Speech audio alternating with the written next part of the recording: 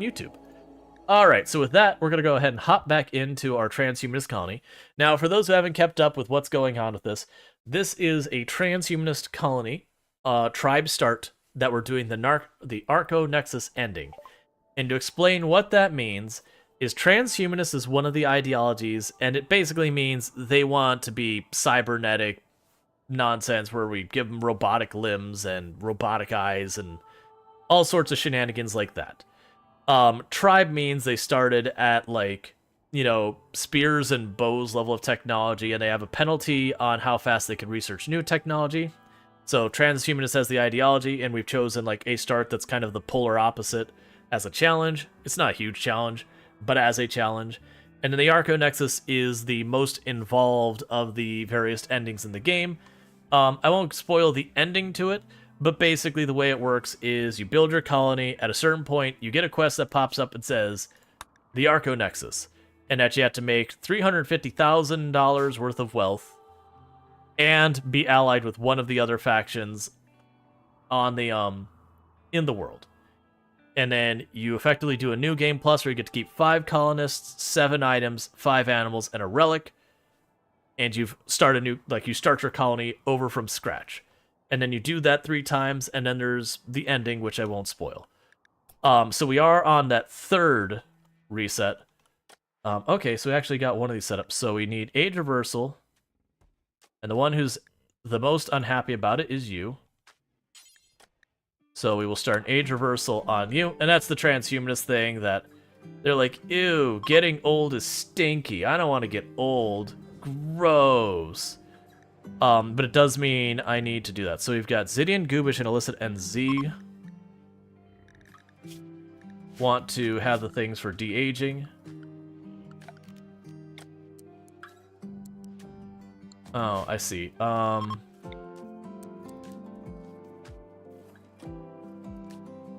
Why do I have a chair there? This chair out of here. Meanwhile, I can just go for... Yeah, Goobish was the other one who needed it. Alright. Yeah, so we are working on this.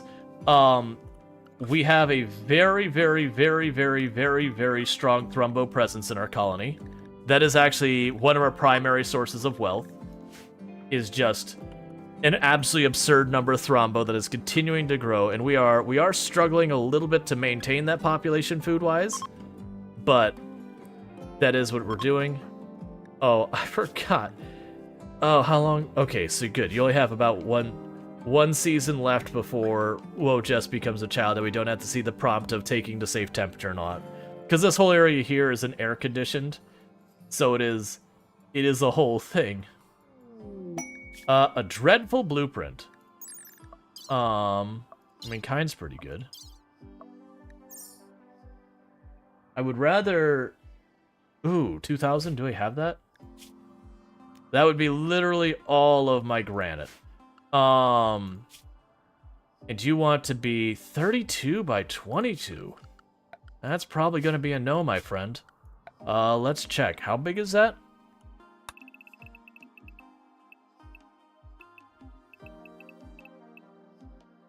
Ooh, they want me to make a temple that big? Screw that. Holy hell, that's huge. Yeah, no. I mean, maybe if you really tempted me, like, don't get me wrong. Ooh, actually, wait a second. Okay, that's 15,000 wealth. What wealth am I at? Because I only need to get to 35,000. How long will you give me to build this thing? 42 days, so about 3 seasons, just shy of. It's a bad idea, and I shouldn't do it. Like, really shouldn't do it. But that much plasteel would be huge. But also, that is a monstrosity. So I can't build it. I'd have to go down 1. So I'd have to expand my border like that.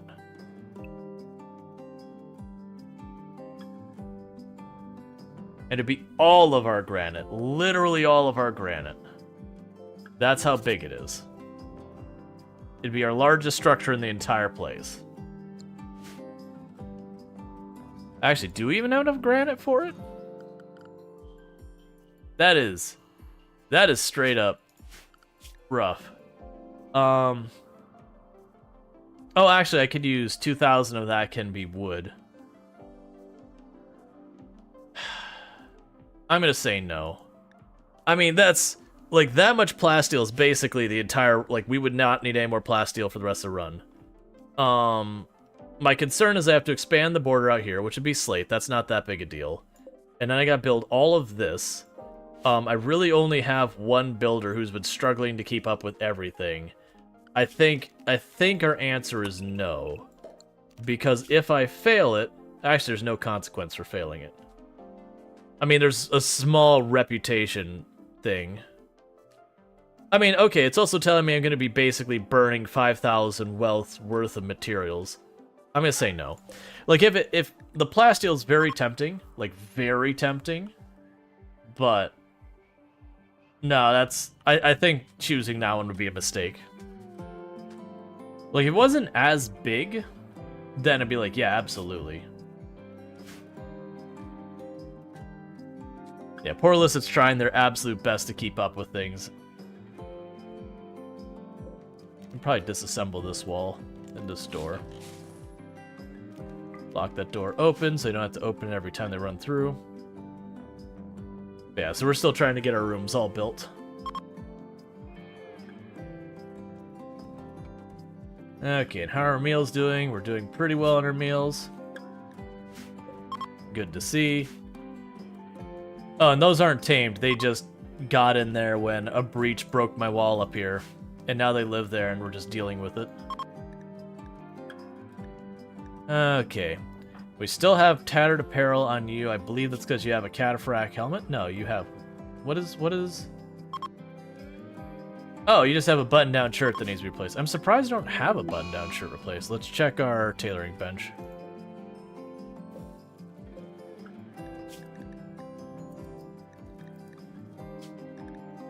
Yeah, you're set right. Oh yeah, and I'm having them make dusters forever when they don't have any other clothes they need to make, just to help with wealth. I think in the meantime, I'm gonna go ahead and tell them to make 2 of everything.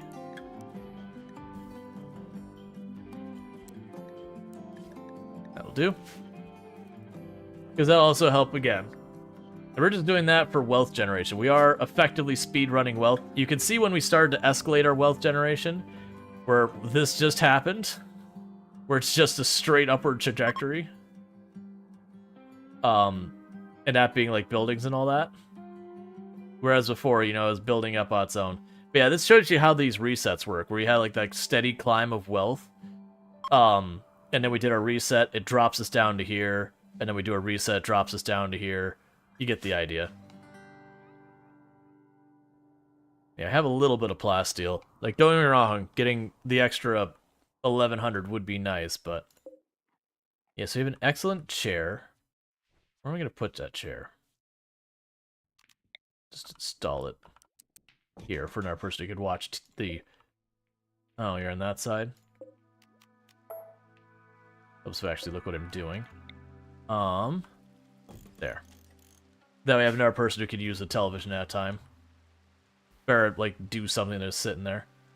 We also have 2 mini turrets.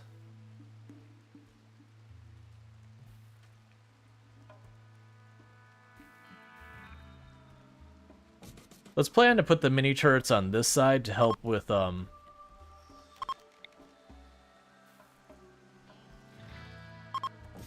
like, protecting the fields and all that.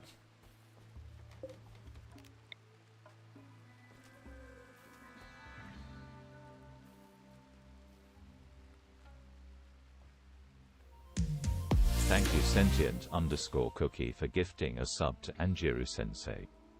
Thank you, Sentient Cookie, for the 5 gifty subs.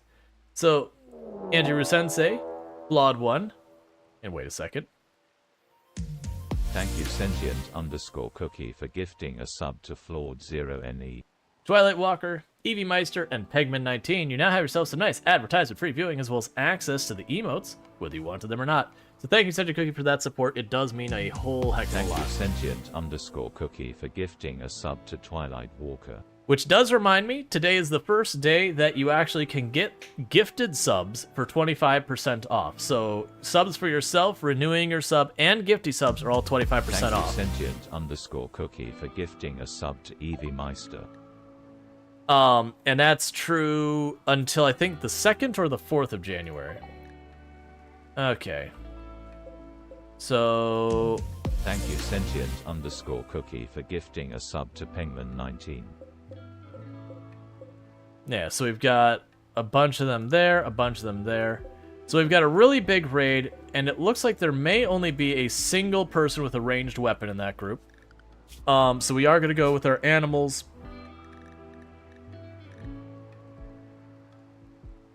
I need to change the restrictions for the Thrumbo to be more isolated. Almost all of them are set to be... So you two get locked indoors and you get locked indoors. Because all the others are trained where they'll follow a person around. Those 3 won't. And we'll go to all of our assignments for everyone else. It is an immediate attack, so you get in position here. That rain is going to work against us. We don't really get choice about the matter, though, so it is what it is. And we're going to grab all the rest of our people. Oh, you're inside the de-aging thing.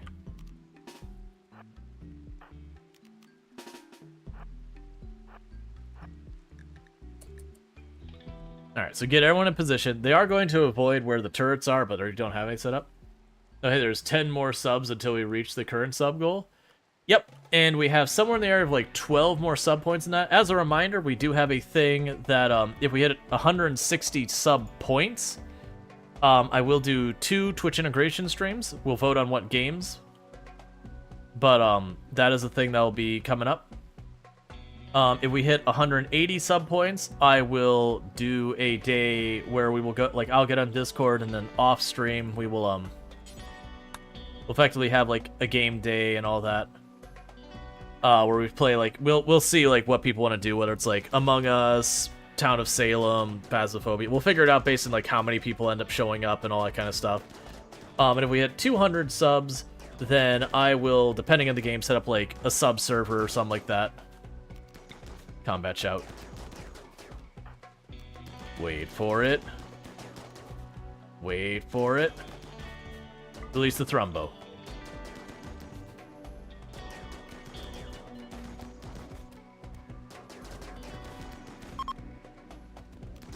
Recall the Thrumbo.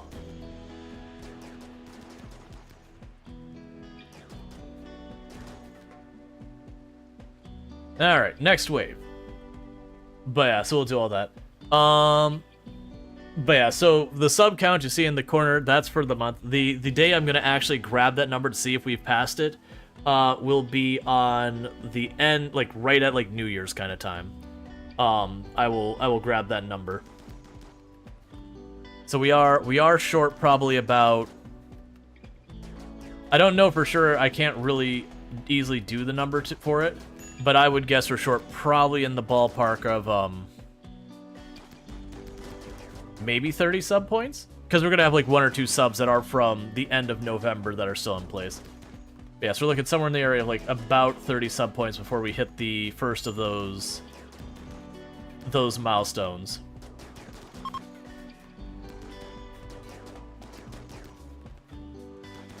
All right.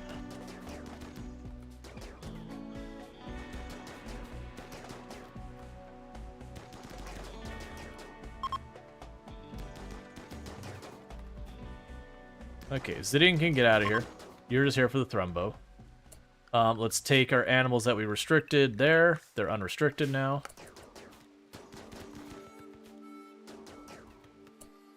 And the rest of you are free to go. Alright, is there any of these things we care about? Ooh, fast learner? Actually, this is one of those ones I can become friends with, right? Where was your faction name? It's here. We can. It probably won't happen. Do I have a prison? I don't even know if I have a prison right now. Prisoners. Prisoners. You try and patch them up. You try and patch them up. Everyone else is dead, so we don't have to worry about them. Oh, you're not gonna... Oh, yeah, never mind. You're not gonna make it. They got 3 hours to live. You're just gonna be way too late. By the time they drag them the whole way back, yeah, they're just not gonna make it.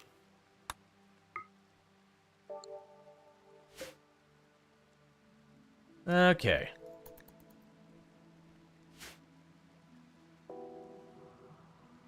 Yes, that went well. That is kind of one of the difficulties. As you get later and later in the game, it's harder and harder to actually take prisoners. You just end up thrashing them too bad. And I used to sit there and do the thing where I try and patch them up and then run them back real quick. But the number of times I've accidentally done that, they get up, it'll be, you know, a pawn that's got melee 16 and kills the person who tried, you know, just patch them up. I just don't take my chances anymore. It's just not worth it. Alright, so you still got a bunch of components, advanced components. I didn't check. What do you take? Okay, just regular components. That's fine. Oh, we're still short in steel. I forgot. We only recently got someone who can mine. That's right. We had a bottleneck in this run of construction and mining that is one of the things that kept this base from getting built much faster.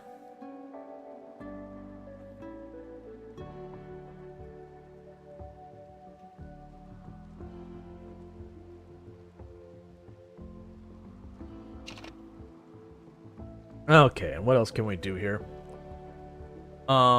This room is all floored. I can make this room have a granite floor if we wanted.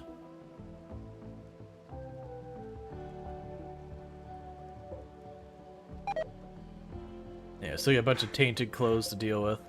Oh, here's one thing we need to do. Apparel. Okay, we already have it set to not allow tainted. It's just something from before we set it. Yeah, so as you can see, the Thrumbo are absolutely demolishing all growth outside the colony area, with the exception of this area, because I don't let the Thrombos in that area. But they are clean sweeping all nature around the perimeter of my base.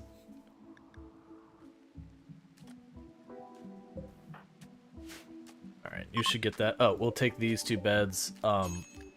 Colonist. And colonist. Alright. Yeah, so the run's been going pretty good. Our base is still way too dependent. Quest failed. Oh, I don't care about that. I don't think we accepted that quest. I think that's one of those quests that they queue up, and if you ignore it, it goes as failed. Which always catches me off guard when it does. It's like, wait, quest failed? What did I do? Oh no. Not that. Oh, my moderation computer's not on the right thing. Give me 1 second.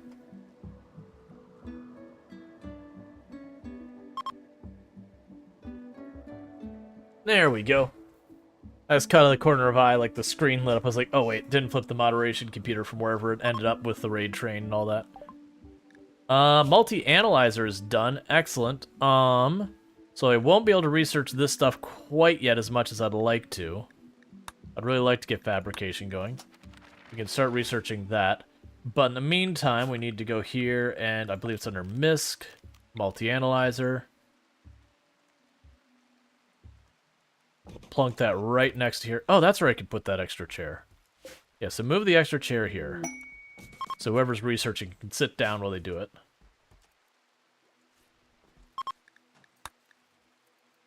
Alright. Because once we get the multi-analyzer built, that'll, Oh, I thought that required advanced components. I guess not. We should have everything for that? Do I have gold? I don't think I have gold, actually. Which is a little surprising. I normally usually have gold laying around. Ritual opportunity. Let's go ahead and knock that out real fast.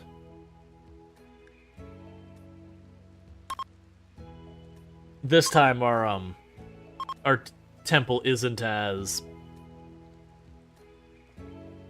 like, isn't as impressive. That's fine.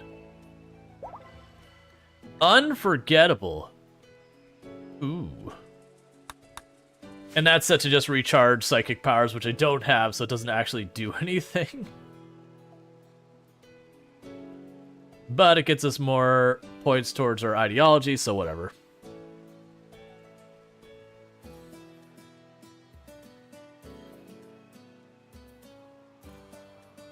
Okay.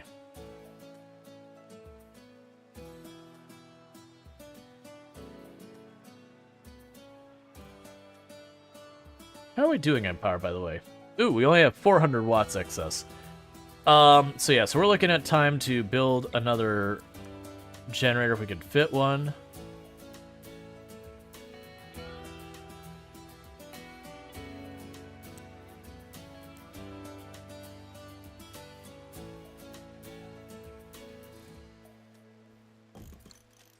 All right.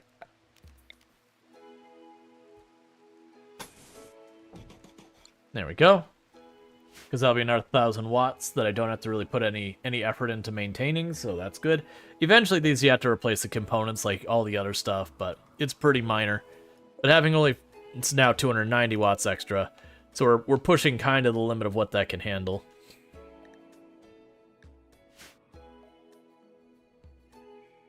But we'll get there. All right, so you finished the floor in that room. So what are you working on? Oh, you're literally building that. That's fair.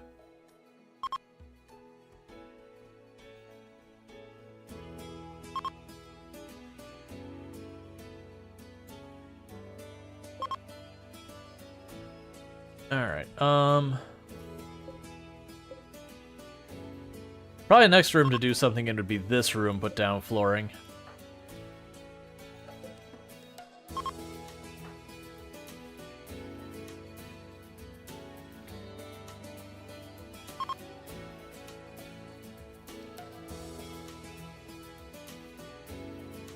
We're also getting to the point I'm gonna have to cut down trees again.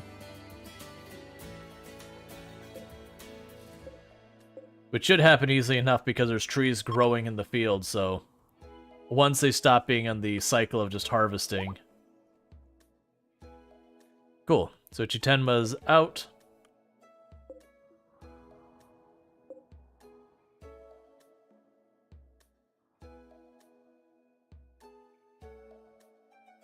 Got the sentry guns in place. Yeah, I mostly set these up because in theory that should keep a lot of raids from going in here because they'll recognize that this whole thing has, you know, sentry coverage going on, so they should try and go around it. But we'll see. I've had it when they say they're the smart ones, sometimes they will avoid it well and sometimes they'll do a terrible job. Alright, so you're repairing stuff because we don't have any more steel available. I'm totally fine with that, because once you finish all that, you should turn around and,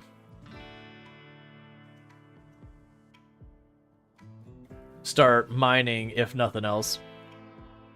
But the other thing I can do is I can queue up a bunch of floors for you to do to make another room nicer to improve the colony wealth, as well as people's morale, because they'll walk around and see everything being nice, so they won't crash as hard. But I haven't done a lot of repairing on my walls in forever. Okay, so you're down to the point of mining the steel, so let's go ahead and slate floors.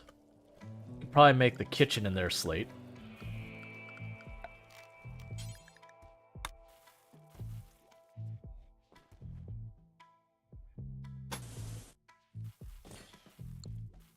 To make the kitchen nicer.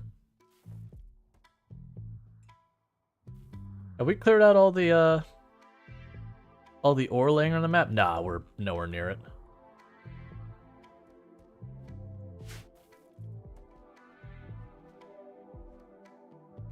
It's fine. They'll carry blocks little by little. And slowly but surely, they'll get more and more done. Alright.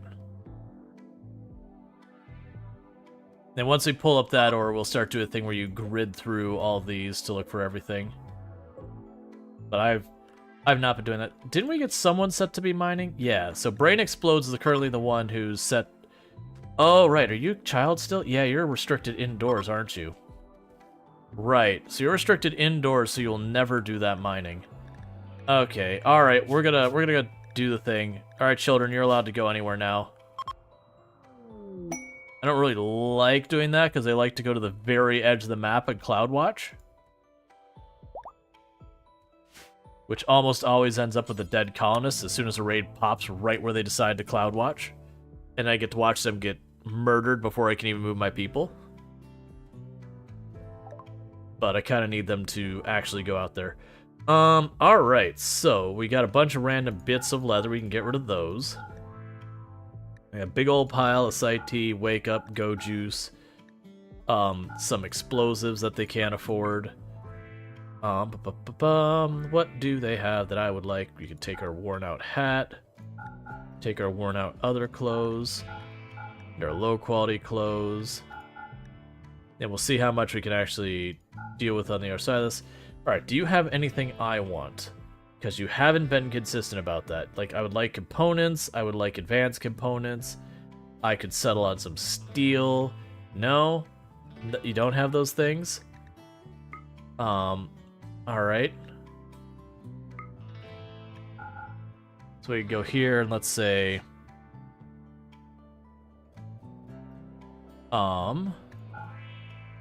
40 maybe? Okay, a little bit less than that.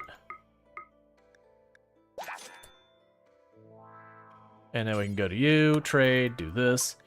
And gift. And pop down here and say, have a big old pile of drugs. And some big booms. Alright. Actually take that as well, because I'm never going to use it. Sure. Get ourselves a little bit more rep with them. Because I also don't want the explosives in there. But do you like when they decide to nature run through the insect hive caves? Yeah, and that's the whole thing. Like, you really do have to, like, rein them in and be like, here's where you can and cannot go. That you have to, like, zone them really carefully. I mean, to be fair with, like, the insect hives, you have to do that for the adults as well. Because be like, I'm hungry. I want the insect jelly. And runs right in among all the bugs and get just shredded because they're like, why are you stealing our stuff? Sir, that is a very bold decision in the you're not going to survive it kind of way.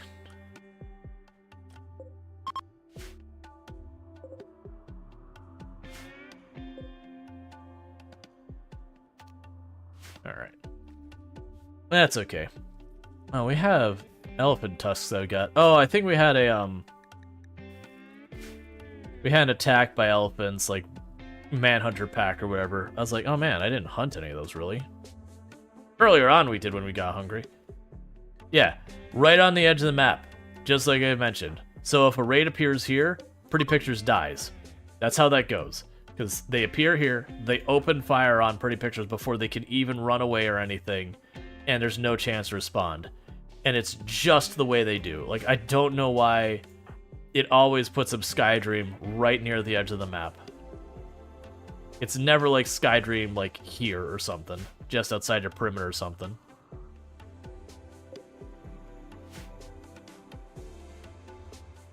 It's just a way for a pawn to die.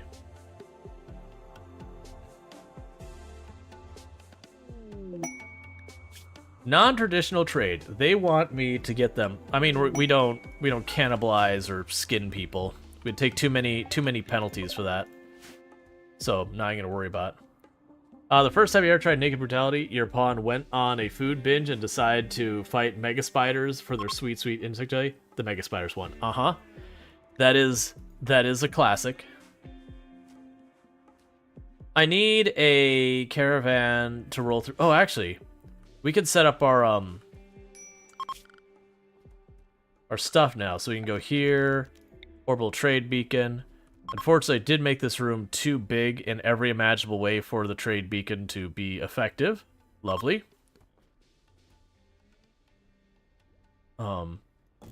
We can put one on this side of the room and one on the other side. It's a bit wasteful, but it's fine.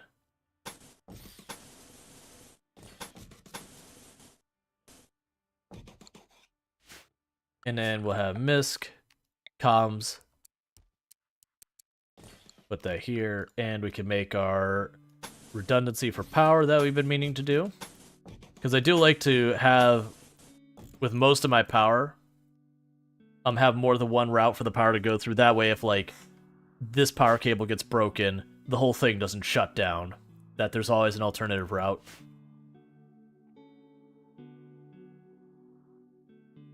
Alright. That said, we should start seeing more steel getting into the colony. Now I've unleashed Brain Explodes to be allowed to deal with that.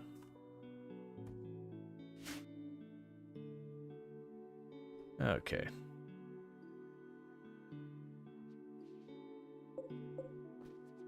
Wonder why the cataphract armor is sitting there despite so many people who could be using it right now.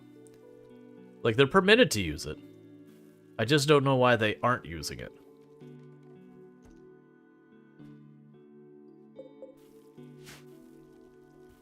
How is your armor doing, by the way? Yeah, it's okay for now. You could definitely be in better shape, but not enough to justify, you know, tossing it. What are you wearing for armor? You just a normal flak vest. Flak vest. Okay, your flak vest is getting worn. I'm just gonna force you to wear the armor.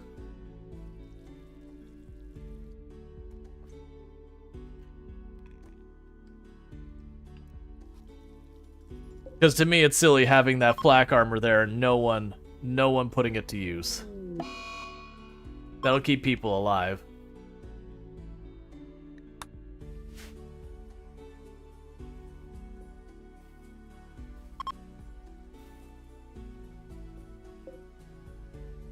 And we don't really need the battery for anything. Like, we could use it to mitigate spikes in power, but I'd rather not, because the more power storage you have on your network, the bigger the bzzzt events fires get. And there's really not a reason to incur that kind of a thing. Oh, did I miss a piece of wire? Oh, they haven't finished it, that's all. Yeah, so we're just waiting on them to mine more steel, and then we'll be able to build the comms console, which I should already have, but I haven't set up. The that's waiting on gold, so I need to keep an eye out for some gold as well. It's gonna take you a while to get any amount of mining done.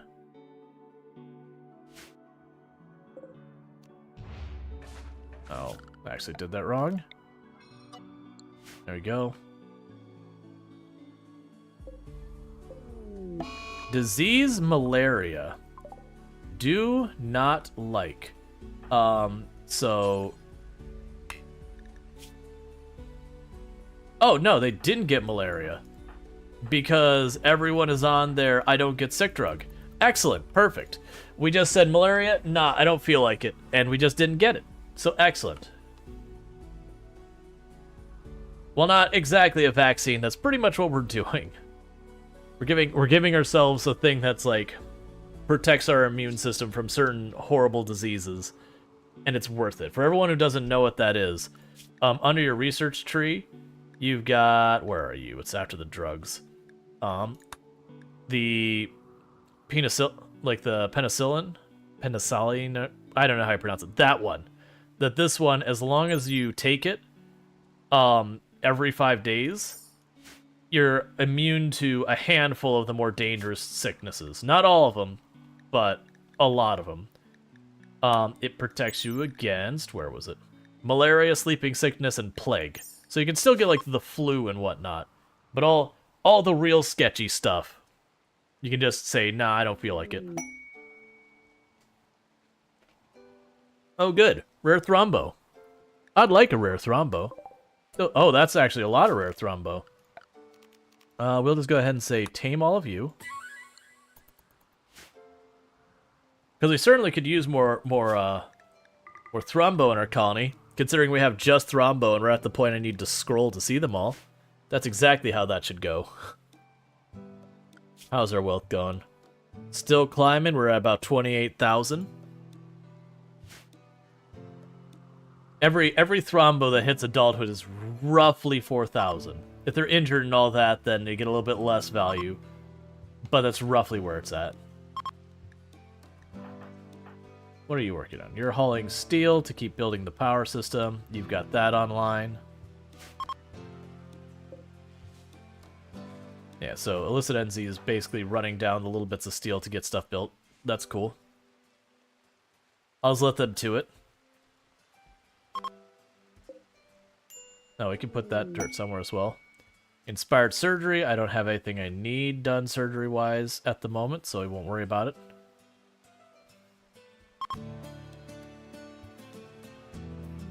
I'll put that there. I'm mostly trying to make it so when we have a raid pop in that they don't stop to burn my fields when we have them. They'll just have a whole bunch of sentries that can pop shots off. Now granted, they could start a fire on that edge, but whatever. We can worry about that when we get there. I am going to need another person to help with the animals and another person to help with growing. The good news is I got a bunch of kids who are growing up, who we don't know what they're going to want to do with their lives. And we'll figure that out as we get there. Yeah, because you're still early on. You're age 8, so you've got a little while yet till you age up again. Your age, so you got about a season and a quarter till you age up. You get about half a season. Ooh, I'm trying to remember when the next threshold is. Isn't it 12? No, it's 10. So you have about a season and a half as well. Alright.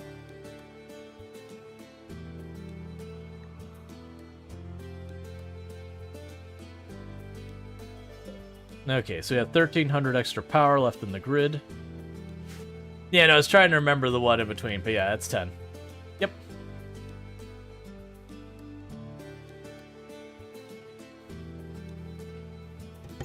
Okay, sorry about that. Minor risk break. Haven't seen that in a while.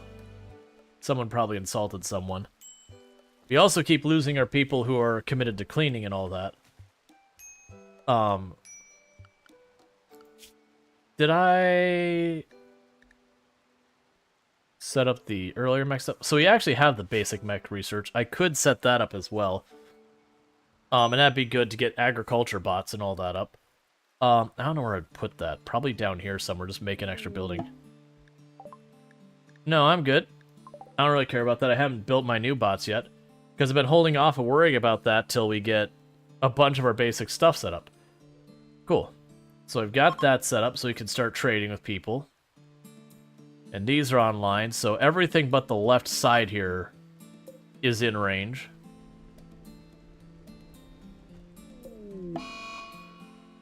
That's annoying. Oh, you're upset because you haven't had drugs recently.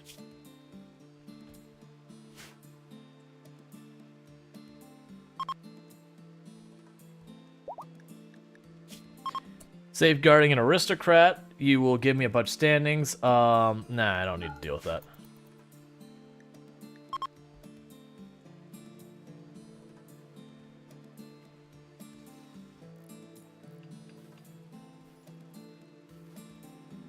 Why are you insulting the child?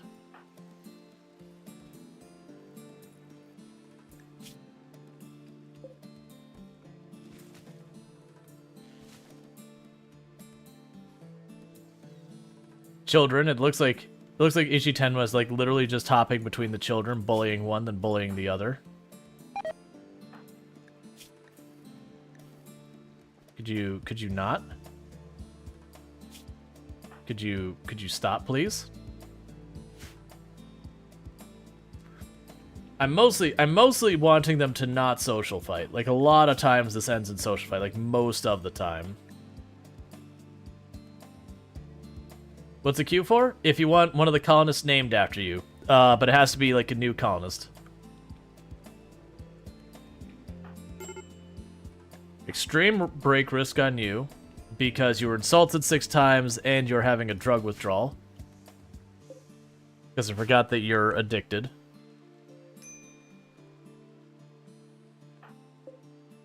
I'm almost tempted to shove them back in for de-aging.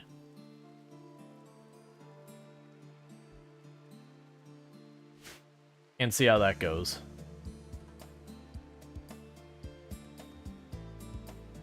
Like, basically have them just wait out the addiction timer de-aging.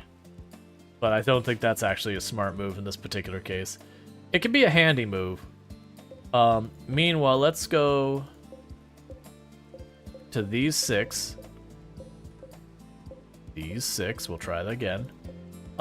We want to unlink and link those again. Storage, clear, critical, silver.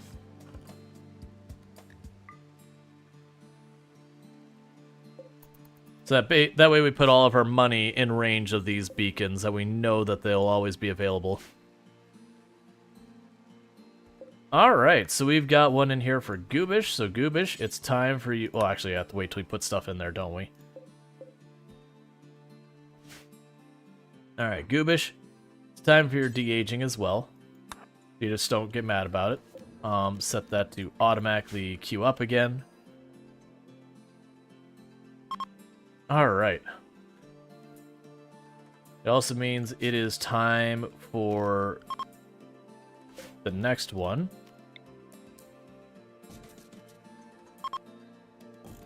Put 2 down because both of them want one, and there's not room for both of them in there. And Brain Explodes as a child, so won't want de-aging for a long time, so we can just put it in that room. And that'll be fine.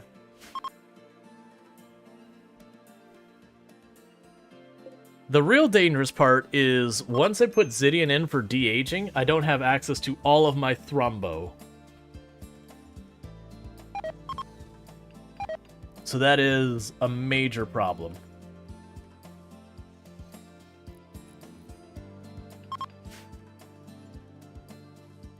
We're gonna want to do it, but it is one that concerns me.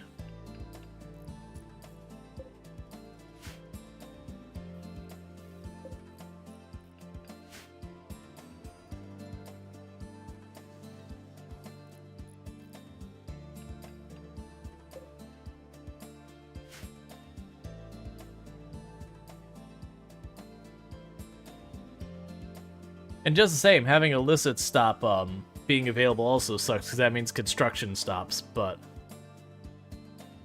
they'll get real angry after a while if you don't let them de-age regularly.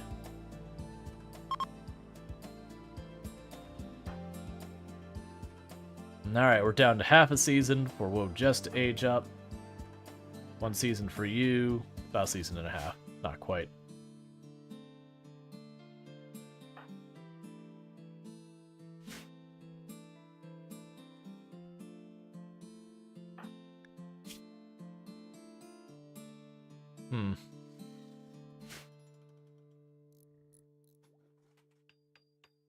Okay, well, I only have 1 person in there at a time. So what I think we'll do is whenever the next raid happens, like once it's done, Zidian will immediately go in for de-aging. And then Illicit NZ will pop in as soon as Goobish pops out. Inspired Taming. Okay, well, I mean, that just means the Thrumbos aren't here anymore to tame.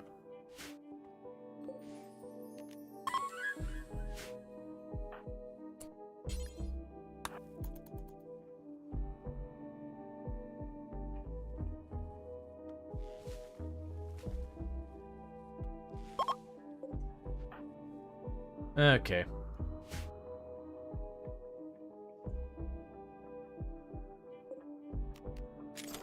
If you're wondering why I tamed it to just release it, I just want to move it outside the perimeter. We had Inspired Taming, there's nothing for me to use it on, so it's like, okay, just get it out.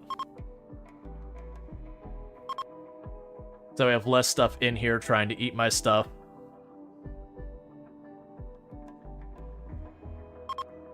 Did Boomalop have multiplied? They actually haven't. We had 2 of them get in there at the same time. They're not, other than for the 2-second sound was tamed, they're not tamed. They just ended up getting in there when we had a breach raid. We got breached, they ran in here to eat some of our crops, and we've left them alone because at the time I had so much in the way of crops here that if I killed them, dealing with the fire would have been a nuisance. Honestly, at the moment it probably wouldn't be that bad, so let's just go ahead and deal with it.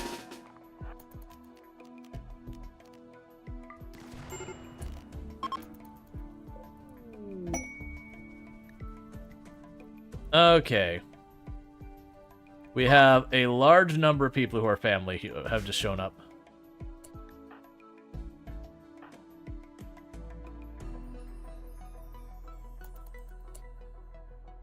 Oh, right. Goobish is in there. Who's my second best social person? Ronder's pretty solid. Alright. I will take that.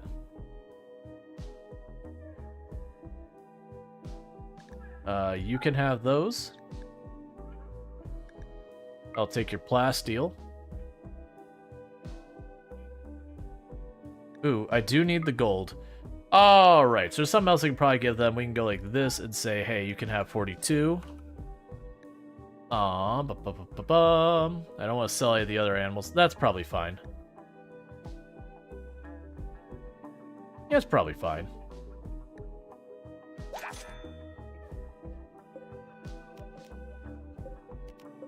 Because that should give us the gold we need for the multi-analyzer.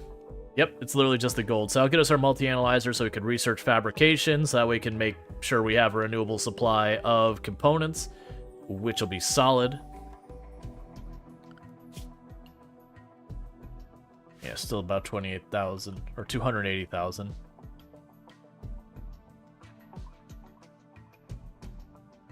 Cool.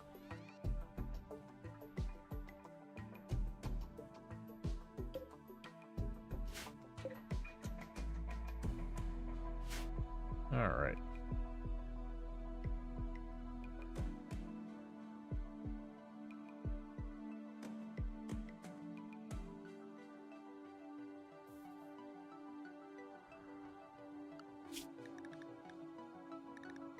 So many thrombo. We are mostly keeping up with their training. Struggling a little bit on keeping the meals up, but that's okay. Oh, why is there that sitting on... I guess Proger started to get ready to butcher it, and then had enough ingredients to cook more meals, and then was like, okay, I'm just not going to worry about that. Alright.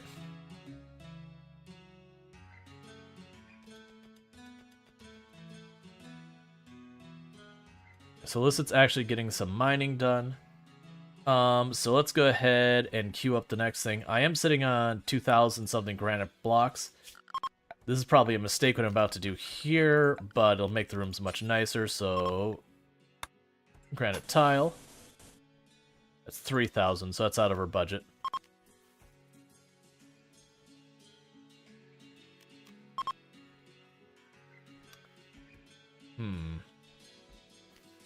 Put down just the regular ones. I kind of don't want to, though.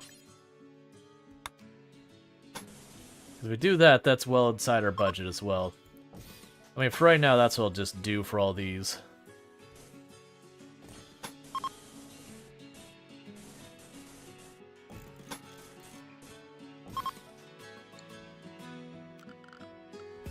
And go structure. So let them get this whole area done, just so it is floored. We can also go up here and do the same.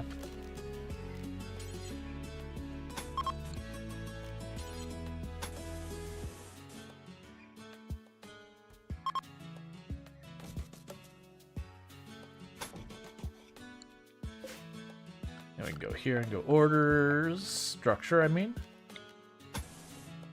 There, so they're putting floor in all those places. I should go in here and put shelves, I still haven't. But I really should. Cargo pods. Some fine meals, excellent. I'll take free food.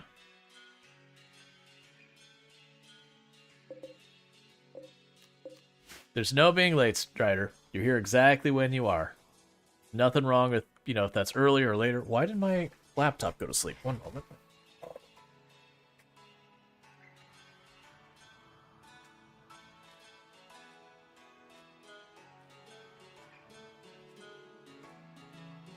Guess it just lost connection to the stream for a moment. Hey, it's just Jess. How's it going? I have no idea what that's doing over there.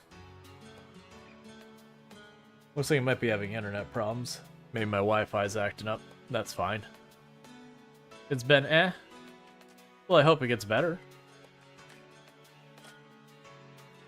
Alright. You should be popping out pretty soon. Not our whole day, that's fine.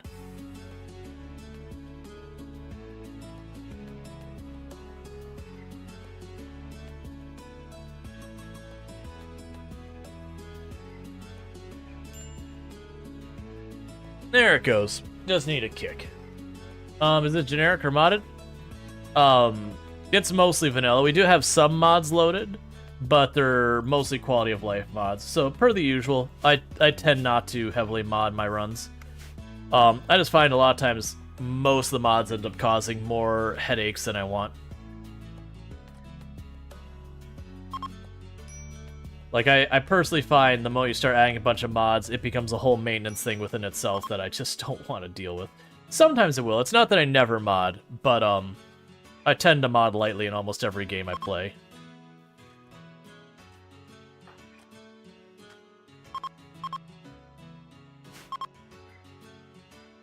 Your room smells like apple pumpkin. Apple pumpkin is already making me hungry. That's how I feel every single time I cook chili. Because I slow cook it, so the whole house smells like chili for hours and hours and hours.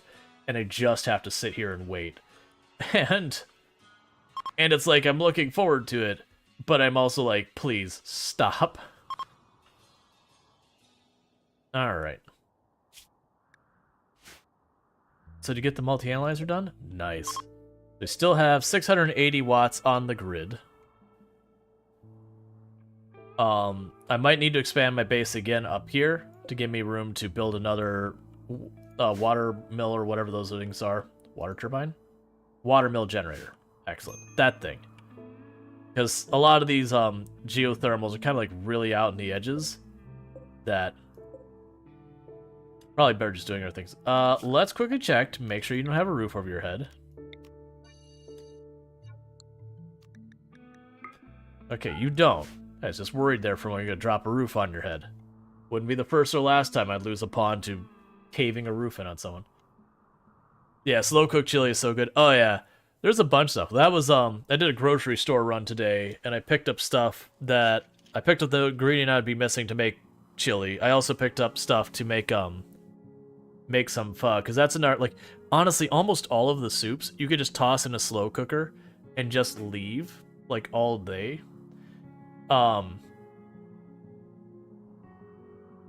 The only thing you gotta watch is stuff with noodles is that you don't toss the noodles in, like, right away. Those go in later. Because if you take something that's a noodle dish and you cook it all day, you get goo. Alright, chat. It is the Great War against the snow hares. It is 71 snow hares against my group here. So this will be certainly messy. I'm not too worried about losing. I have faith that my Thrumba will be enough. But at the same time, it is going to be a messy fight. Get everyone in position.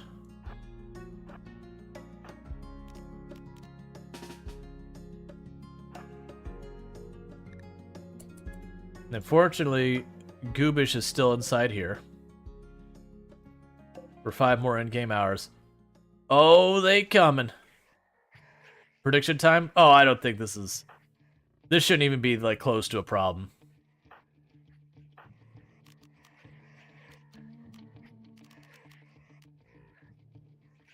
Because they'll probably split up into groups to come in.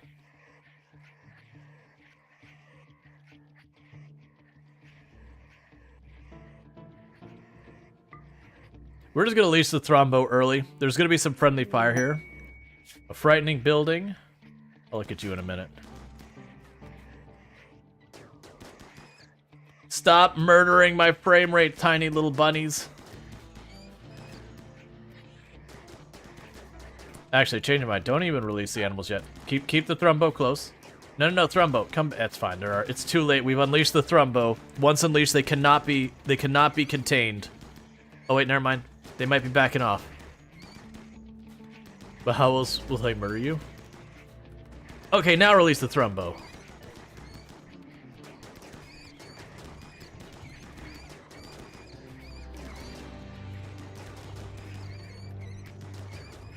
the tiny little squeaks of sadness.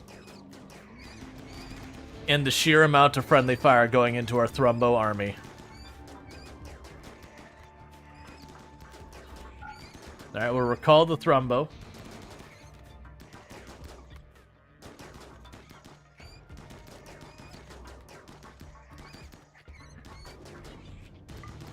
Unleash the Thrumbo again. And the only reason I'm doing that is I'm trying to reduce the amount of friendly fire we do to Thrumbo. Okay. Are there any rabbits out in the wilds? Okay, all the rabbits have been defeated. And the Thrumbo have been thoroughly thrashed. Almost exclusively by friendly fire. And we have It's Just Jess on a 3-stream streak. Congratulations on your extra points, and thank you so much for continuing to tune in.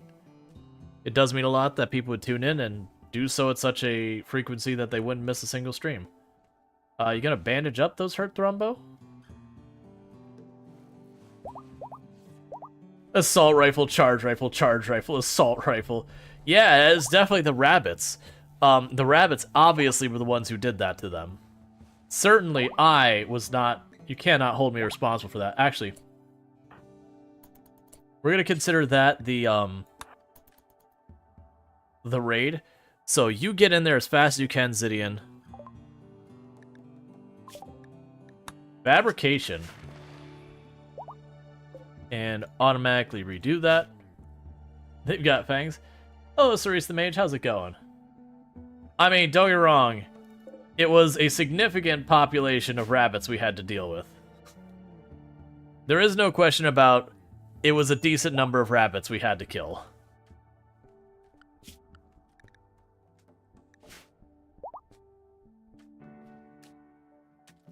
We are in that phase of the game that when stuff shows up, it shows up in bulk. Okay, so what was this? I'm gonna say no. Like, this is actually good. Like, really good. Do I want to do it? Alright, so it's 15,000. I don't have any stone. We don't have what we need to do that, so it's gone. Oh, no, that's, because they were Scaria or whatever it was, they instantly rot on death. There's a % chance. The others, though, that they'll have about 2 days before they start rotting. So he's the mage on a 30-day streak, going 30 and counting, 1 month of entertainment. Well, thank you. I'm glad I could offer the entertainment, and it means a lot that you you continue to tune in and catch the streams and all that. Today's the first day you're taking your time to eat 3 meals a day. Excellent. That's a lot of the stuff I picked up today. I'm trying to be better about cooking at home. It's one of the things I've kind of not been so great about, you know, honestly, since I started streaming. Just because it's kind of hard to make the time for it. Like, me and Toom have done a little bit of cooking at home more since she's been on the schedule, but I'm trying to plan stuff for when she goes back onto her old schedule, that I can have stuff I can, like, toss into, like, the slow cooker and just let it, you know, just let it loose all day, and then when it comes to be dinner time, we just put it in bowls or on plates or whatever's appropriate. Be a little bit better about that. Or stuff like enchiladas or lasagna or whatever, where you can, you know, prep it in advance, put it in your freezer, and then when it's time to eat, you know, you toss it in the oven, let it cook for however long that's necessary, and it's just ready to rock and roll. So it's nice and easy and whatnot. But we'll see how it goes. It means a lot more early prep time, but when it comes time to actually cook it, it's nice and straightforward and simple. Pizza for breakfast, ice cream for dinner, chocolate for supper.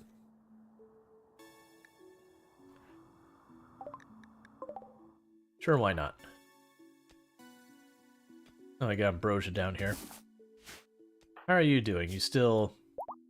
Yeah, you're still dealing with withdrawal. I'm really hoping that we reach a point with you that, we can break that addiction. Alright.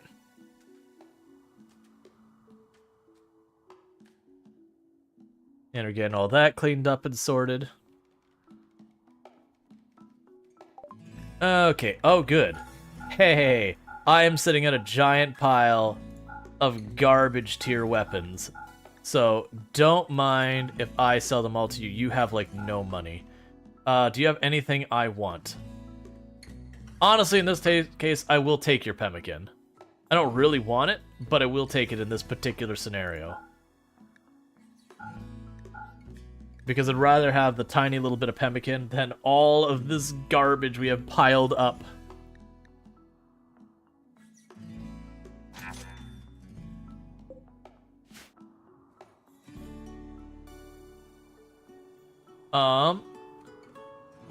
You're doing good to eat one meal a day.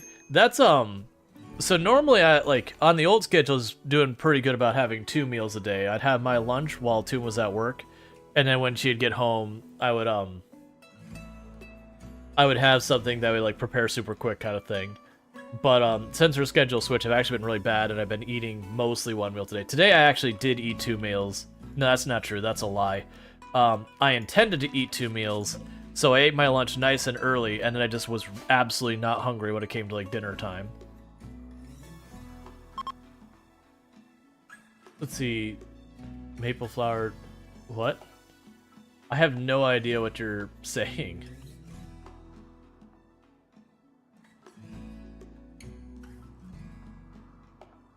Yeah, I mean... In Florida, I like December, because December and January are like some of the few months we have where it's not sweltering hot. But I also know it is a... That's actually bad. Zidian, how much more time do you have in there, buddy? Please tell me it's nothing, next to nothing. Oh, I have to interrupt this, because you are the keeper of all of our, Yeah, we gotta interrupt it. Zidian, pop out, buddy.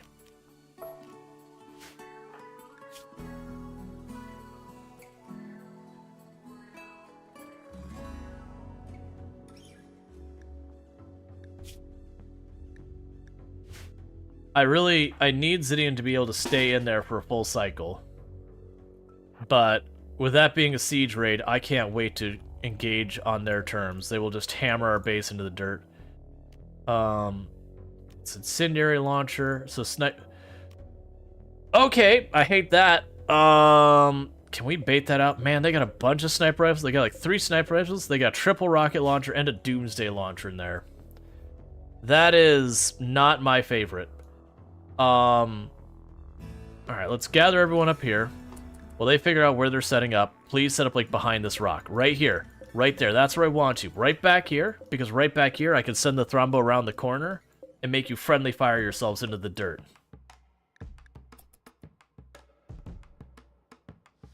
It's not really what I wanted. A doomsday launcher is real dangerous.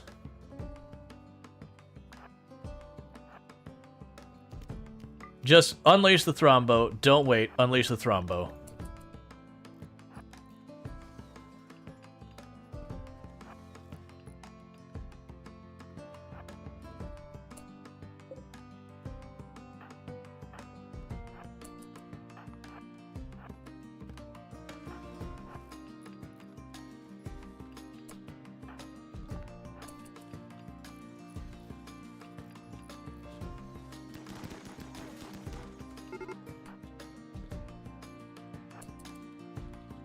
Spread out.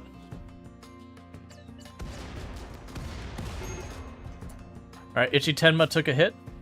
Rocket launcher to the leg. You start patching them up immediately.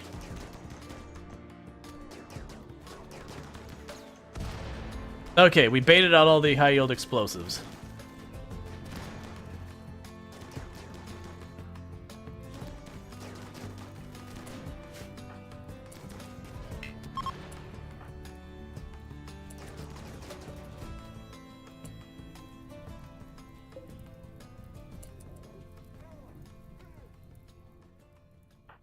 Okay. Hurricane. Alright. So luckily, we were able to bait out the triple rocket launcher, and it hit only one person, which was Ichi Tenma. Didn't even lose a leg, just took a really solid hit. Almost lost both her legs. Did you miss the Doomsday launcher? Yeah, and it was up here, and because it hit Thrombos, it really didn't do a whole lot. Ooh. Yeah, you're gonna haul that home.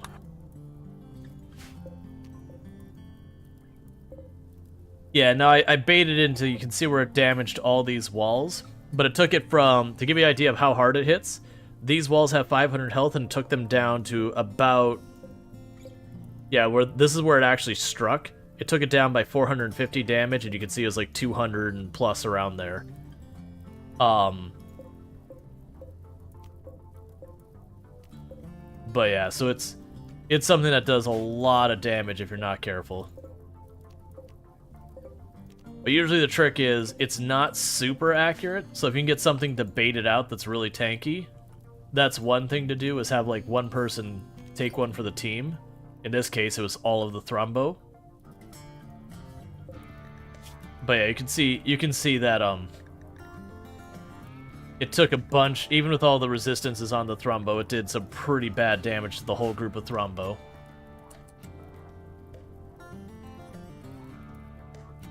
Okay. As in, they had problems with what people were doing?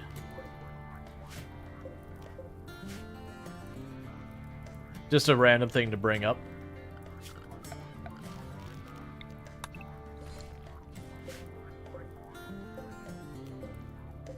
So you're bio-coded, so don't allow that.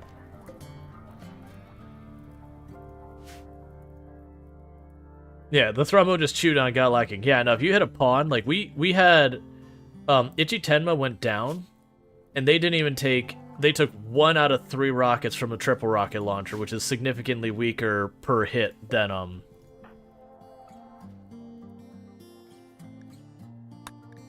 the big rocket launcher. Alright.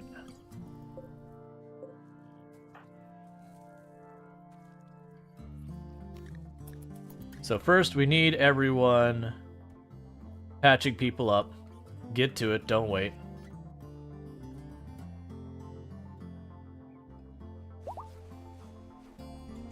Their cause? I mean, I have no idea, Strider. Like, during the World Wars, pretty much everyone did pretty awful stuff. I think accusing one group of it versus another probably is being disingenuous at best. Oh, we got a Thrombo that connected at Craven. Alright, so you... That's Zidian's pod? Alright, so we're waiting for more in there. Can you please fill that real fast? So that Zidian can de-age, now we just had ourselves a raid.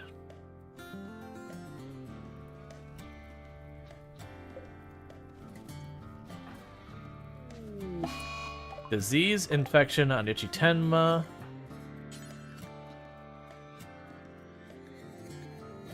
I just want to treat you.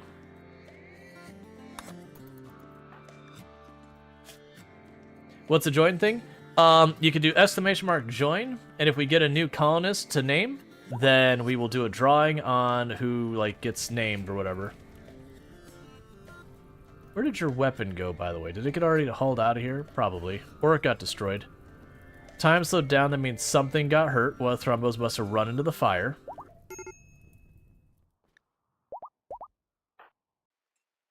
Okay. Or your weapon fell and one of the other rockets pegged it and destroyed it. Thank you for the follow. Welcome to stream.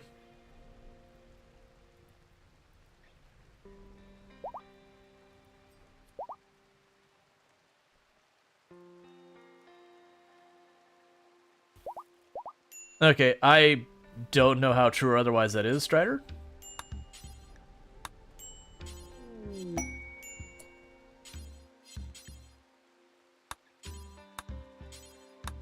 But, you know.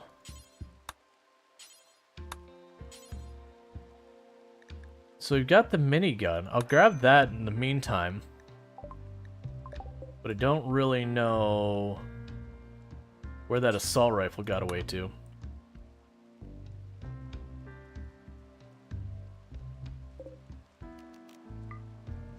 Yeah, and that's the biocode, because they went down over here. Like, don't see it anywhere. So I'm guessing what happened is when they got pegged, they dropped their assault rifle and the other rocket launcher destroyed their assault rifle.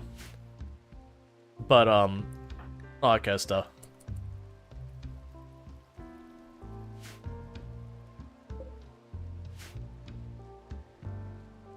It's always hard to, like, we have this shelf down here. I need an actual merchant that'll buy our weapons to roll through. So that way I can, you know, clean that all out. Okay, so let's see here. You've got those. You can buy the drugs. You can buy those.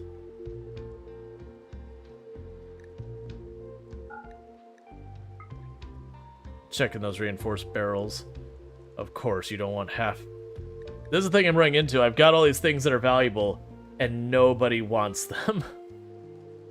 Which is continuing to be more and more of a headache.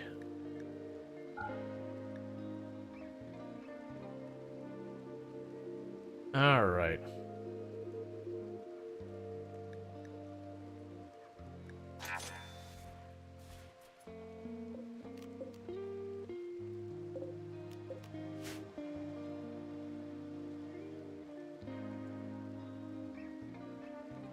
The key to success: bargain yo for valuables. I mean, you do that with a lot of stuff as you sell stuff. We haven't been doing Yayo, but we've got Saiti and everything. Yeah, so most of those rabbits just decayed in here because there's just not enough availability to deal with it. Alright, so you actually want to be set up with Craven, which is interesting. Does Craven have enough animals to handle the thrombos? I didn't think they did. No, they literally don't, but it's fine. It's going to follow them anyway. Yeah, so we'll actually follow Craven. That's fine. Okay, and we need to get this set up now.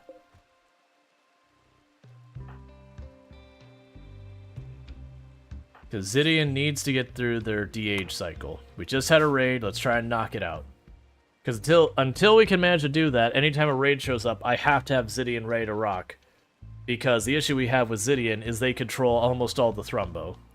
We don't really have many of our people who can handle it.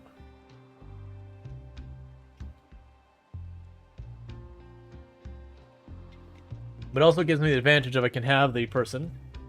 Thank you, Matt saying beautiful base mate. Thank you, I appreciate it. It's a little bit too much wood at the moment, but that's just been the nature of this run. But we are coming along little by little.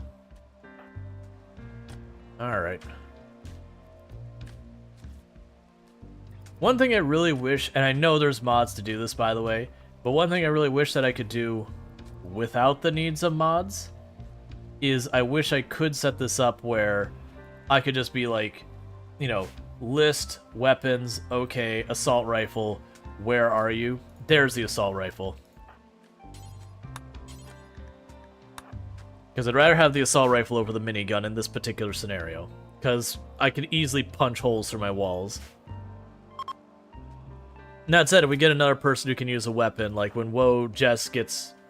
In less than a day, when Woe Jess is a child, I don't have another assault rifle, so... Woe Jess is going to be rocking a minigun. It's just the natural order of things.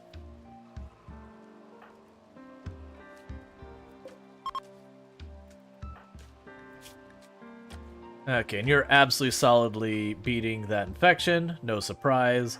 Goobish took care of you, and I think they're like 18 doctor? 14 doctor. So, you know, that's solid. And all this is looking pretty good so far. We still have 680 watts over our power requirement.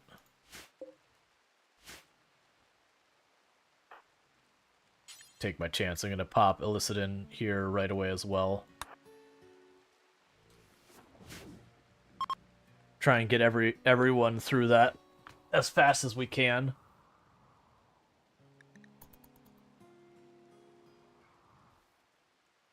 That does mean all this construction is just going to stall out for a minute, but that's okay. So there is a gold mining location for 200 gold, but we only have 1 day left, so I won't have enough time. I usually don't spend much time. No hair dye? What do you mean no hair dye? Do you mean for me? It's just I re-dyed it right before Christmas Eve. And so it doesn't show up on camera very well when it's, you know, just dyed. It's one of the things, I mentioned it a couple times before, that I've noticed it looks much better on camera when it's like really starting to fade, but it looks really terrible in person when it's really starting to fade, versus when I've just dyed it. It's way darker and it's almost not, like, you can only like barely make out that there's purple in it on camera, but then in person it's like it's very, very vibrant in person. And it's just lighting stuff. But yeah, no, it's still purple. It is gonna be the last time I re-dye it though. I don't think I have enough dye left to re-dye it. And it's already when I say the roots are showing, they're showing by like 2 inches. And it still looks okay because it's like dark to dark, but that's the reason why it looks so terrible when it fades. It goes from like brown to almost like bleached blonde. So, not my favorite. But yeah, that hair still dyed.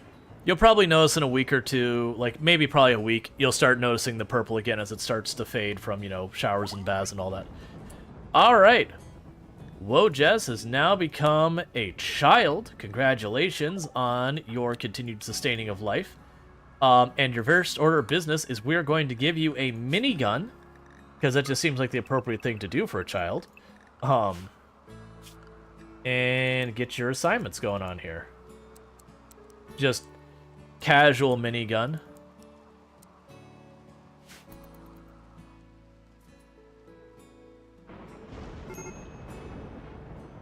All right. And colony wealth is right about to break 290,000. So we are in a little bit of a slow climb here for the last little bit. Our goal is 350,000 wealth, because that's what we can do our next reset. Oh hey, you have a fire foam pack. So strip this body.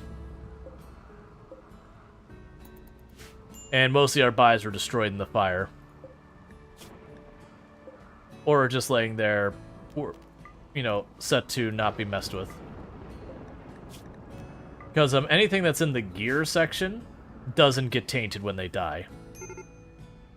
Sorry, not the gear section. Let me show you. I already took the thing off the person. I can just show you one of my pawns. Anything that's in this equipment section, that doesn't get tainted. Stuff down here in the apparel does. So stuff like shield belts, fire foam packs, tox packs, all that. Even if the person dies, you can, you know, strip them of their stuff. And you can just take it, and it won't have a tainted penalty.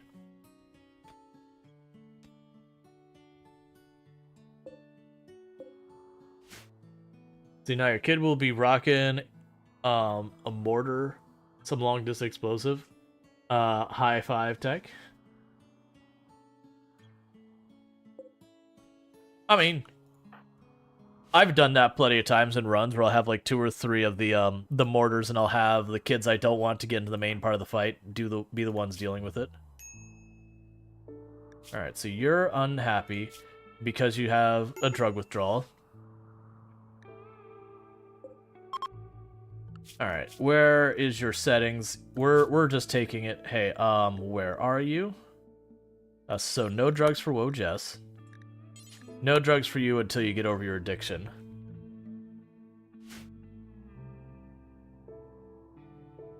Okay.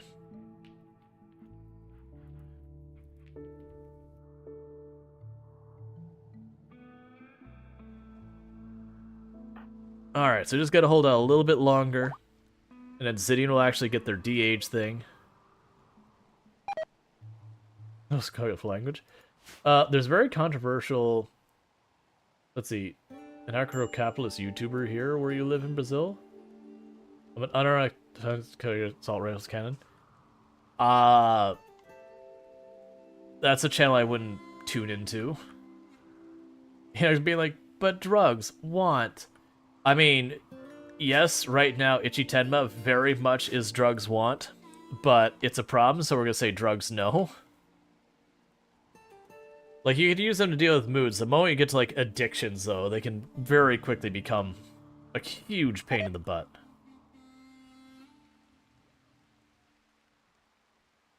But yeah, no, there's unfortunately a lot of people who, I don't know,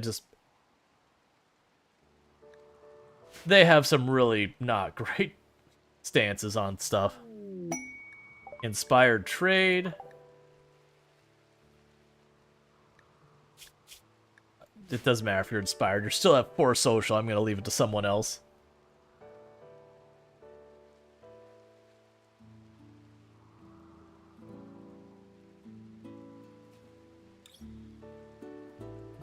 Alright, we're starting to get everything replanted, which is good, but also we're struggling to keep things.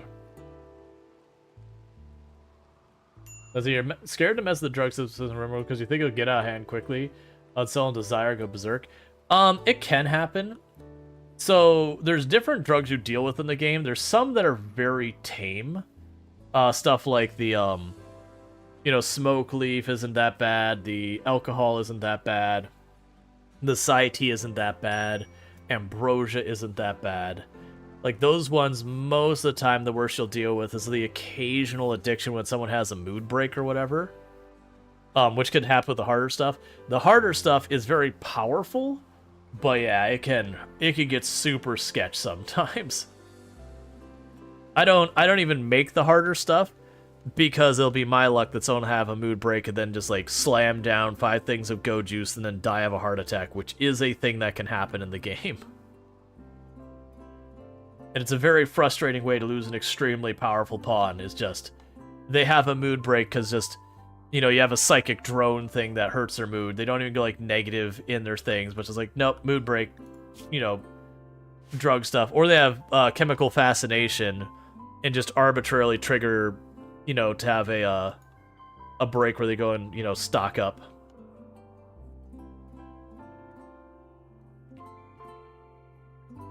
And there's different ways to deal with the addictions and all that, but it does tend to be annoying. Alright. Now, the main 5 colonists we have are all architected out. The other 4 we've really not done much with. I actually don't think they have any stuff done to them yet. We'll get there. At the moment, I'm really trying to get the fabrication table up so I can get that put in over here before I start burning through all of our materials. Once we do that, I'll be able to research. After we get fabrication, we'll go for the bionics. Then advanced fabrication. And once we get bionics, I can start getting more people teched out.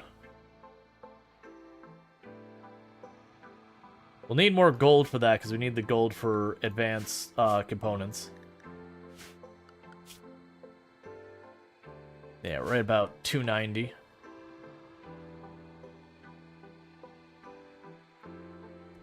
And little by little, our wealth is climbing. It could climb in real big spikes with quests, because some of those quests that are going to give us rewards, that'll be like, here's 15,000 or 20,000 all in one go. You'll have other times where it'll just be a raid rolls in, and they're just packing some serious firearms, so you get all those weapons that are worth a whole bunch. Somebody plays saying, I had Biotech Pod who was genetically addicted to go juice, and if he went too much without, he would die, but my ideology prohibited it. So he just went, like, minus 20 mood debuff to stay alive and juiced. Yep. That's, there is different ones you run into with a lot of that. Is there any way I can get here? Do we have anyone who's even remotely close to... Literally the highest handling we have other than Zidian is, like, 3. So Ichi Tenma has the availability to do that as well. I am going to put Ichi Tenma to have 1 for their stuff. And then I might need to tame just an animal or 2 for us to keep around just for Ichi Tenma to slowly gain some level of animals. Because I believe Ichitenma can't do anything to gain animal with the Thrumbo until they hit 10. Because right now it's Zidian. Like, if Zidian were to die, like, you know, Pop gets sniped, all of the Thrumbo would then slowly untame. Like, that would honestly be the most likely way, if this run were to fail, it'd be Zidian dying. Because then it would have all that wealth of Thrumbo that would very quickly start running wild, and they are kind of our main fighting force.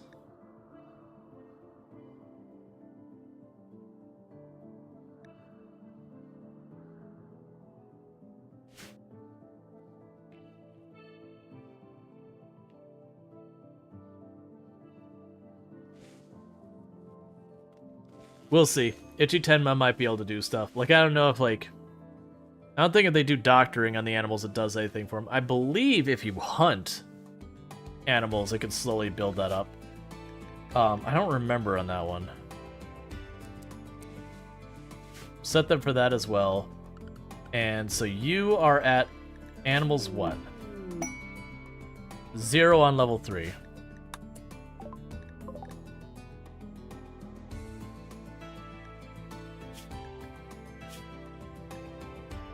Sorry, buddy. Wildlife.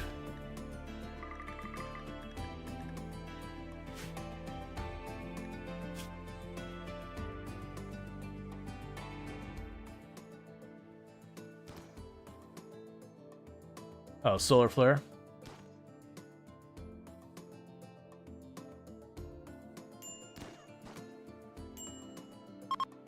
Alright, so it's not looking promising. We're gonna wait till they finish hunting to just see what happens. But it's not looking good. No. Okay, so that's not the case. I was just curious. I didn't think that was gonna be the case. What are you doing? Oh, you're cutting stone, that's fine. Alright.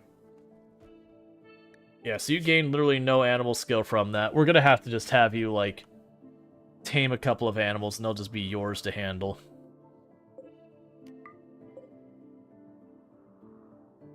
And very slowly, that'll work. So how do we want to do this? Stop hunting them.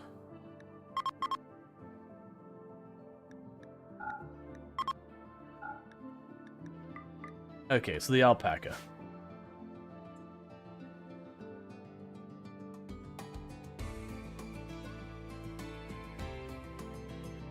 Yeah, I'll try and tame those, and we'll see how that goes from there. Alright, so you're out. Good. You're probably about to be out. We can set that to reset as well. Now Zidian has to play catch-up trying to tame all of the Thrumbo, because they're losing their training because Zidian was in there for 4 days.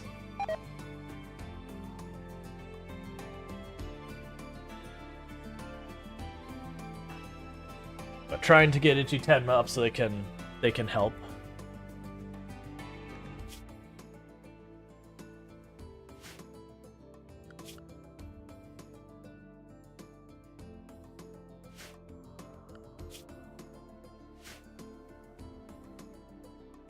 Why aren't you taming? Was it just Zidian beat you to it? Alright, whatever. We'll figure it out, it's fine. We don't have anyone under any weird restrictions, right? Yeah, and everyone's good. Okay, so you're about half a season from aging up. You're about half a season from aging up, and you just did, so you're not going to be for a while. Cool. And we got everyone's currently satisfied with all that. Our power grid has a decent amount of extra power left on it. Cool.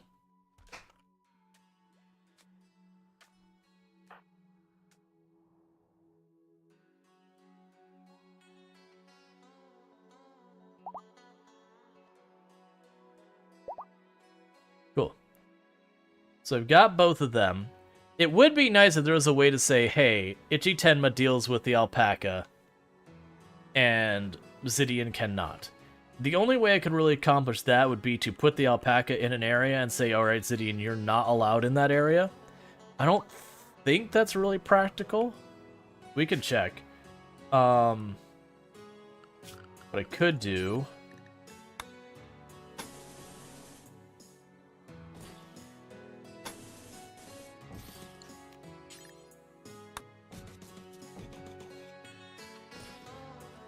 This also be not a bad idea.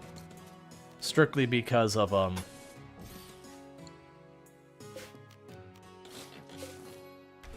this area not having its stuff handled.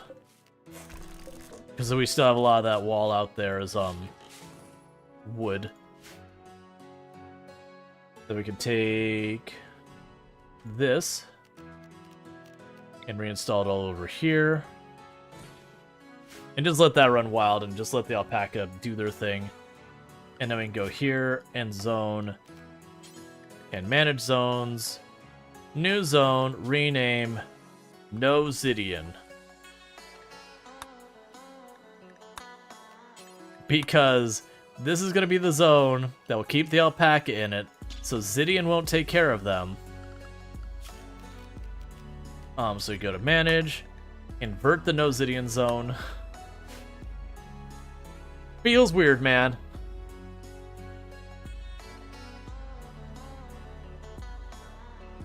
Alright. And we can go to schedule, and Zidian is now in the No Zidian zone. Because I need to get someone else trained high enough to be able to help with the thrombo. And the only way that's going to happen is if I can keep Zidian from taking the animals that they can work with.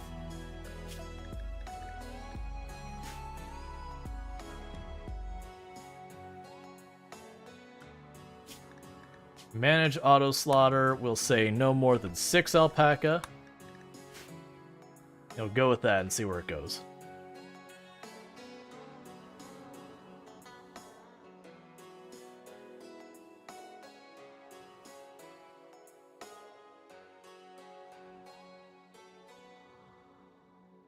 Okay, so we're still mining ore out in the fringes. That's fine.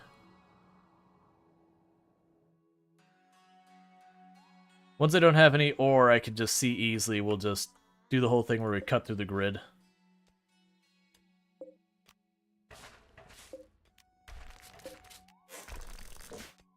So we got a bunch there.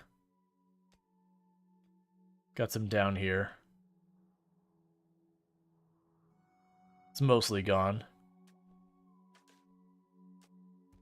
Alright. The other good news, we are getting our floors all tiled pretty quickly.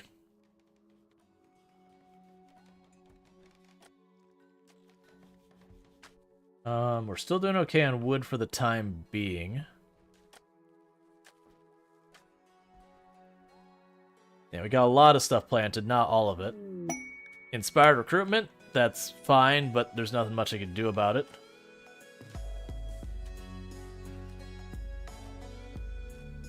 Oh, did we finish fabrication? No, we're right about to finish fabrication. Because I want to really get that bench up badly. That's the reason I haven't been going out of my way to do a lot of bionics or any of that kind of stuff, is I need to get that bench up.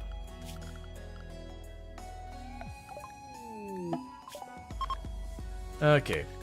I'll actually go advanced right after this, so I can go to production. Fabrication bench. Furniture. Cool. Yeah, pen not enclosed because I just moved it. We still gotta build all that. Got another thrumbo to keep tamed.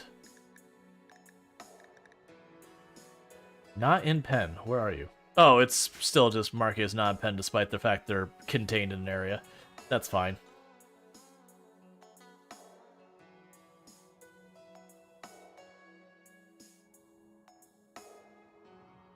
Honestly, it might not be the worst idea to, you know, that'd be fine, because we could leave the alpaca in here. They'll give us a little wool. I don't really even care about that much.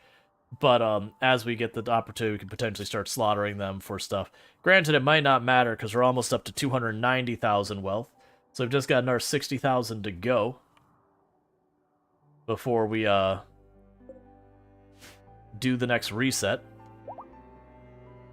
But might as well work on it. We got another Rumbo.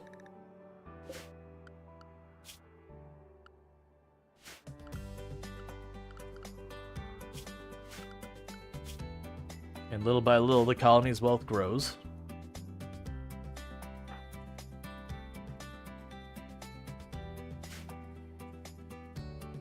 Yeah, we have very little in the way of materials. What are you working on? Okay, so you are cutting stone still. That's excellent.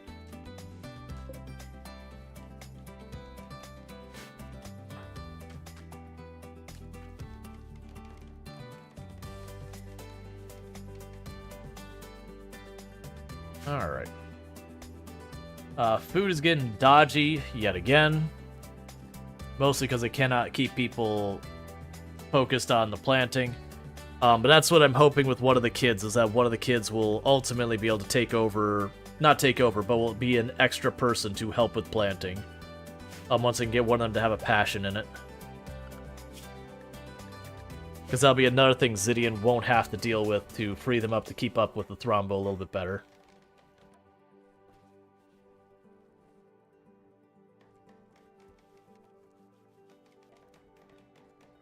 Okay.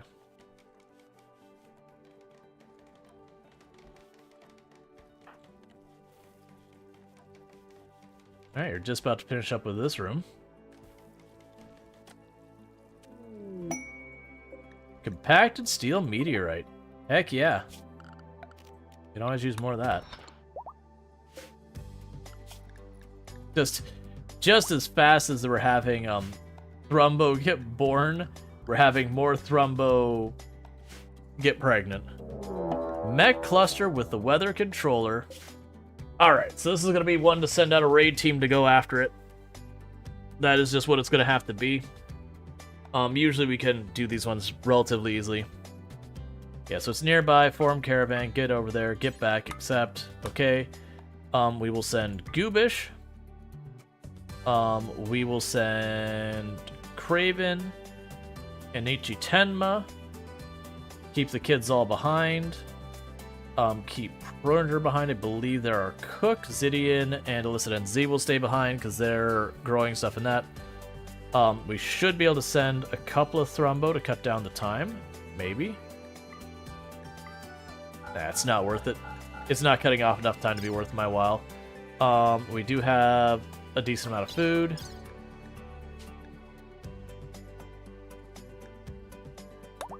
Alright, that's fine. So we're just setting a small away team, because usually you could sneak in, pop the building, sneak out.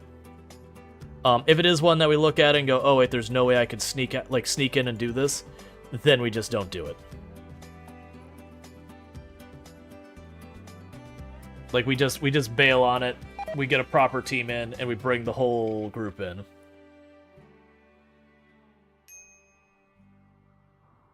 The good news, this one's not too bad, it's just fog.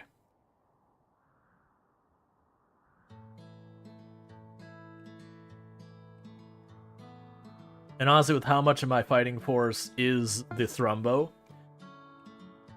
range penalties aren't that big a deal. They certainly wouldn't help anything. They're not that big a deal. Go ahead and check, are you friends? No.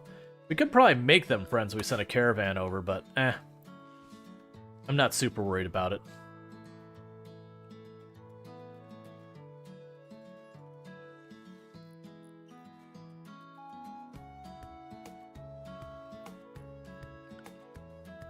Now once I get this enclosed, we'll make this part of the inside perimeter.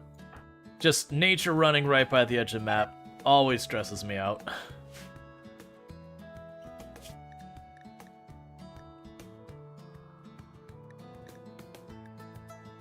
Okay.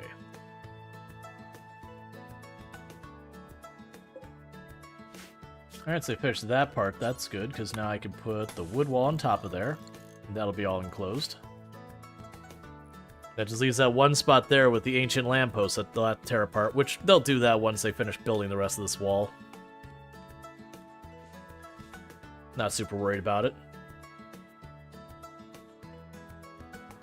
Mag per second, $57 a gallon diesel. I have no context what the actual running rate for diesel is in general because I don't drive something that uses diesel. I would certainly imagine 57 gallons is abnormally high unless you're someplace like Hawaii where they gotta ship it in from forever away or something like that. Or you happen to be near an airport, because that's just the way airports are, is whatever was a reasonable gas price expected to be about 5 times that. And then to have constant arguments about whether or not someone is price gouging.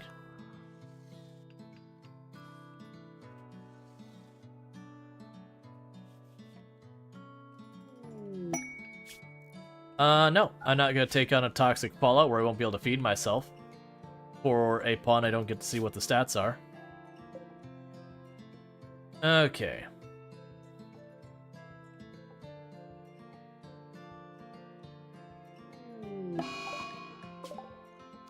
Alright, so what do we got?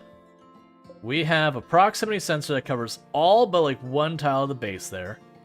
Not a whole lot of enemies there, so that does work in our favor.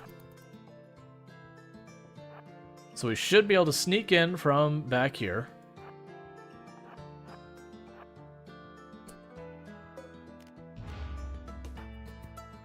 So you poke that door.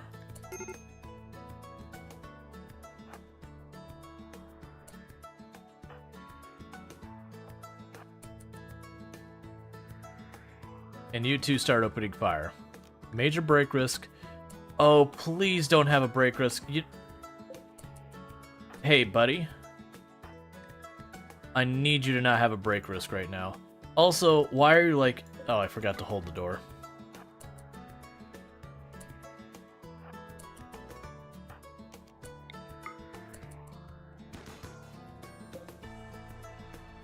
Honestly, get off the map. I can't have you having a break risk here. You'll walk in there and screw everything up. I forgot you're still getting over your drug addiction.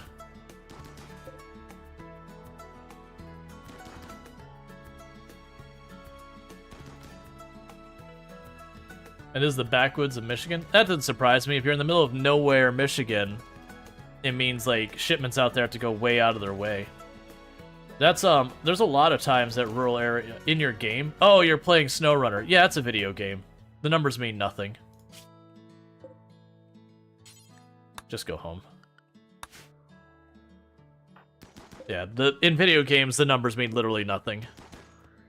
They make those decisions for balance purposes, gameplay purposes, and all that. That's, we've had the things where you'll play games and you'll be like, oh my god, that price is so cheap, or oh my god, that price is so unreasonably high. You know, people be like, but that's an unrealistic value. It's like, yeah, it's a video game, it's fine.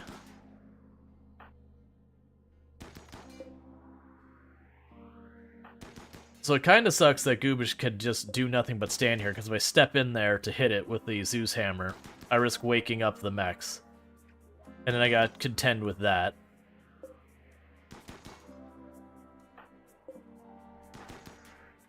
Alright, you get out of here too. To be honest, you had your gas prices set to random.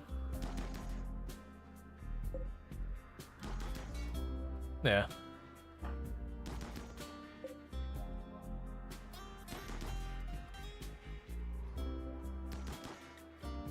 Yeah, it's just one of those things.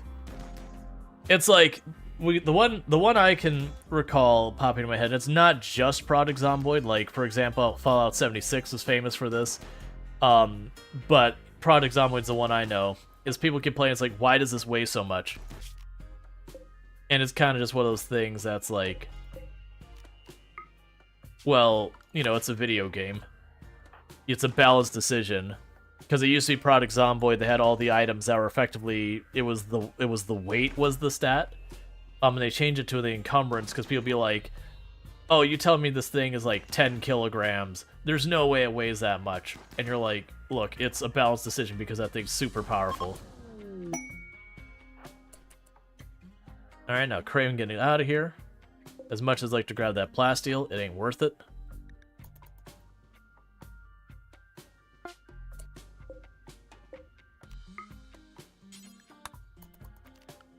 Alright. And that's all sorted. But that was a regular thing. Or like people got really upset in Fallout 76, they made the bobby pins really heavy. And they were like, weigh these. Now granted, in that case, I'm like, there's no real reason they needed to make them that heavy. But it was a balanced decision that you couldn't run around with, 100 bobby pins in your pocket. So it had nothing to do with the real thing's weight versus the video game's thing weight. It was a decision they made for a balance that honestly probably didn't make sense.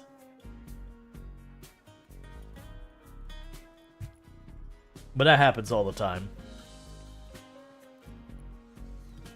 I mean, heck, when I was playing like GTRP, because they had to balance out the money and everything in there, we would go in and you get stuff at like the pizza place and it'd be, oh, I'm gonna go ahead and get, a taco. Oh, it's like $28 for a taco because it was balanced around the amount of like energy or whatever it gave you or hunger. Not like how much a taco costs in real life. And you get like a plate of spaghetti and it was like 100-something bucks. Because the economy in the game was all jacked up after a while.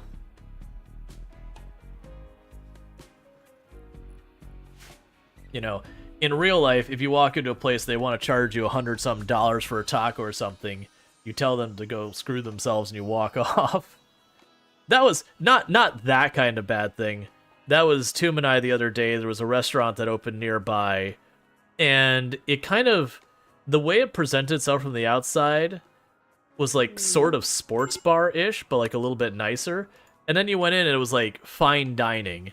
And so we were just looking for a place to grab food for lunch. We sat down, they're like, okay, table for two or whatever. We sat down and we looked at the menu and we're like, the cheapest thing on this menu is like $38, and like we just stood up and left. Alright.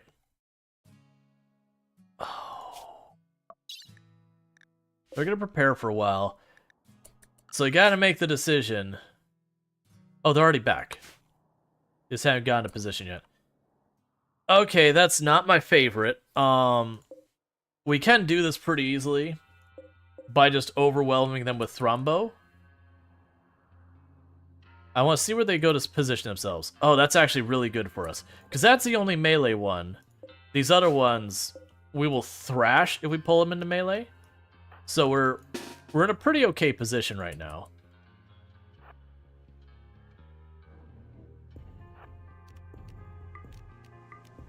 So plan is straightforward.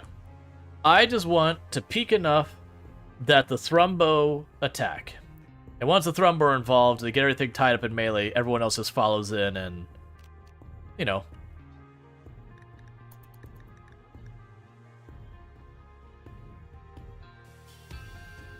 Come on, rally up. Of course they're hungry. Hey, you see this pretty goobish? You really want to shoot at it. You should definitely chase the goobish. I saw you. You saw me there for a second.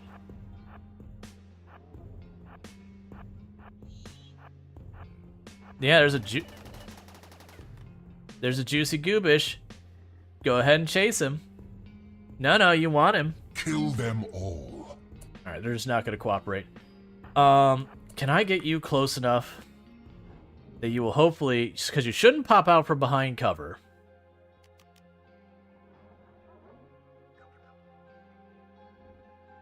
Oh, there they go. The Thrumbos are in. Alright, everyone's there. Get to the tree line. Engage.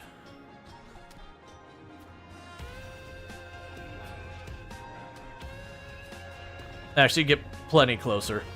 Honestly, you probably don't even need to participate. I'm still going to.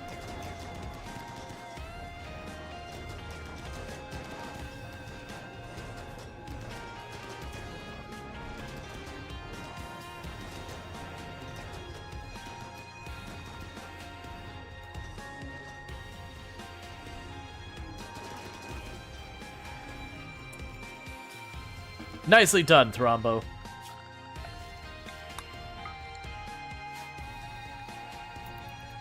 Extreme break risk on you. Wait, what?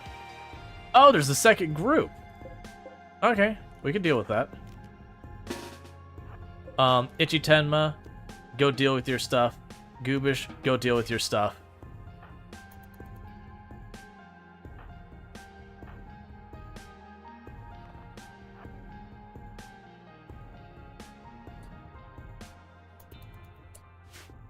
Okay, get into position. Get into position. Get into position. Half these people are like on the edge of starving. Get in position. You're already good. Go here. Unleash the animals as soon as you can. Don't wait. Where are you going? You're attacking a standing lamp. What? What do you know that I don't know that you're going over there to the right? It's all enclosed.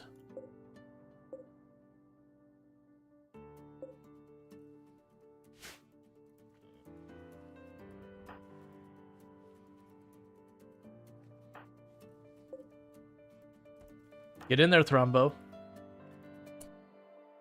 Oh my god, don't do this. Get in there, Thrumbo.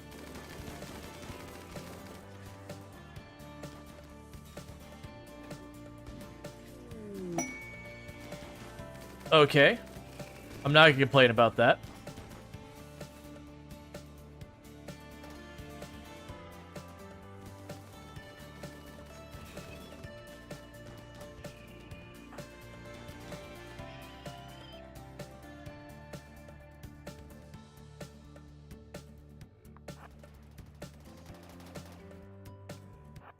There's just no way to get them the way I want them. We're just too far back. It's fine. We'll just deal with it. And you're still dealing with your food and all that.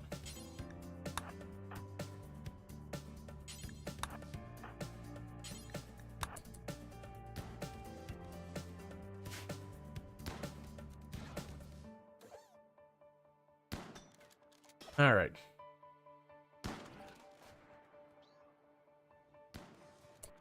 You're not behind actual cover. Please get behind actual cover. I really need the Thrumbos to get in there, please.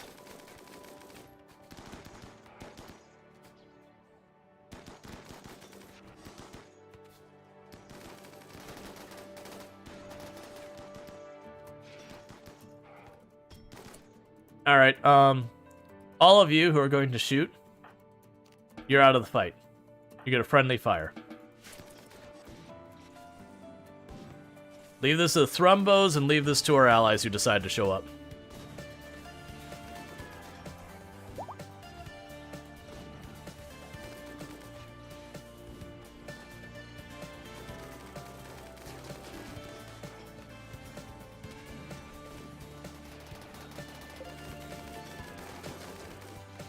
Nicely done.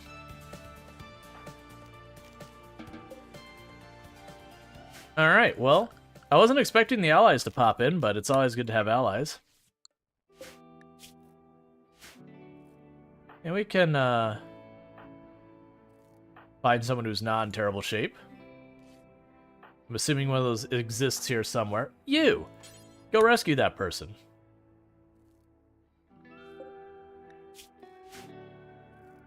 Anyone else need rescues? No? Cool. Thank you, Fallen Empire. It's appreciated.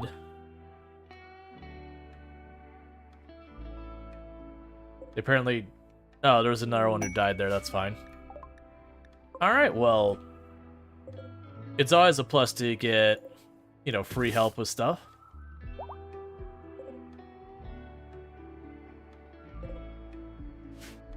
Okay.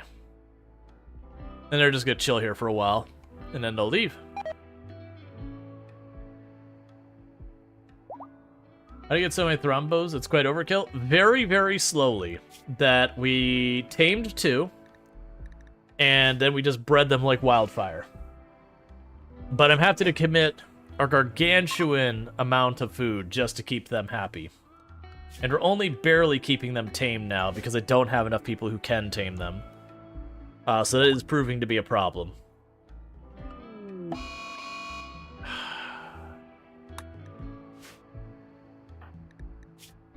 Alright, well I guess you're not getting over your addiction yet. We'll get you there.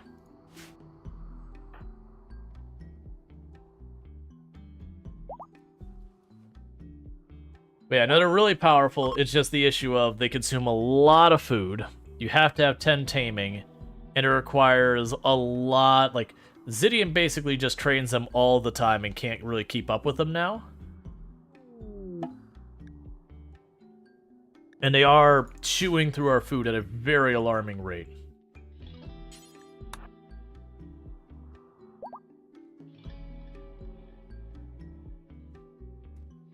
They also aren't the smartest, so you run into problems where they rush ahead and you're just like, but I don't want you to do that. I'll take your little bit of food because I'm going to give you a whole bunch of this stuff. Ooh. Maybe not so many of those. That'll have to do for right now. Oh, actually. So you're with the kinship? What is our standings with you? Kinship. We can become allies with you pretty easily. So we'll go ahead and trade you again. Gift. How would you feel about a whole lot of tox grenades? And some worn out clothes.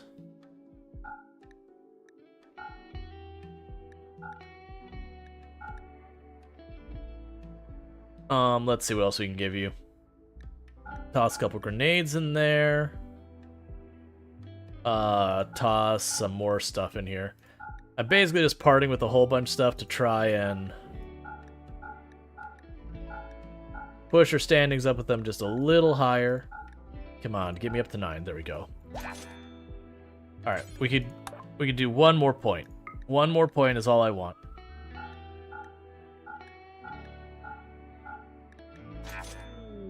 Alright, we're allies. Excellent. That should mean, like, you'll see that spike down, that's what we caravanned away. Because that's how much our colonists were like, colonists that caravanned away are worth, is when they leave the map, it'll drop like 20,000 plus for just like 3 colonists to leave, because each one of them is, you know, worth a crap ton.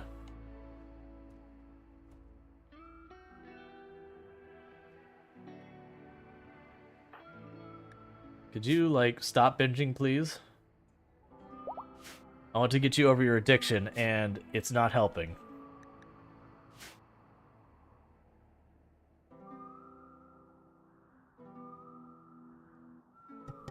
Alright, sorry about that. Okay, we've just about finished walling this off. And like I said, we'll put the alpaca in here, and that'll just be for Ichi Tenma to take care of, to slowly train them up to be able to take care of the thrombos as well, so it's not purely Zidian doing the work. If we get lucky and one of the kids end up being involved with that as well, that'd be amazing, because then I could have one of them with a passion for animals. Ideally do that plus grow stuff. The reality is, more than likely this run will be settled one way or the other before that happens, because we've been sitting at about 290,000. Alright, so pretty pictures, so we'll go ahead and get your shooting up higher. You're going to have great memory, and that's what you're going to get. So that's unfortunate, we didn't get something more useful, but we didn't get enough learning in to also get them construction as well, that's fine. So work. You can now take that on. And I guess you will continue being the person who cleans. You clean and haul, and then if you still have capacity, you hunt.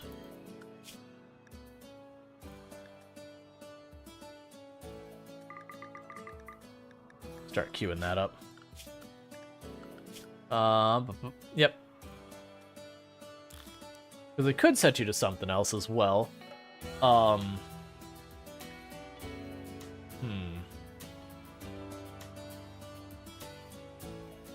Yeah, so you're mining. I'll add for you to grow stuff and just hope that works out.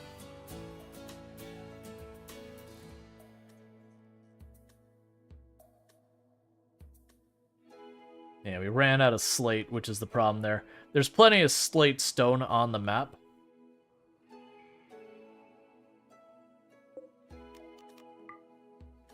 We just need to actually get to it. Another thing we can go ahead and do is go orders, deconstruct, deconstruct, deconstruct. That'll give me a little bit more brick. So we can hopefully get more done here. Oh, good, you did get that apart, so... then I'll get that closed off pretty soon. Alright, got another Thrumbo on the queue. We really have got to get another person set up. How much longer till we have more of them age up? You have a quarter of a season. You have a season, actually, basically 2 seasons. No, 3 seasons. You have... like 3 seasons? Alright. But yeah, no, Thrombos, like, all the animals, if you get a male and a female animal together, they will breed, unless you do something to intervene on it. So while Thrumbos will take a while to have a Thrumbo, and it takes a while for a Thrumbo to become an adult Thrumbo, it's just the same thing. Once there's enough of them that are, like, there's enough adult female Thrumbos, they're just going to explode in population.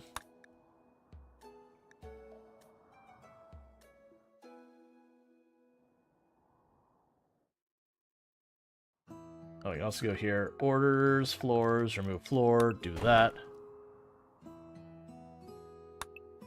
Do that.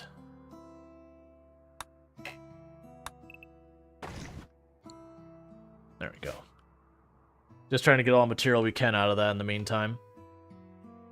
Oh, did you... yeah, you finished the fabrications thing, so bills, make component due until you have 20. And we're still working on advanced fabrication, then we'll get bionics, and once we have bionics, we'll start making bionics to, you know, shove in our various pawns to make them better. Meanwhile, how are you doing, buddy? Because we rescued them.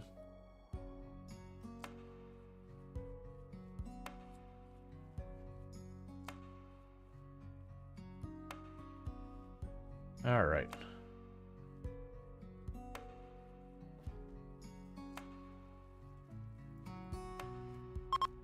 And we got way more stuff being planted. It's good to see. Because it seemed to do okay in the harvesting. It's them taking the time to plant stuff is where it really kind of drags.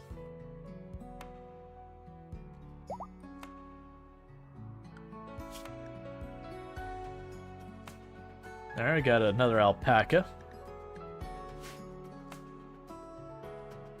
Oh, I should also go here. Manage. Alpaca, no more than 2 adult males. No more than 4 adult females. Okay.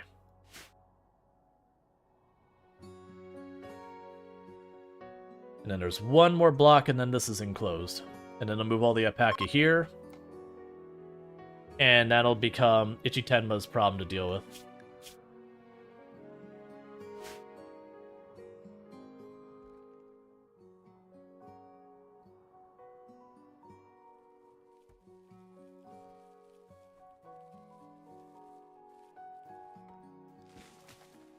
Okay.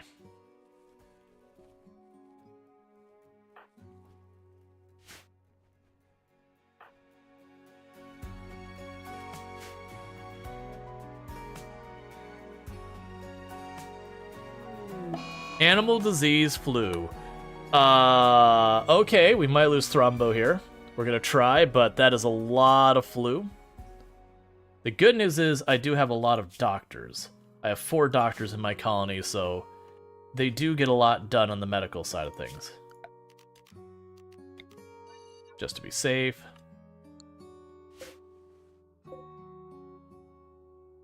Just do your best, doctors.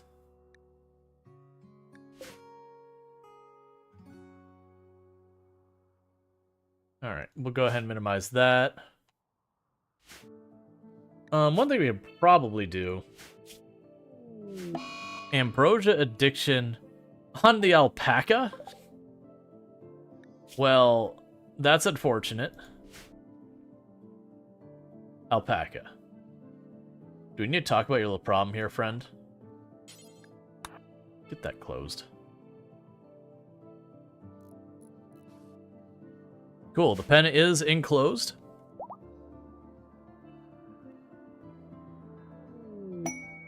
Menace pods. No. No, I'm not gonna take that, thank you.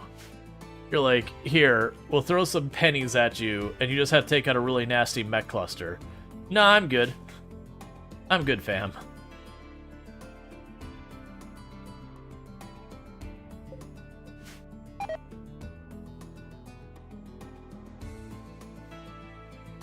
Oh, are the alpaca allowed? Or not the alpaca. Okay, good. I was worried that I was allowing the Thrumbo into the freezer. We're deliberately not letting them up here or in there because they'll lead us out of house and home. I want them to eat all the trees and the other stuff around. So they run outside in the perimeter and just keep all of the growth down.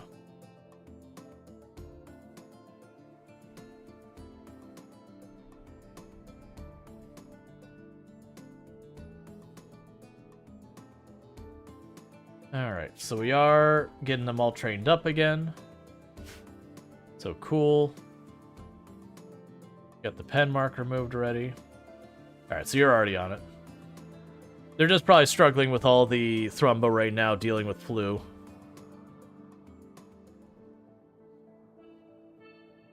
Oh, and also Thrumbo are venerated animals, so when they die, it really upsets our people.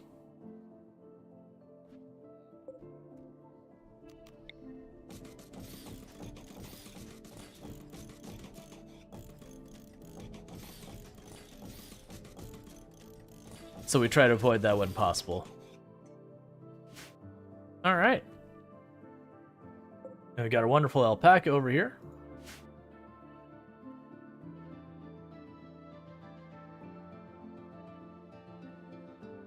I actually think now we go clear Thrumbo zone. Hey, Thrumbo. You just lost access to another room. Sorry, friends. And for that matter, let's actually go here and say, Thrumbo, you may not go in the bedrooms. You have no real reason to go in this main hallway up here. Nor this room. Honestly, Thrumbo, this whole interior area here, you got no business being here.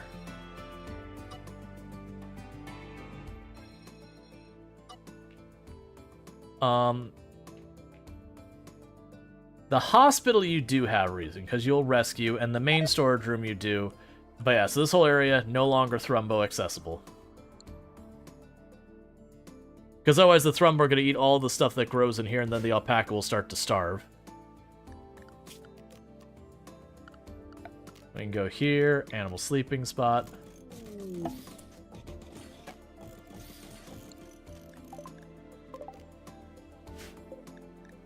Okay. I'll rescue you just because. You're not welcome to join Colonist. If you do, I'm going to banish you. They got a lot of stuff I just don't want to deal with. But I do tend to try and rescue people if able. Alright, so we got that mostly planted. That's good news.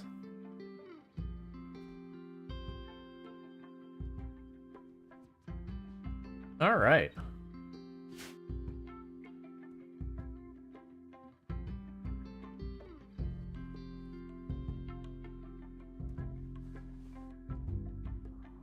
Check our home zone, make sure I haven't accidentally gotten an extra home zone over the time, because that does happen when you accidentally claim something when you meant to do other stuff.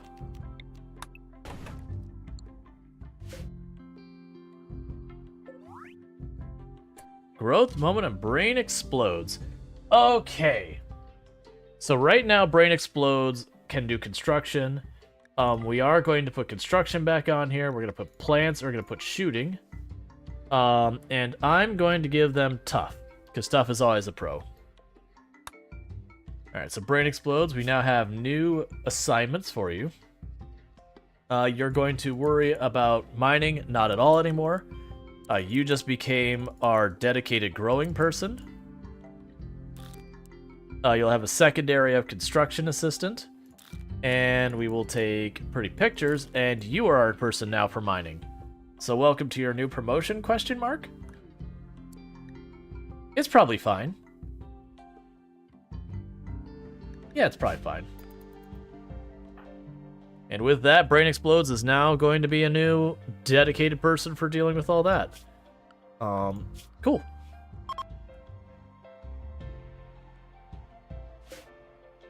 That'll be one thing that'll help out in a big way. They're gonna have a really rough time to start with, but that's okay. They should develop some of that skill pretty fast.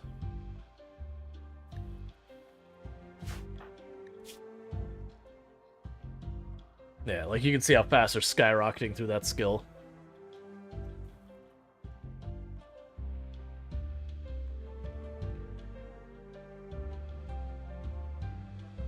Yeah, I'll probably be level 4 by the time this in-game day comes to an end.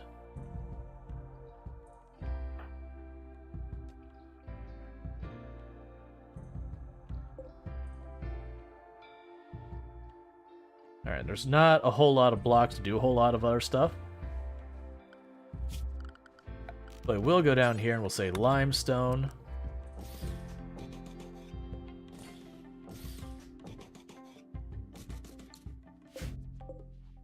Okay. Gonna get our first set of shelves in the freezer to slowly expand its capacity, even though we're not really using it. I'm starting to get a little bit nervous about that. Exotic goods trader. Cool. Just starting to get a little bit nervous about the whole situation with food. The thrombo population is getting too out of hand. But we need the wealth.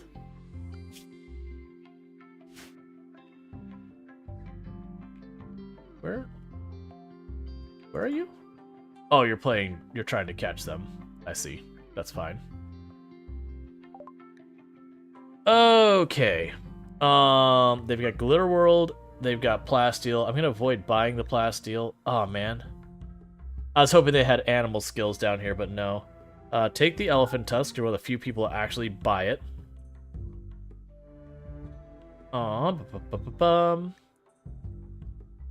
Could sell that to you. Buy the components and advanced components. And the gold. I think that will do for now.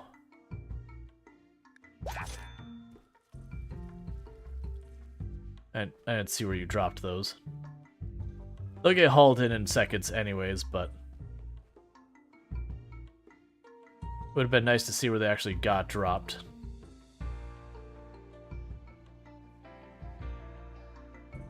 Alright. How much wealth for the reset? If 350,000 is what you have to be at, we are saying around 300,000. 300,000, 290,000, that ballpark. Every time a Thrombo is born, we jump about 1,000, and when it becomes an adult... sorry. There's going to be a real strict no on that there. Yeah, real strict no on that there. Sorry, buddy.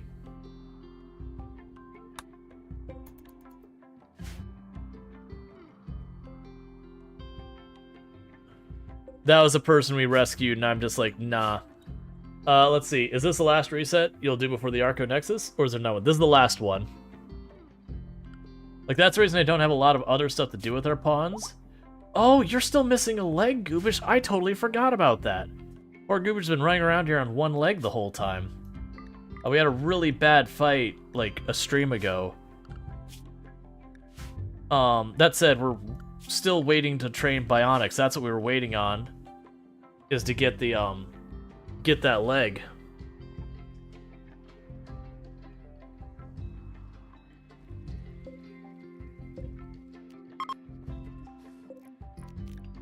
It's alright, I'll deal with that in a minute. Shoot Frenzy, not now.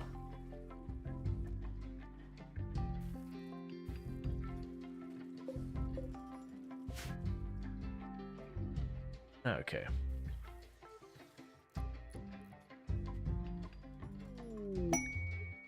Yeah, masterwork.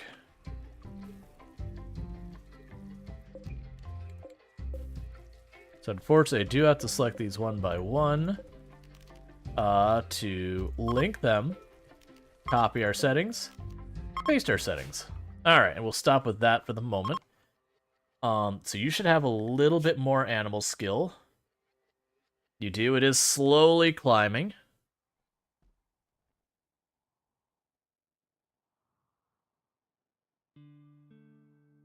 All right.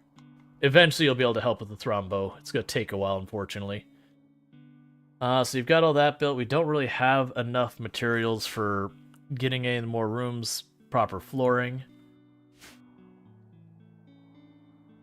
How are the thrombos doing in regards to their flu? All right, they're about to all be over it. Good. Okay. And I do think it's time that we go orders, select strip mine. Yep. Yep. Yep.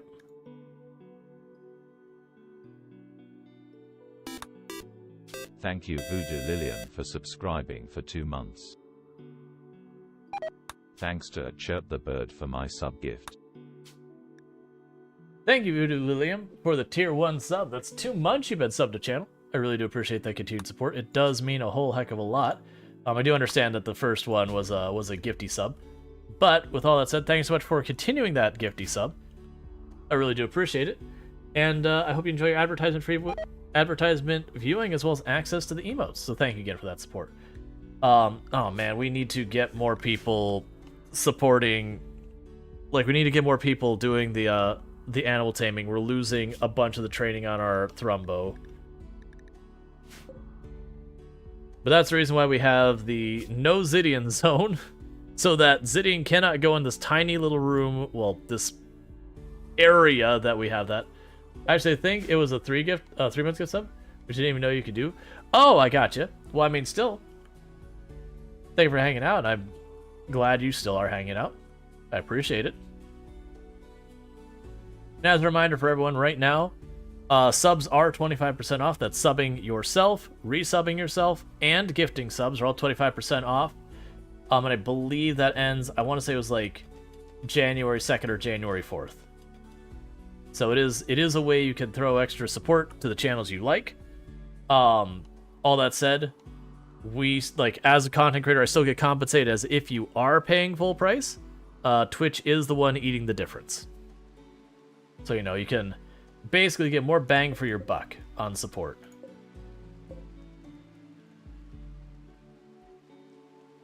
Oh, is it counting the tainted stuff? I didn't even look.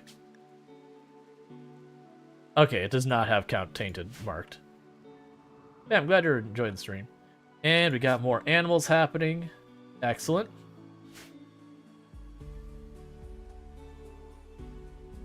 Alright, Itchy Tenma, how goes the animals? So you got about an 1/8 of a level. It's gonna take you a while to catch up. I actually don't think they're gonna catch up. I think we're either gonna do or die the run before that happens. But we just gotta hang in there. The good news is we are getting more meals in here. One thing I'm gonna do to help my cause, jumped it up to 100. How many thrombos is that? All of them. All of the thrombos ever. If we look at this, we are at 26 thrombos currently alive. Actually, I think it's more than that because those ones have special names. And then we have, you know, thrombo versus thrombo calf and all that. So we're sitting pretty close to 30 thrombos and counting. It is becoming very hard for us to manage.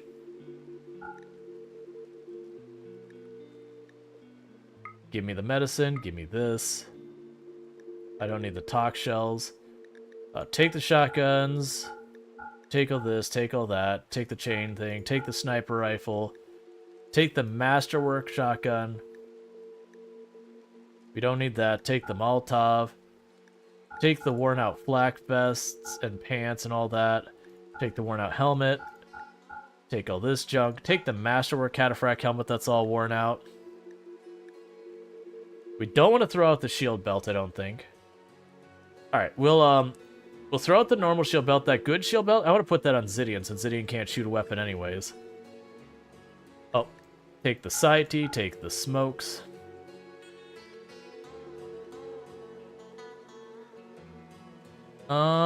And I think that'll do.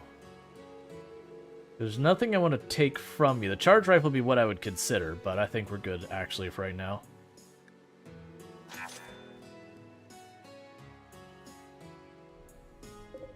So a bunch of regular medicine, a bunch of components, a bunch of that. Okay, where is the shield belts in this mess? There you are. Alright, Zidian, you get a shield belt, friend. Since you can't shoot guns anyways, you stay in the back. Thrombosaur is the newest advance in war technology. It's a fact. Hey! And thank you so much, Pock. It's good to be in Halcyon Frequency. I really do appreciate it. For those who didn't hear, we did finally do that big announcement I've been alluding to for weeks. And that announcement was that I have joined the Halcyon Frequency stream team. You know, we got a whole mess of people on that team that are all excellent and highly would recommend and all that kind of good stuff. I'm not going to go through the whole names. There's, you know, the link to Halcyon, if you do ! Halcyon, and you can see all the team members there, but there's a whole bunch of good people, play a whole variety of stuff. A lot who play games like RimWorld, so if you're into this, you'll probably like what they do as well. We also got people who do tons and tons and tons of indie games, among other things. Survival simulation, the whole jam. Roguelike, roguelite, all of that good stuff. Alright, so you're working on that. That's good. Hey, Manly Mutt. And with all that, I'm going to have to take just a second here, because I need to use the restroom. So I'm going to take a quick, minute or two break, use the restroom, and I'll be right back. So thank you again for tuning in. I'll be back here in just a moment.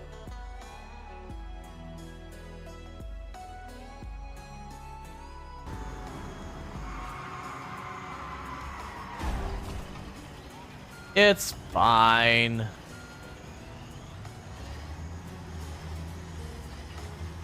The squealing tires mean that that we're making good time.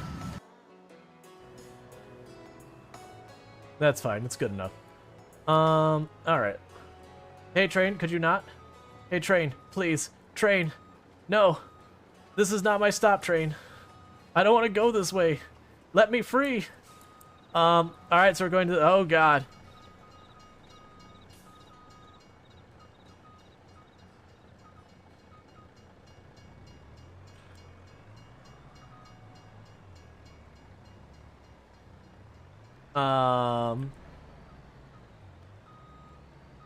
And we just need to straighten it out and everything will be fine.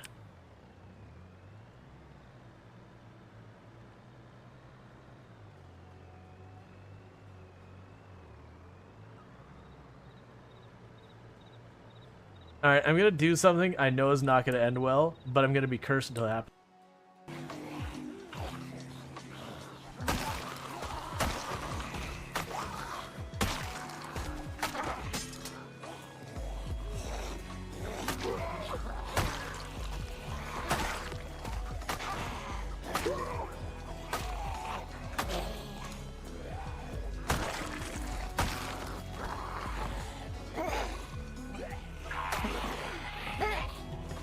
Alright, and we are back. Yep, the Raymond Q is for RimWorld. Let's see. There's also a bunch of streamers and a bunch of time zones. Oh, yeah. I think I looked at the schedule and how broadly the time that they represented, and there was one little window that occasionally showed up in the entire week where we didn't have someone streaming in that little window. I was like, oh man, that is amazing. But otherwise, assuming people's regular schedules are fine, it's just literally the rotation of person after person. Make sure that's nothing I need to deal with immediately. Gotcha. Okay, that's nothing I gotta worry about right now. Cool. Okay. just had a notification from one place I do have to keep my eyes on. Like, generally with, like, Discord notifications, most of the time I won't pay attention to them deliberately, because otherwise it's a thing where you can just have, you know, people are checking out, just blasting messages and grabbing your attention. But there are a couple places I keep a very close eye. You know, it says, it's amazing, but it's also sad because not possible to watch everyone. So many awesome streamers. Well, that's what happens with the Hot Potato. The RimWorld Hot Potato is so much fun to watch. But, like, it literally is 24/7 for, like, a whole week or whatever it ends up being. It's like 5 to 7 days or something like that. And it gets, like, so intense and all that. And you just kind of, like, really want to watch the whole thing. And it's not physically possible. And even just catching up on the VODs is a monumental thing to go. And, like, so many big things happen during it, too. Alright. The Brain Explodes is botching a whole heck of a lot of this, but they are leveling up quickly. They're about to hit Plants 5, so while they are destroying quite a few crops at the moment, they should be able to make that up in due time.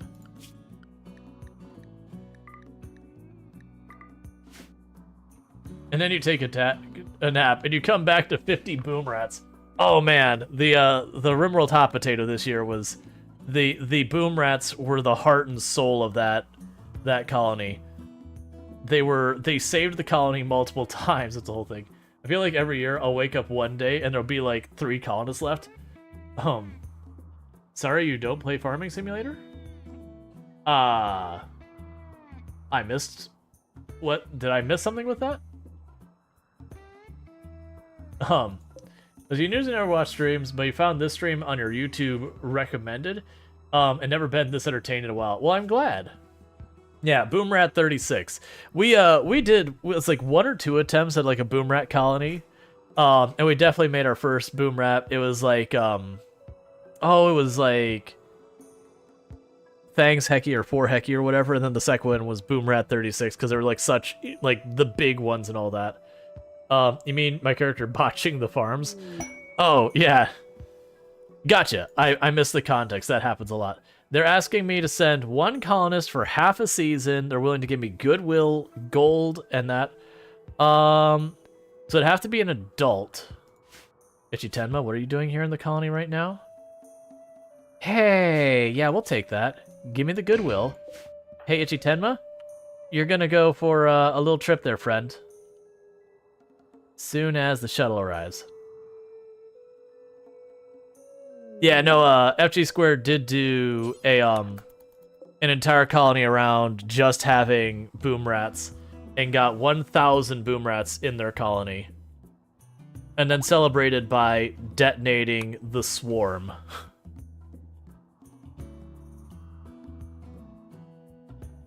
Oh yeah, like it's like even not even boom rats. Keeping any animal, keeping 1,000 alive on a tile is absurdly difficult. I didn't catch when she got later on in that run. I can't imagine it performed well. Like you start getting a couple hundred of an animal on the tile, and usually you start having performance issues, which just escalates as it gets worse and worse. I mean, you saw that we had the 71 snow hares come after us with all of our thrumbo, and we started to get a little bit of pokey performance. It wasn't too bad, but we were definitely getting some hit to the performance of the game because you had, 150 different entities all trying to do stuff at the same time. All right, bionic replacements. Let's go. We will make advanced components. We'll do that till we have 10. That was, Wojess as well as Ilanorama, 2 other members on the team, have been doing a challenge based around filling up the entire tile. Like make a base that literally uses the entire map. And that's the things that they were running into is, as you got later on, it started getting larger. They were starting to run into problems with the performance on that. I mean, not that it was, like, unplayable or anything, but you get, like, a solar flare, and just, RimWorld, when it starts to struggle, it slows down the performance speed. So like that's 1 time speed, and I don't remember what the max is, something like 8. But what it'll do is when it can't handle it, instead of just having like big frame rate stutters or logic breaks and all that, it'll run at like half speed or a quarter speed, and I'll just keep throttling it down until it can handle it. I'm sure there's limitations, so I've never run into them. But it is a thing that gets pretty absurd after a while. There's a bunch of games that do that they throttle the game logic. The first game I'm aware of that did that was EVE Online, that when you got to a point that their servers were getting overrun, EVE Online would do a thing where it throttled the game speed for everyone. And it would get real rough sometimes in the massive fleet battles where you're running at like 5% game speed, and so you'd hit the button, and you'd have to wait for a second or two for the module to turn on, and then you'd have to wait like 3 or 4 seconds for it to actually fire. And so it was like watching the entire battle in like 1/20th speed slow motion or whatever. And just, it would just drag a fight on forever. On the inverse side, it also meant you could react really quickly in the moment, where because it would take several seconds for every action to happen, when you saw the opposition change their strategy, you actually had some time to process and react to that change. So there was very much, the strategies would change very rapidly during the fight, and like who was the primary target, who was the secondary target, who was the tertiary target, you know, who needs to be tackled, you know, who should be getting out. The massive 24-hour battles or something. Oh yeah, those happened a lot. Oh man, you loved it. You remember when there was so many Care Bears came in from WoW? I'll play less for a month, cried, I'm leaving. And everyone on the account was like, can I have your stuff? Yeah, no, I played EVE from beta until around the time that the, I forget what they called them. They were the motherships, so not the carriers, but the big carriers. That was about the time that I mostly stopped. And then, you know, like, I came back once or twice, but usually those things that you come back, you play for like a month, 2 or 3, and then you're out again kind of thing. But yeah, no, I played for years and years and years. But yeah, for those who don't know EVE Online, it is a space-based MMORPG. It is absolutely fantastic. That is a lot of centipede blasters. I think we got that just fine. Animals. I wish I could sort you by your training. I'm gonna regret this, because you're all gonna run wild and eat my entire farm. I don't have another better way to handle it.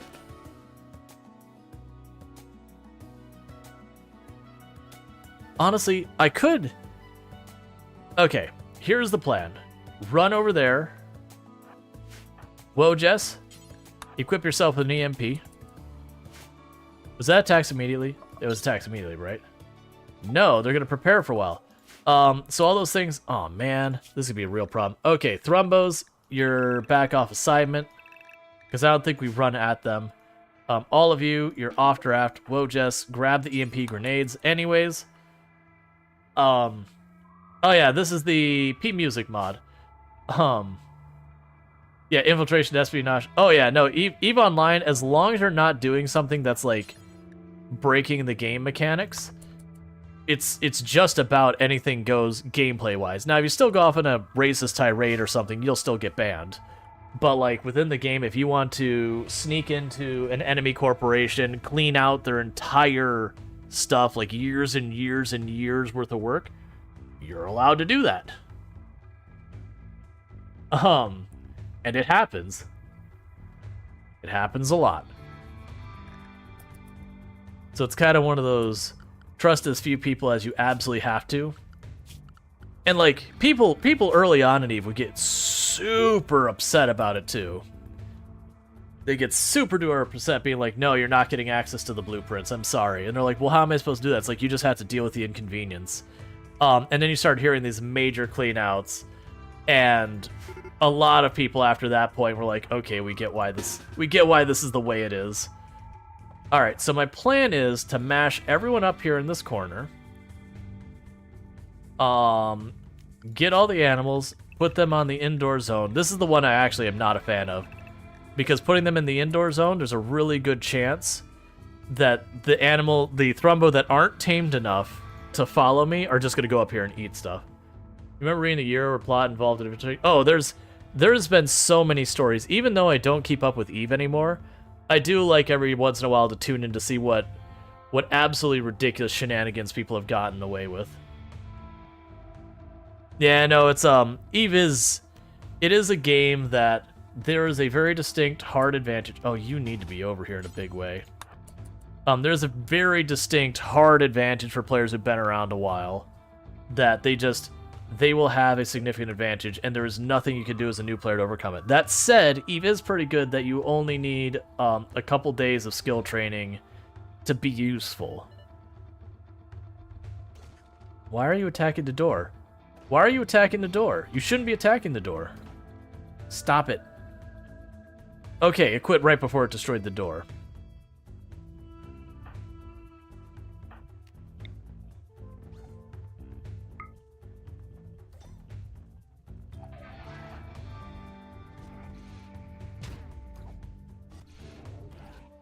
Okay, I guess you're gonna get singled out.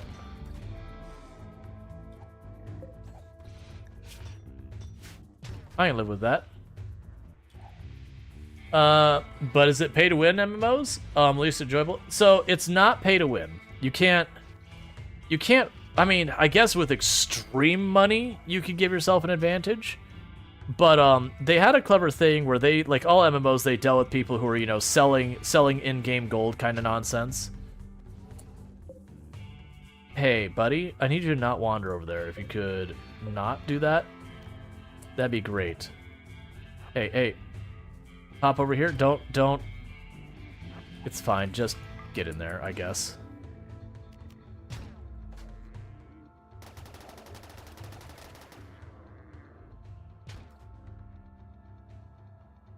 But what they were dealing with, like, the gold farming nonsense that, like, every MMO has dealt with for, like, ever. And the way they dealt with it is they made it so you could spend real money to buy, like, a 30-month subscription or whatever, and that subscription, like, the thing that gives you that 30 days or whatever, you could sell in-game. So you can technically buy skills and all that, but it would be extremely cost-prohibitive. And then on top of that, it would just mean you're going to be at a similar level to other people who have played the game for a while. But again, even a character who you spend like a couple of days, you learned how to use a warp scrambler, and that's about it. You can be useful in a PvP fight, or whatever you want to do, like mining or whatever. Now, is the options you have going to be nearly as strong as someone who's got 6-7 years? No. But just something. Where did the other two go? Well, you're still working your way around?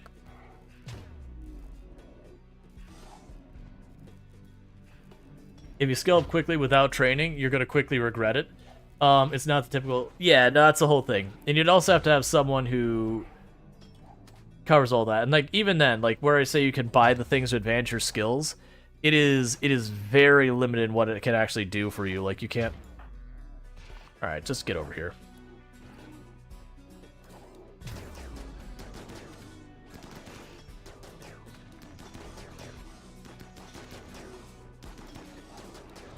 It's taking way too long for that thing to die, because only one Thrumbo's able to hit at a time.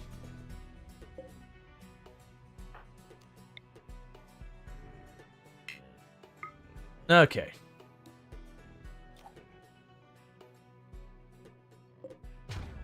Stop wandering over there. Get over here. Stop wandering that way. Get down here. No, Thrumbo. Bad Thrumbo. Stop. Why are you wandering up there? Go the other way.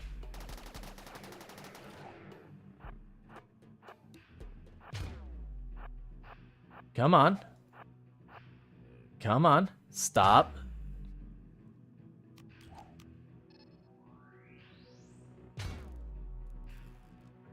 Okay, now unleash the Thrumbo.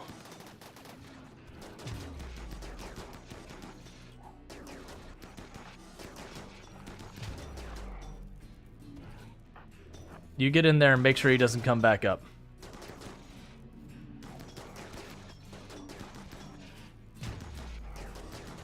Okay.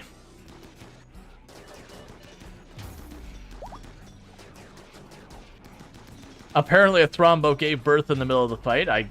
Okay.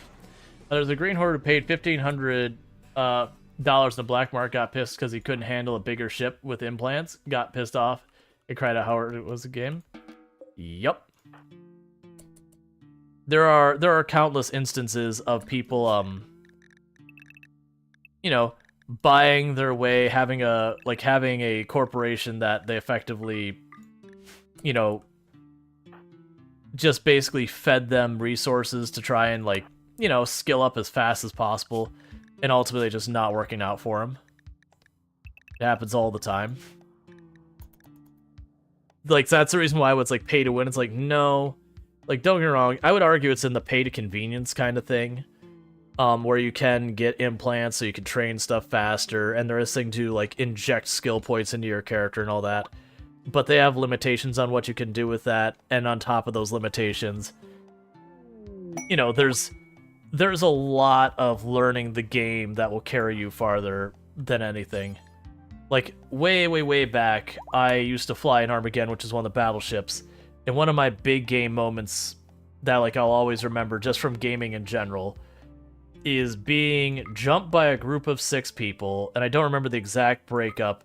I remember there was, I want to say it was like 2 cruisers, 3 battleships, and I don't remember what the last one was. And they jumped me.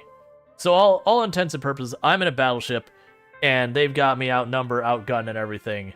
And they ended up killing 5 of their ships, and the last one ran away because there used to be a thing, not an exploit, but there used to be a thing where you could use, I think it was a micro warp drive and an afterburner together and, like, bug out, and you could, like, just zip away, or you could stack micro warp drives. I don't remember the exact way it worked. But they just noped the heck out when the fight turned. It was just such a proud moment, because, like, they had absolutely every reason they should have beat me, like, 3 times over, and I outskilled them and outplayed them in every imaginable way. They were poorly set up to actually attack a ship. They didn't know what they were doing. And as such, I still just wrecked them.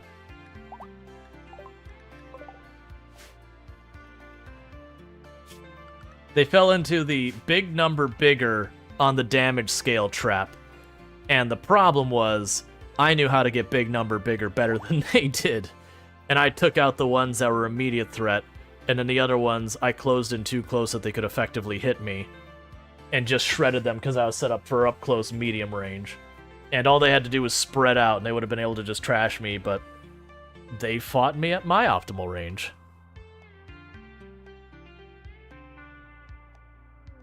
And they didn't have anything outside of just straight up damage. They didn't ECM me to shut down my targeting, because that was the hard counter for my setup.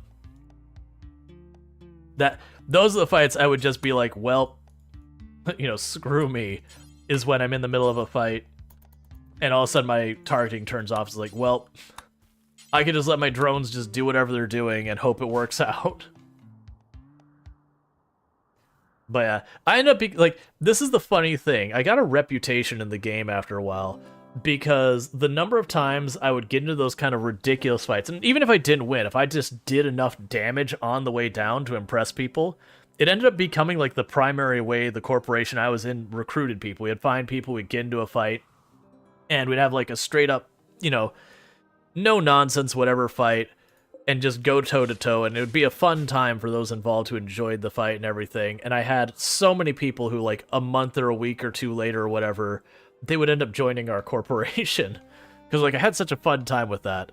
You guys seem awesome. It's like, yeah. Like, and we wouldn't be trolls and say all sorts of crap after a fight. We'd be like, you know, hey, you fought well. You know, or, like, once in a while, like, I would get into a toe-to-toe with someone and come out on top, and they're like, man, you thrashed me, like... It's like, what, like, I have to ask, it's like, you know, like, what did I do wrong that I got so handily beat? And it's, you know, you'd sit there and you'd share strategies and all that. Man, it said, you were a pirate in safe space, you'd find an AFK miner, swap out their cans with one of mine, so that they'd put ore into your can and it'd trigger them from PvP and kill them. Their outbursts and comms were half the fun. If they came back with a good fight or something else, I'd actually throw them more ISK than I destroyed. Yeah. I mean, for me, that was always the danger of people who botted their mining or automated their mining. That was always the big thing. I had characters that I committed to industry, mining, and all that kind of stuff, but I never like scripted or anything like that where that's where you catch people like that. Now, if it's people like picking on new players, that I'm not down with. Because that was always kind of the big problem we had, is getting new people to start playing EVE after the beginning was really hard. And then you'd have people who just target and troll the newbies. And of course they'd quit, because, they haven't got their foot off the ground. They finally get anything, you just punch them in the teeth while they're still learning the game. So, no surprise they don't stick around. But yeah, people botting and automating, yeah, that's fair game. That's fine. Because all they have to do is there's, when you go to do that, like mess with someone else's can, it gives you a prompt saying, hey, you're going to get flagged for being a criminal doing that. You don't choose, like, yes, you just cancel the action. Leave that prompt there.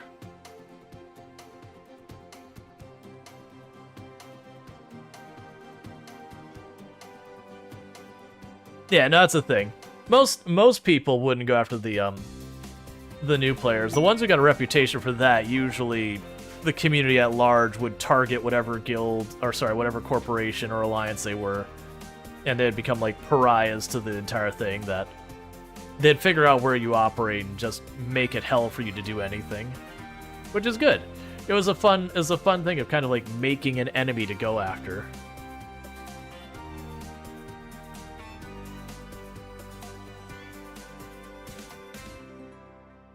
Yeah, the alliances I were in would also go after people who picked on new players, because there was a real problem for a while where what they would do is you'd have these groups, whether it's usually it's individual corporations or whatever, but they would declare war on kind of usually like a medium-ish sized corporation in the game, enough that they've got assets, but not enough that they likely have, a 24-hour presence or like a strong fighting force.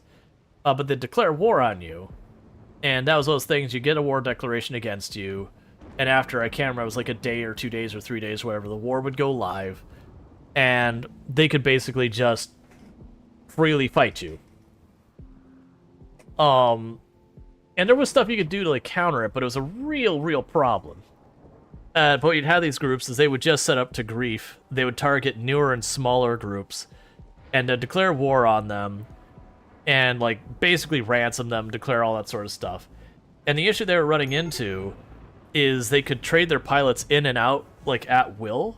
So if you started winning the fight, they would just take all of their pilots and move them to the other corporation, except for the person who controls the corporation. And you couldn't fight back on their time, and then swap people in and out. It's a whole big. It was borderline exploiting.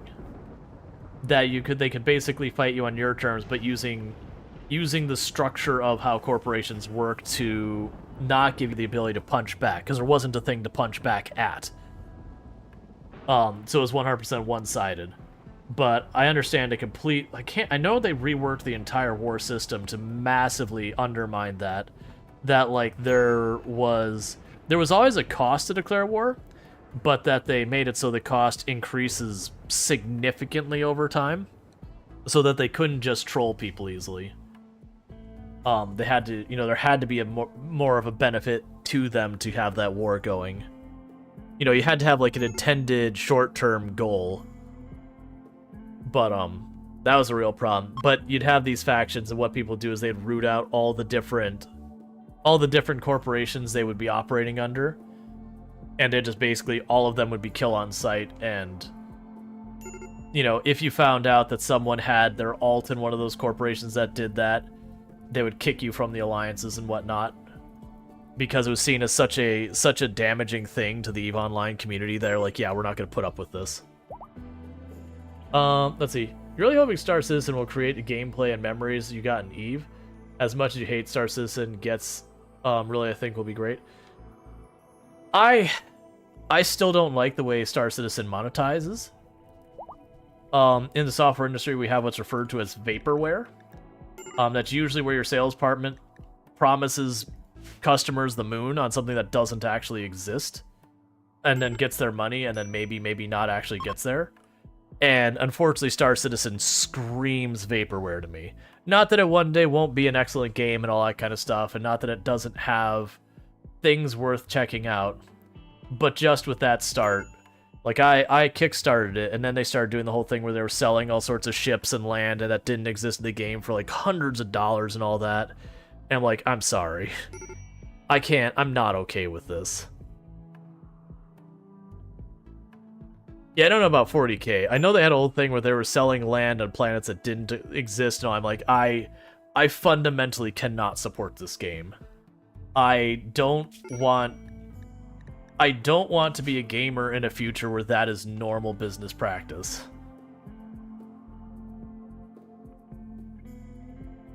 The game looks great, but I haven't checked back into it, you know, since they properly got their flight models up there.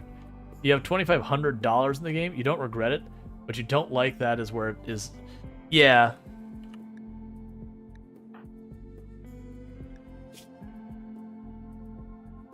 Yeah, like for me, it's one of those things of the amount of money I spent on it. Do I feel like I got my money's worth out of the game? There is not a game in existence that I would spend $2,500 on and be like, yeah, that felt fine. That's just not me. Like, don't get me wrong, like, EVE Online, I spent a whole bunch of money on monthly subscriptions, World of Warcraft. Like, I'm sure I have a number of hundreds of dollars in those from the month-to-month subscription over the years. Like, it's probably a significant amount. But, to me, that was very different. It's kind of one of the same reasons that I'll throw shade at Kerbal Space Program 2. Is they charge the $50, $60 to start with. It's like, okay, like, is it a $50, $60 game? No, it's a hard no. Like, I cannot imagine it, because you could buy Kerbal Space Program 1, which of the two games, objectively the better game, and it costs well under $50, $60. Versus Kerbal Space Program 2 was barely playable on release, and being charged full price. Cool, we got another Thrombo for free. Well, not for free, we used a little bit of food. You grew up playing Wing Commander? Being Chris Roberts was the biggest reason you invest in it. It was a no-name big studio? Absolutely not. All Thrombos. Yeah, no, that's, and I know a lot of people are the same way, which, you know, I get. That's not unreasonable to support a, someone who's developing games that have done well by you in the past. Alright, so bionic leg is first. We'll put an arm, we'll put an eye, we'll put a heart, we'll put the stomach, we'll put an ear. No need for a tongue. The leg's the big one right now because Goobish is missing a leg.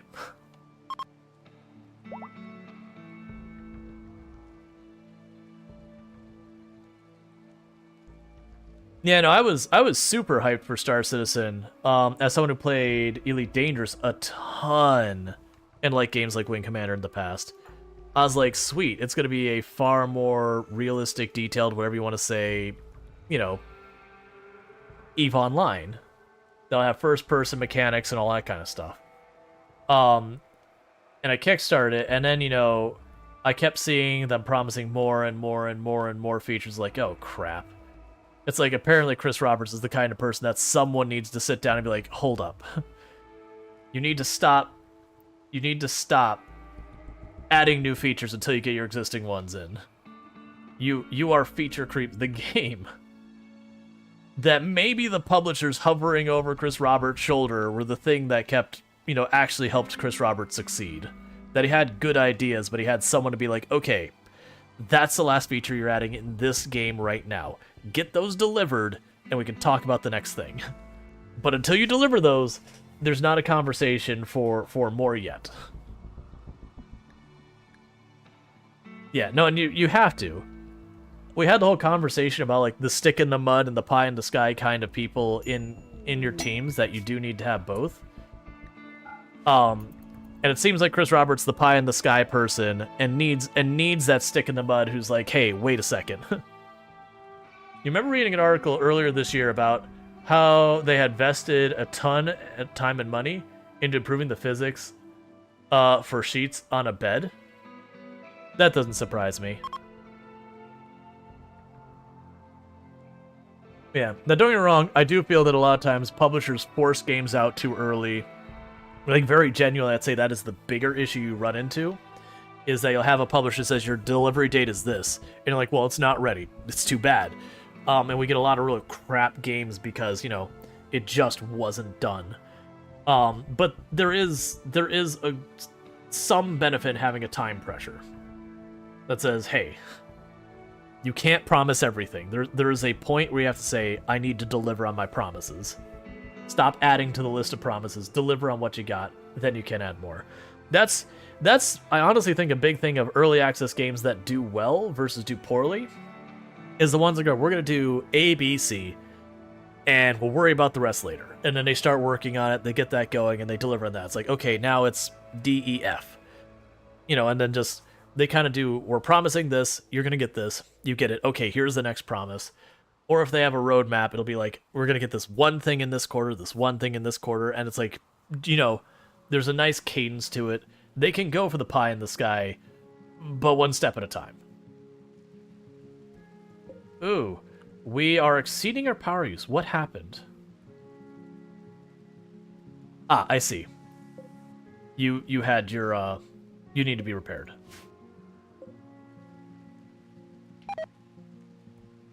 Did something else break?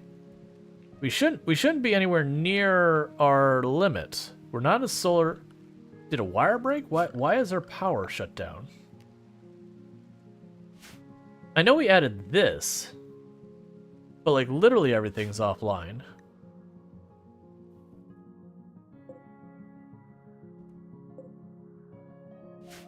Like with RimWorld, they do a nice playable game during early access, then they added and adjusted balances. Yeah. I'm really confused at what's happening with our power grid right now. Because we're not a solar flare. I haven't seen any of our power lines break. Yeah, all our power lines are attached. But like almost everything is shut down. But you're fine. You're online now. No, you're not. Why is your power output 0 watts?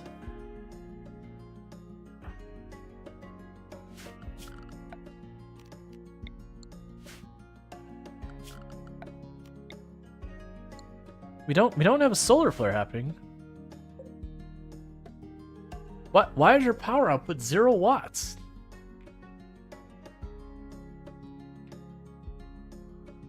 Let's try the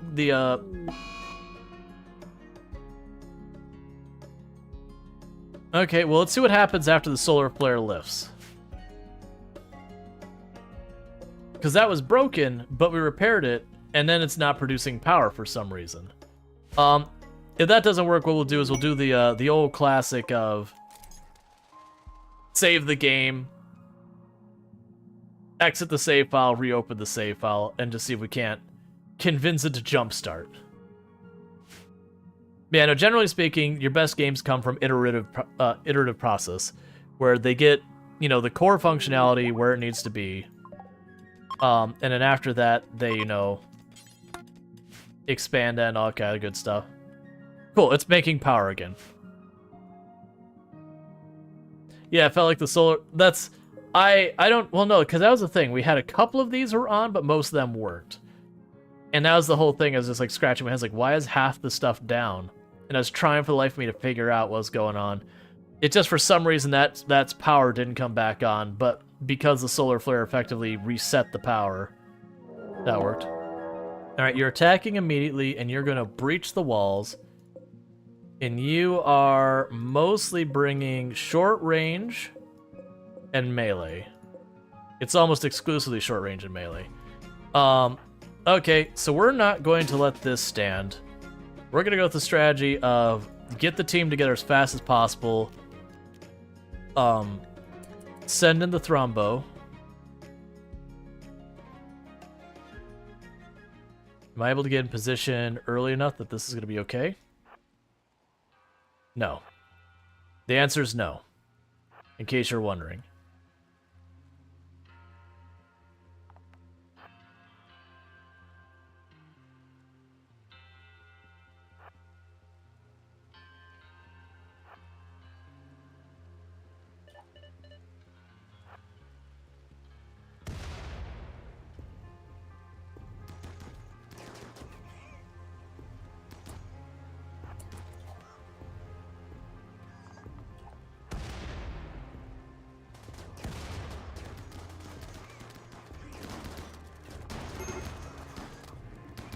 Move up.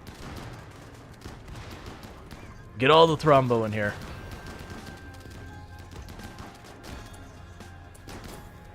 Shoot that guy.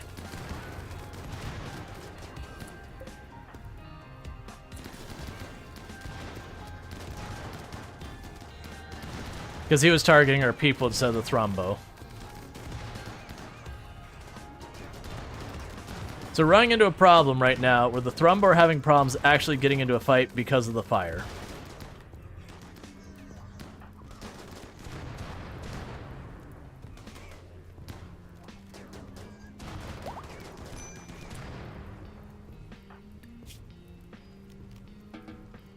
Alright.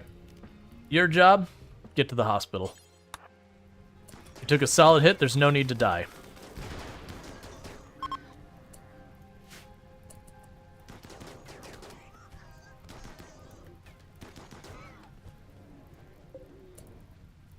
Okay. Deal with that. Goobish is already going to take care of the thrombo.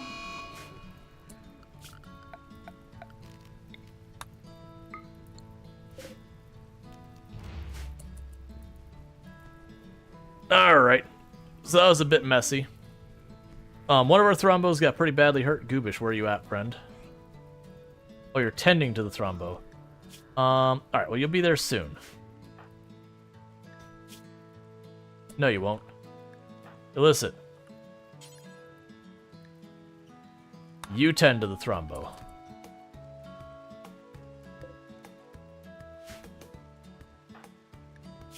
This poor Goobish here cannot move very fast. We got the leg being constructed. Okay, so who is one of our other doctors?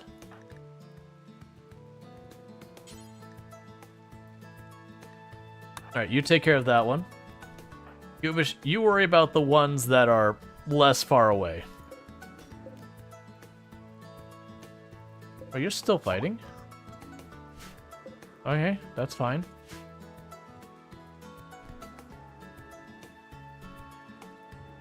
Alright. Hey, Proger. Cool.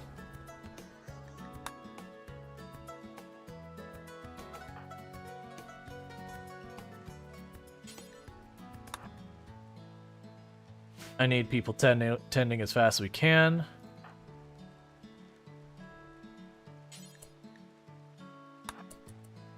Oh my god, please. The thrombo got back up, and because it got back up, we canceled tending to it. I dislike that that happens.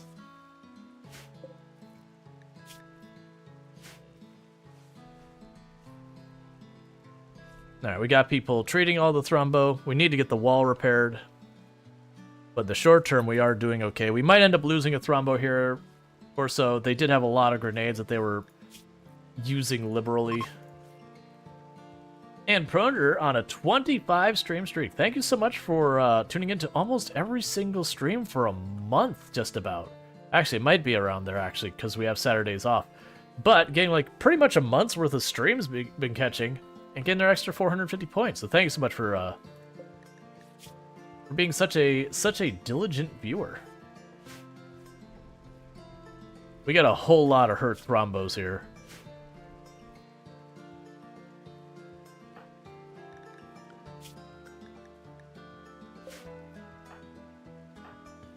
So you're tending to thrombos, you're tending to thrombos. You are not done, friend. You need to go tend to thrombos. If there's an injured thrombo, I don't want you to see you going to bed.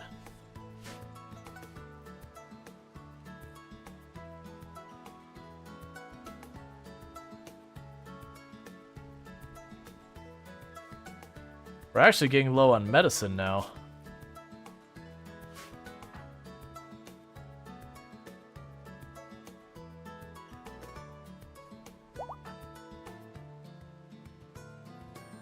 Okay. You're trying to get your meals up so you don't have mood breaks. That's fine. Nope, you're not done yet. We still have injured Thrombo. Get back to tending.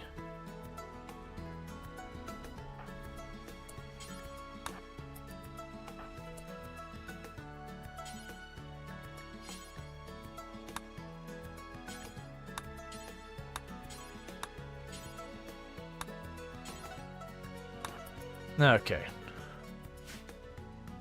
Because if any of them die, we have mood breaks that are going to be happening. So we want to try and stay on top of that. Starvation on you. I'll need to deal with that in a moment. Can't you get up? Why are you starving if you can get up? Get up and get yourself fed, kid. You took a hit, don't get me wrong, but not that bad. Alright, so you're feeding a Thrombo. Tending to a Thrombo, you're tending through a Thrombo.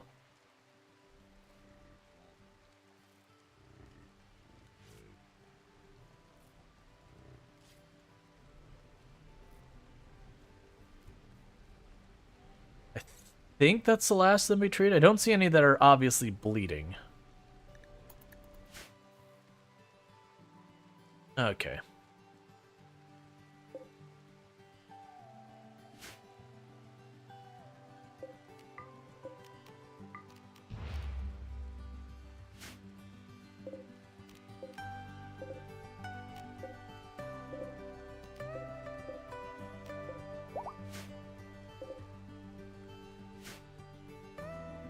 Okay, so we've got all that sorted. Yeah, for a breach attack, you know, they did some damage, but it was mostly the Thrombos that took it. Which is no real shocker there at all. Alright, we're throwing a party. Cool.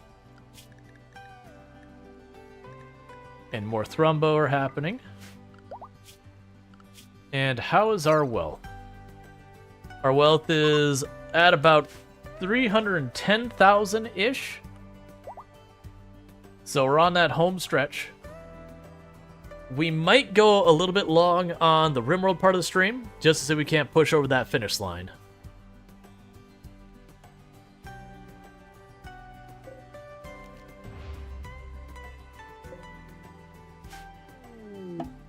Visitors.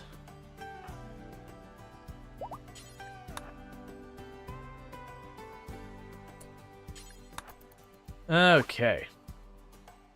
Because it kind of feels like you don't want to get in that situation where it's like, oh, it's going to take me like 10 minutes to wrap up the run or whatever. And just like put that off. They're buying the components. I don't need those. You could take... You can't afford my drugs. Oh, we actually got the bionic leg done. So let's sell that chain shotgun. It's right about to deteriorate. Sell the fire foam pop pack, I think.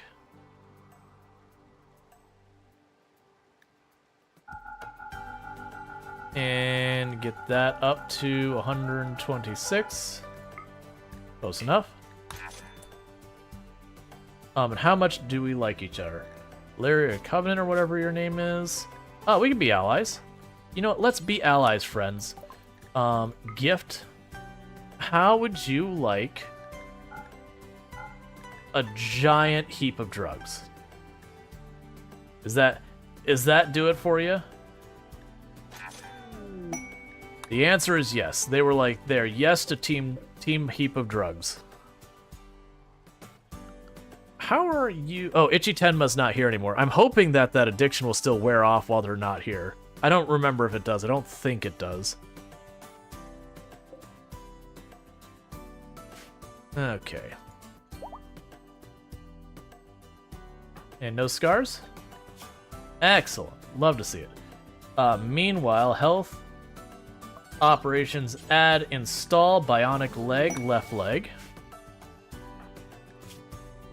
I don't know if that continued or not. It's totally fine. Alright, so we got our colonists back from the quest. Oh, that should actually give us more wealth because that was a colonist gone. So we'll have to wait for a refresh, but that should add a couple thousand more onto our value, onto our wealth. Because you are a market... Itchy 10 mugs with about $1,500. That is the exact value of them. And you got your leg back. Congratulations, Goobish.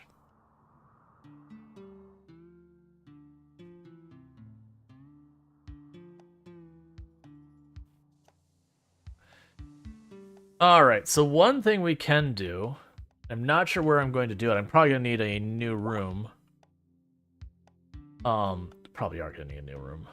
Make it out of marble, maybe? Is I need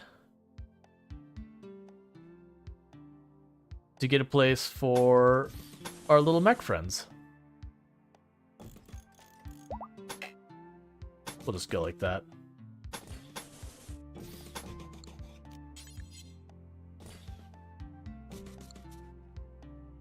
Okay. I mean, if the addiction is worse off, it would be great. Getting all the benefits without the headache. Yeah, that's the idea, is I want to get rid of the addictions. Most of the addictions are a colossal pain to deal with. But yeah, so what I'm trying to do right now is we're going to... we have a Mechanator in our colony. Was it Zidian? I think I made Zidian. Was it Zidian that was the Mechanator? I'm pretty sure it was. Yeah. So we're going to go ahead and get a cleaning bot and some, like... We're basically going to get some bots to alleviate a lot of our pain points as far as not having enough people. It's something I should have done forever ago, and I didn't. So, you know, that's what it is. Biotech. So we will need... the mech gestator thing. A mech recharger. A subcore encoder. Furniture.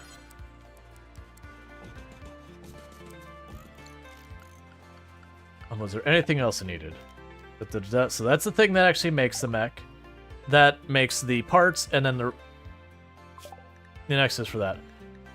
Is there things we actually care about still in here for the moment? I'll go and get the deep drilling just in case.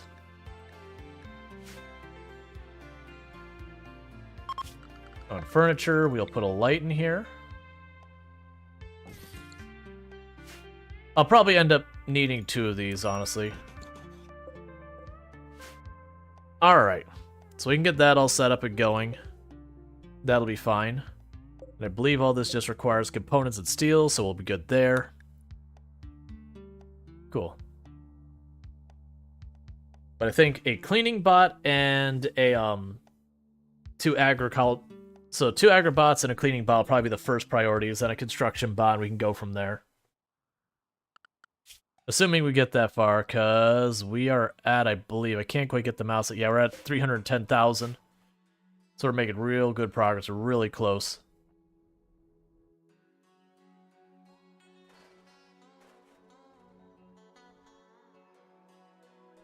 Okay. Now, how are we doing at our power grid? 700 watts to spare. This isn't looking promising in that regard. Biotech, so you require 50 watts, that's nothing. 200 watts, that's something.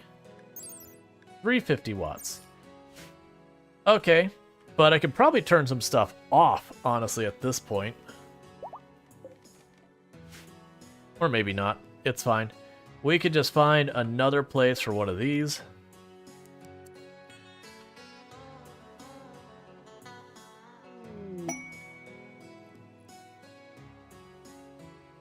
There we go.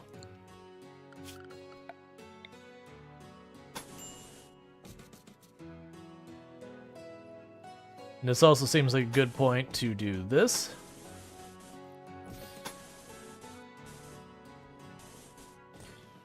Basically to make an alternate path, so if that line breaks, we got a spare.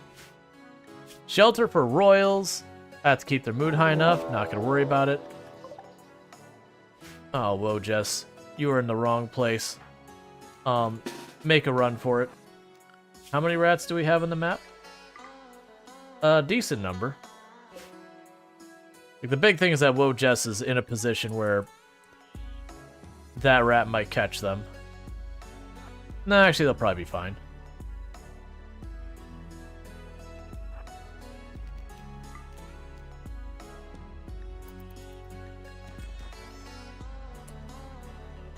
Okay, and the rest of you, just bunch up over here. And deal with them as they show up. Hey, She-Wolf. How's it going?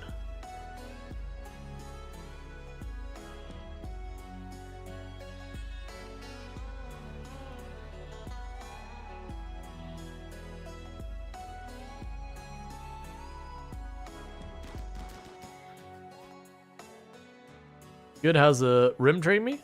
Pretty good. We had one or two hairy fights, but nothing that's gone too badly. No one's died as of yet. There's still time for that to change, but thus far it's gone pretty well.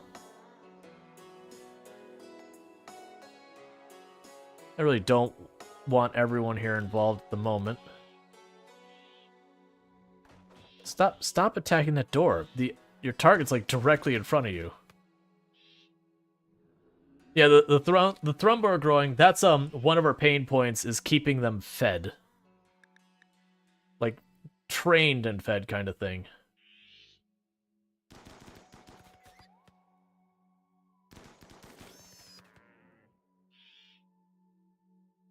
All right, come on, rat.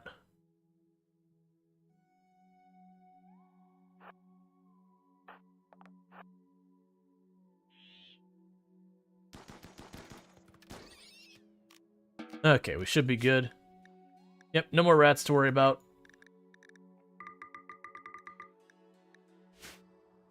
Okay. And everyone's assignments are right. Everyone's good here. Cool.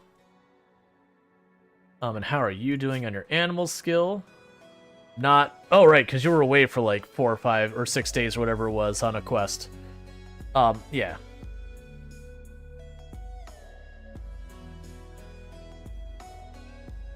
They're just eating this perimeter around my base, which actually works double duty because they are killing enough plants on the outer edges of my base. They're effectively making a fire bear or a fire not a firewall. The thing where there's a big gap between where they clear out a an area so fire can't jump across it. It's not fire barrier. What is that called? It doesn't matter. Basically, they're unintentionally creating a gap that we can prevent. You know, a fire break. Thank you. That's the word I'm looking for. My brain kept saying fire barrier. I'm like, that's not right. Yeah, so they're unintentionally like making a fire break because they're eating everything slowly around the outer edge.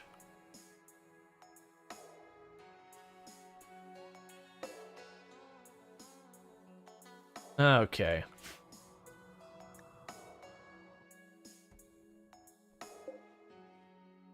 One thing we will need to do is we go here, go zone, dumping zone, down here, storage, clear, critical. Nope. Where'd you go? Okay. Clear, critical, toxic waste packs. Zone, clear home. Cool. So that way, as we start getting toxic waste from making our mechs, you know, basic subcore, you're gonna make 5 of them. Alright, let's get you to get that first subcore made. And once you get that one made, Thrumbo, please. Stop trolling Zidian.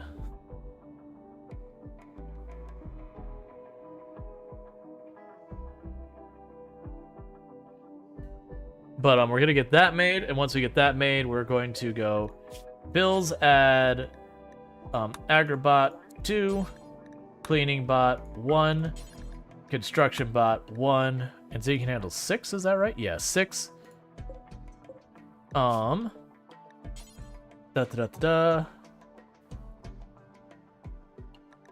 Lifter bot 1.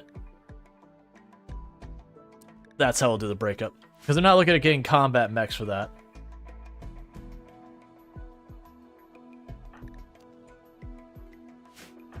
But I need you to deal with that real fast. Oh, nope, nope, nope. Don't keep going for right now. You can only make one mech at a time. So I just wanted you to get the first mech queued up.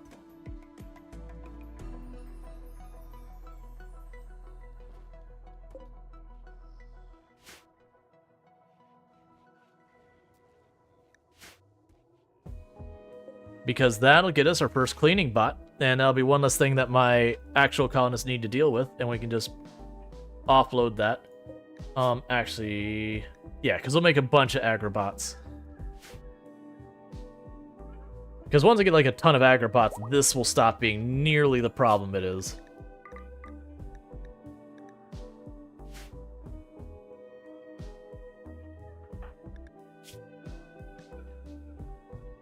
Okay, and we're gonna need more alpaca. I am honestly gonna say alpaca. Right now, don't worry about your limit that much.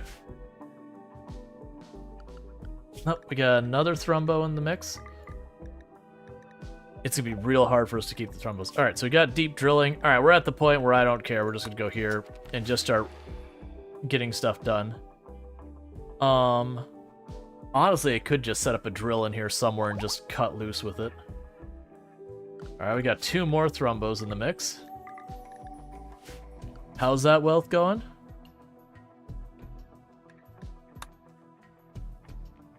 Alright, we only got about 25,000 to go. Ooh, bulk goods trader. Perfect game logic, dropped the toxic waste upriver from you? Yeah, it's fine. What could possibly go wrong with that? Queue that up. We're actually pretty good on a bunch of this stuff. We don't have hardly any cloth. Take the plain leather and take the alpaca wool. I don't need it. Take the side-tee. Don't worry about this other stuff for the moment.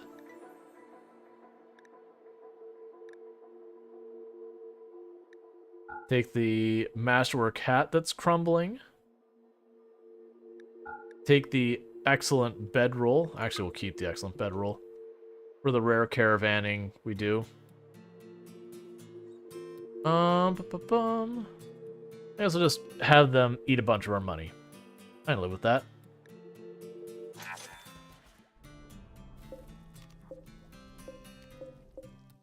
Now you keep making the medicine that helps us a lot of stuff. How are you? You're not supposed to be taking that anymore. I have taken you off of being allowed to have drugs. Alright, well, I guess they just don't care that I told him not to have it.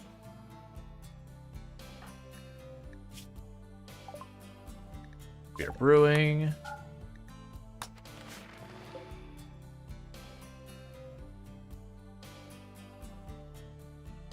Okay, we are cleaning a lot of just the random junk out of here. So we're ending up more with just the materials I would kind of like to keep a hold of.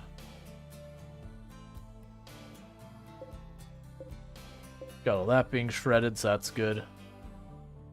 I apparently missed that one, so we can go orders, strip mine. Yep.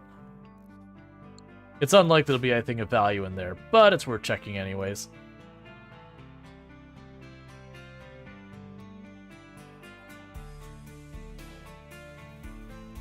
Alright. It'd be also nice to get a floor put in here. I don't have any of the stuff I think that I have enough tiles I could do it, though.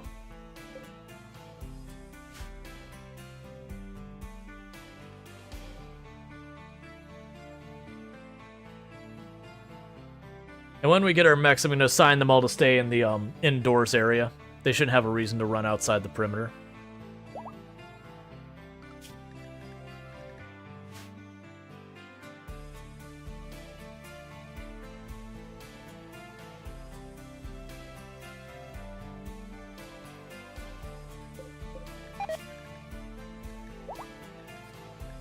Actually, let's put one more of those, one more of those, one more of those, and one more of those.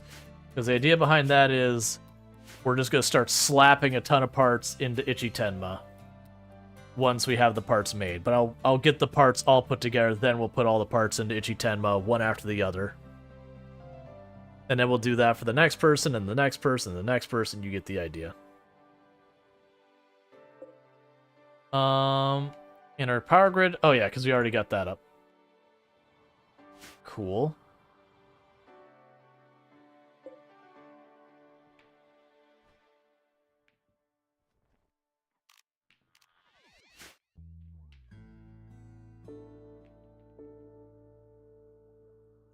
I'm going to replace these with medical beds.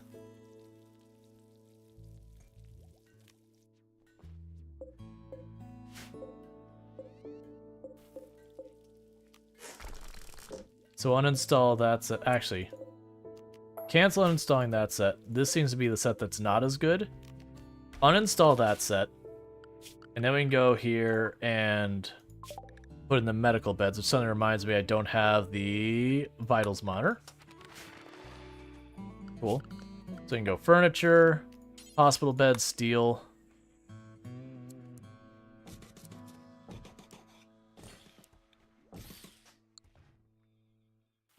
Get medical beds put in there, and, you know, slowly again progress all that. What are you working? Oh, you're just gonna be making bionics and components. That's fun. It does mean that our brick making has ground to an absolute halt. I'm pretty okay with that, though.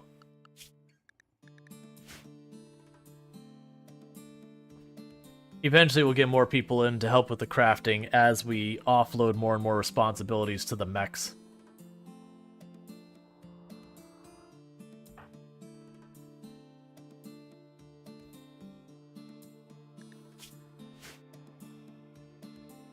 It'll also be really important for us because right now, you can see how much we're falling behind on our agriculture. Having the mechs be able to sit there and just work on that 24/7 will really help.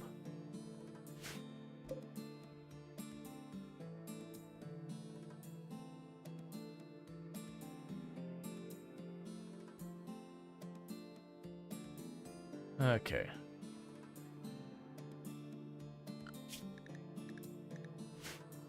You should be at like 20, right? You're at 19 animals, like right on the fence. Meanwhile, you're still at only 3 and slowly working on that, but that's because we just need more alpaca. Once Ichitenma gets up to 10, that's going to massively reduce the load that we have on Zidian. But that's going to take time. Time that we likely won't see through, but you never know when we're going to have, like, our storage room gets hit by a raid and we lose a bunch of value or whatever. Oh, you did finally go through and take care of all this? Was there anything good? Because we were looking for some packs and all that. It's fine. We need more crafters as well. We need more of a lot of things. But that's what the kids are for. You've got about a season and 3/4 till you age up. You got about a season and a half. You have about 2 seasons.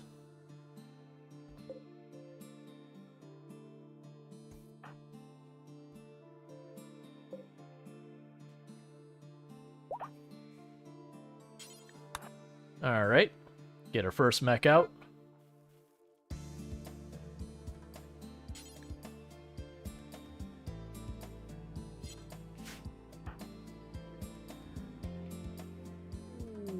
Shoot Frenzy.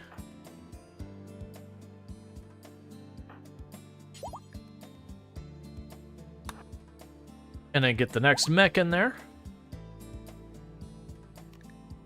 And meanwhile, our mech, you are assigned to the home zone. You will auto-repair.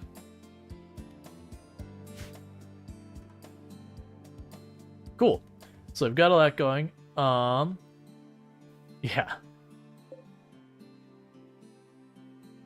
So a little cleaning bot should be able to keep up the cleaning for the most part.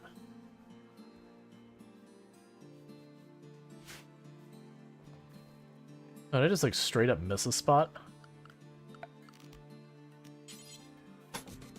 Okay, I did. Fair enough.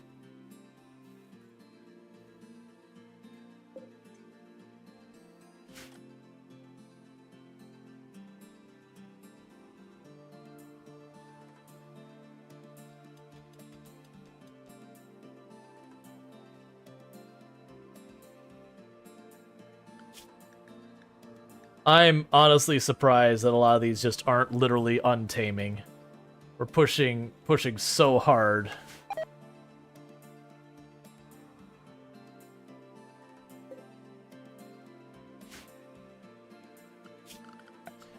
One thing I'll do once we get the Agrobots up, we're going to cut down a bunch of trees in here. There's the bionic legs done. So we got both bionic legs for Itchy Tenma. Like I said, my plan is literally just be like bionic leg, like just operations do them all until either one fails or they're all done.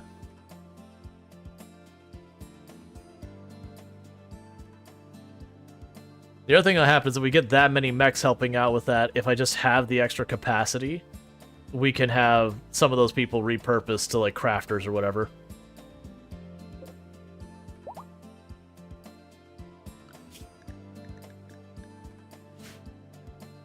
Okay.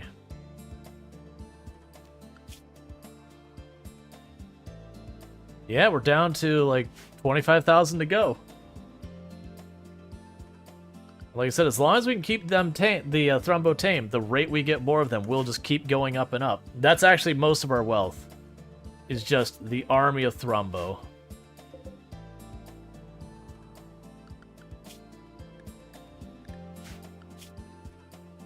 Yeah, I think this is one of the few times that our creature value is 16,000. Or sorry, 163,000 is just creatures, which includes our colonists. But it's almost the same as all of our items and buildings combined. That's just how much we have in the way of pawns and thrombos, mostly being the thrombos. Like, individual pawns are worth more, like, you're probably like 12. Yep, you're 12. And then there can be like between 4,000 and like 2,000 for an adult, depending on how injured they are. So one colonist is effectively 3 thrombo.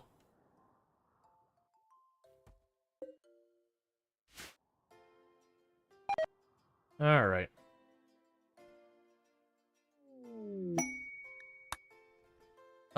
We can go here and go floors.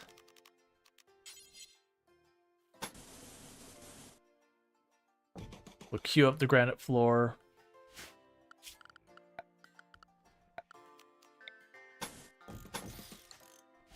Get that going. So Licidency has something to do.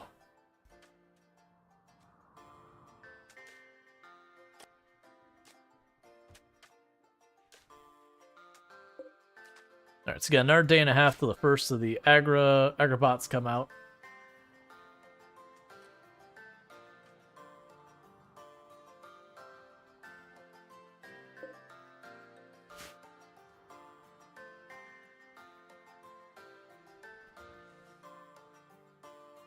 Alright.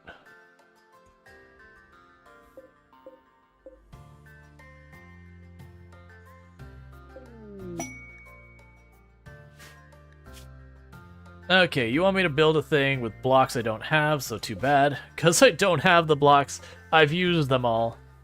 You need 1,500, and I've got the most is 217, so... it's just too bad.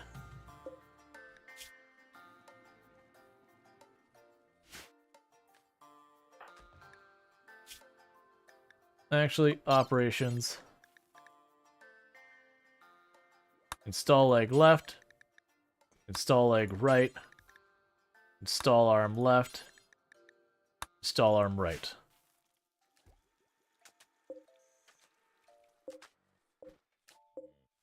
Do I really have that many?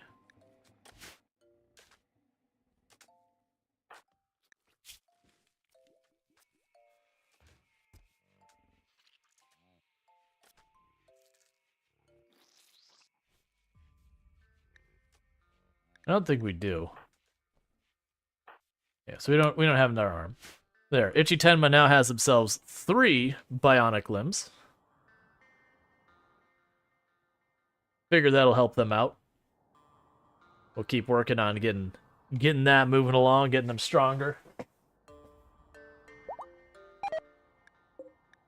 Another thrombo.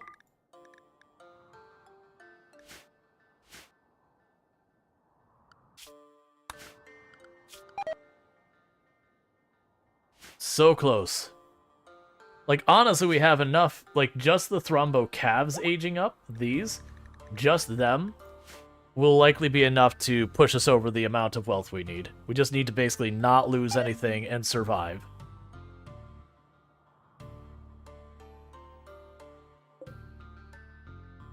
Anything more than that is just bonus.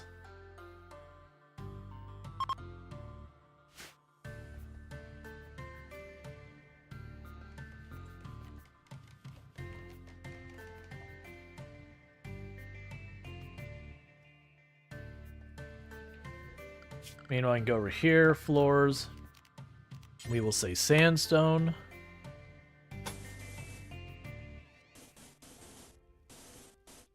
Oh, right. That's the reason I didn't do it. I was like, man, why didn't I ever take care of that before? Oh, I see. It's mud is what the problem is. There's not a whole lot to do there. Alright, so that's about to be done, and then we can go ahead and... A roof collapsed. Okay, it's way over there, so that's probably fine. Okay, we're fine. Tattered apparel on brain explodes. Oh, your pants are getting worn out. That's okay, you're pretty close to becoming an adult. It's probably not worth me intervening, being like, ditch the worn clothes.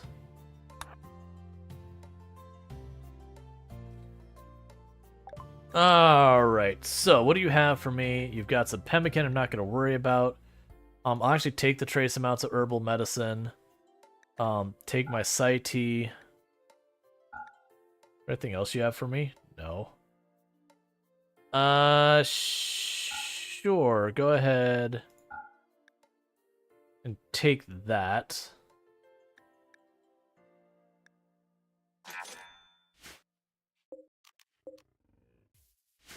Just a little bit of medicine, a bunch of silver. Our medicine's actually doing okay. Nice. Go get your mech out of there.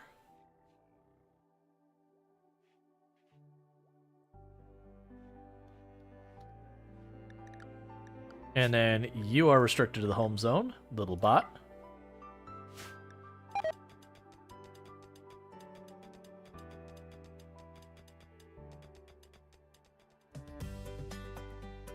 But now I should have our little bot zipping around here doing its thing.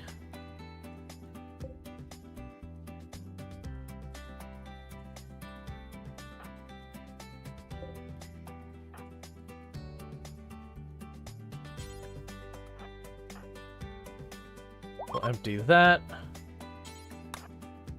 And get another agribot out there doing its job.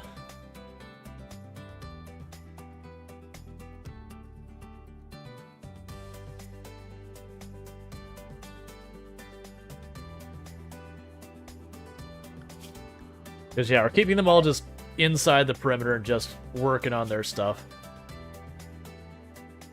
Oh, man.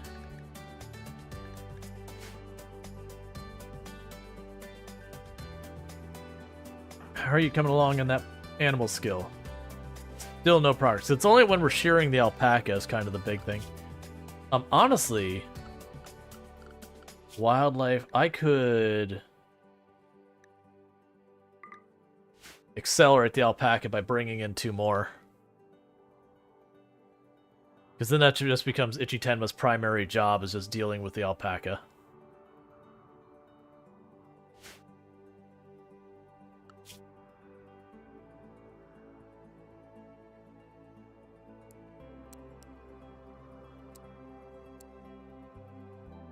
Okay, so we'll make you handle first, research section. I know... That's fine.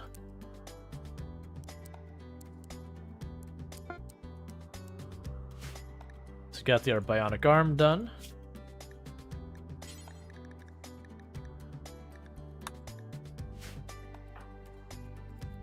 So get that taken care of.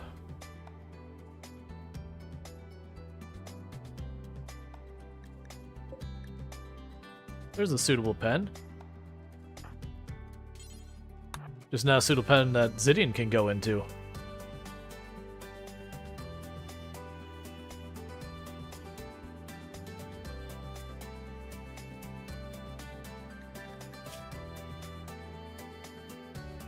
Alright.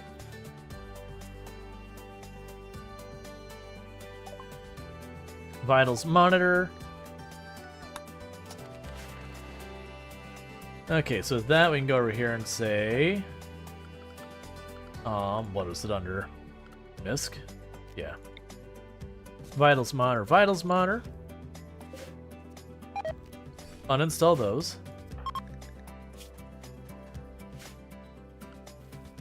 And build copies of these.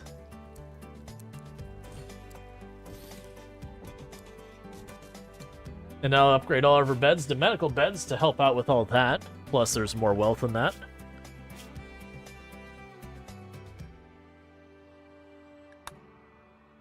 Oh man, we're less than 20,000. We're absolutely on the home stretch here.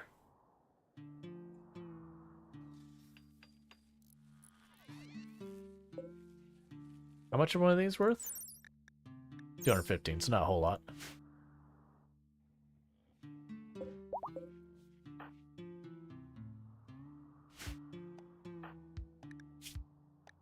And little by little, we're getting to be much stronger there too. I'm actually take your assignments. Ichitenma, just social drugs. Don't worry about it.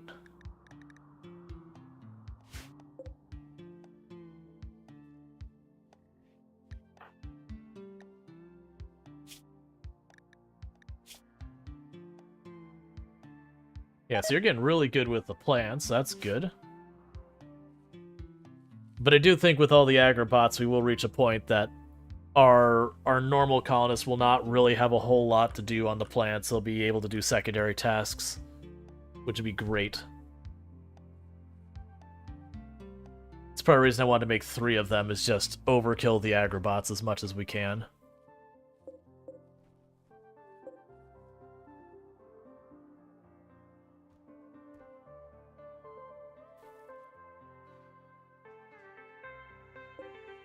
Alright. So you age up in half a season. Well, no. Season and a half. You age up in a season and a quarter. You age up in a season and a half.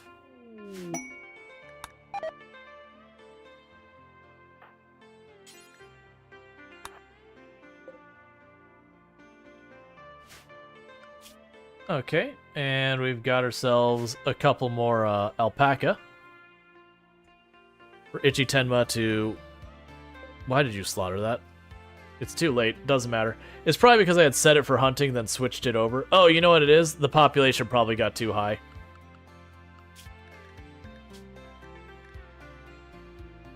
No, it's... Yeah, no, it's too many males. That's fine. That's fine. We don't have to worry about that much. It brings in a little bit more raw food.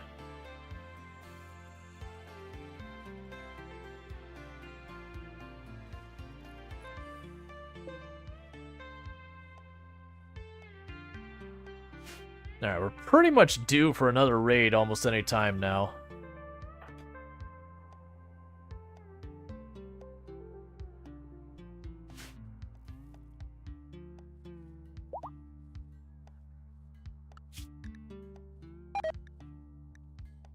So many animals. At least the alpaca, we don't have to do a whole lot to keep them tame. The downside is the thrombos are the opposite, that we basically have to allocate pretty much every waking moment for Zidian to keep them happy.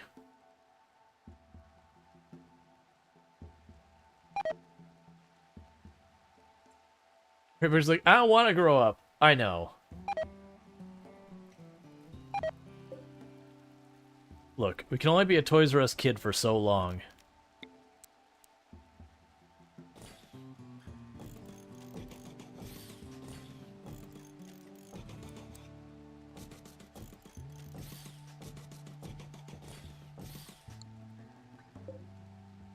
Alright. Infestation. Where is that going to go down? Over here. It looks like it's going to be a big one, too.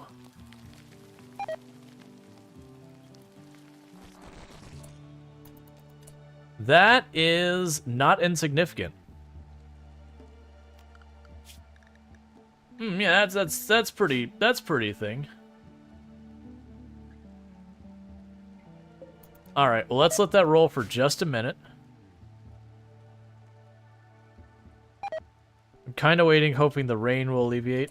So we have 10 days, 6 days, 5 days, 11 days, 9 days.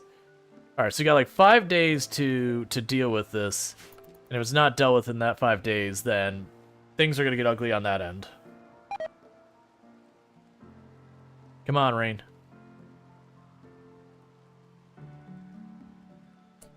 All right. I think we don't wait for the rain. We can make this work out relatively easily. So plan straightforward. We poke the door. The door opens. Someone shoots that nest. All hell breaks loose. Then profit.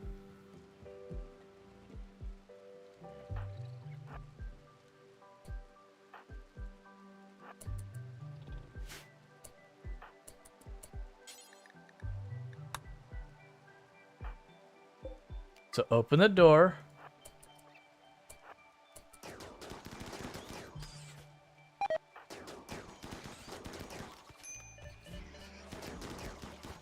Oh, just unleash the thrumbo. I see we're gonna get scattered.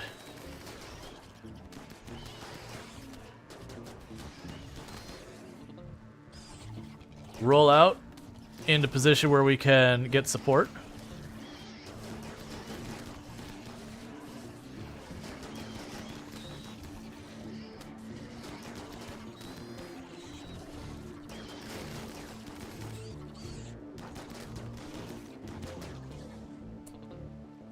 Okay, so all of you go to handle the other things. Zidian, send the thrumbos. Are you gonna stay down? Probably not.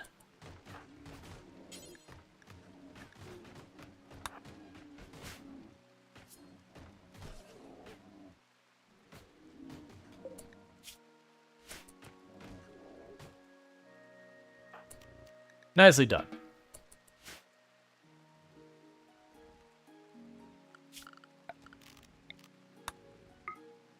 Oh yeah, and there's an unfortunate amount of friendly fire that happens here.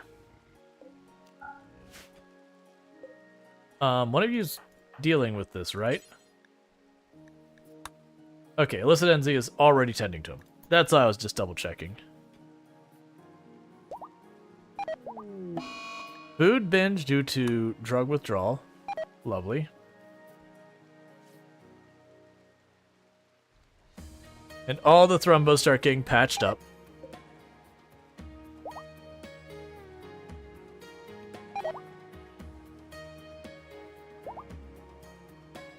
Friendly fire is an acceptable war crime. Look, they live with armor. They have living armor. It's definitely not a normal balance consideration.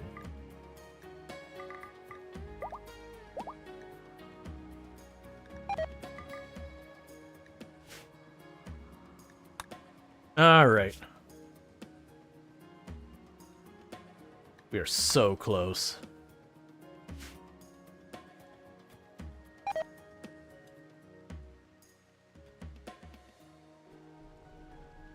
And all the injured Thrumbo are already all patched up. Just that fast. Oh, Zidian, buddy. I'm gonna need you to let out the mech.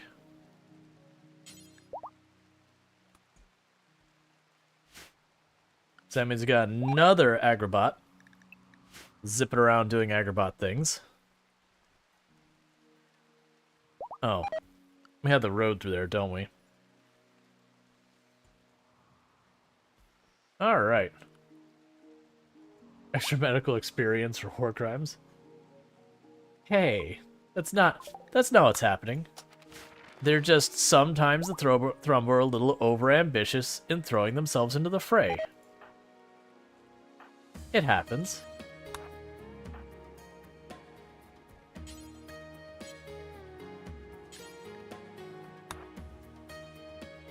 Alright, so we'll have Zidian work on making the subcores.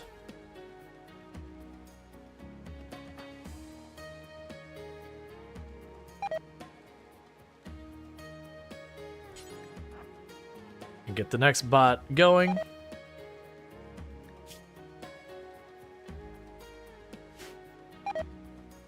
Okay.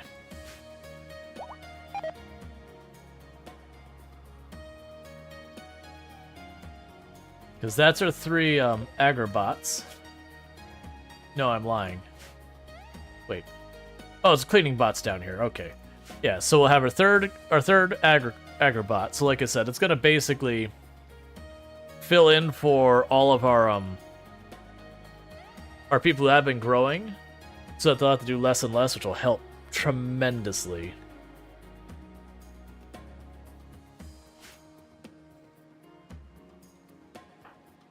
Alright. The kid should be aging up soon. Not really. Okay.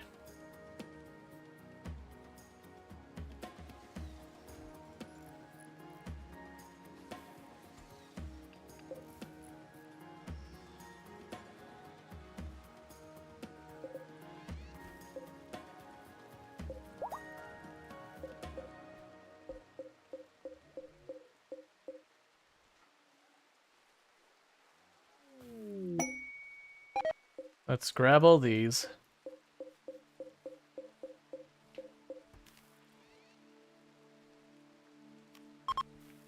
Link them, and they should have the food. Cool. Alright. And we can leave the rest for just right now. Got a party going on. Our wealth is just getting so close.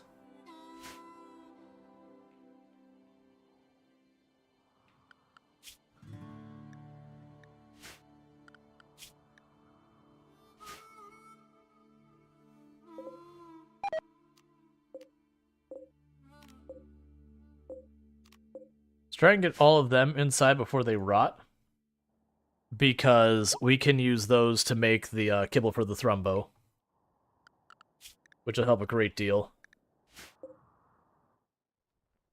We're just setting them to priority so everyone stops what they do and just grab corpses and chuck them into the freezer.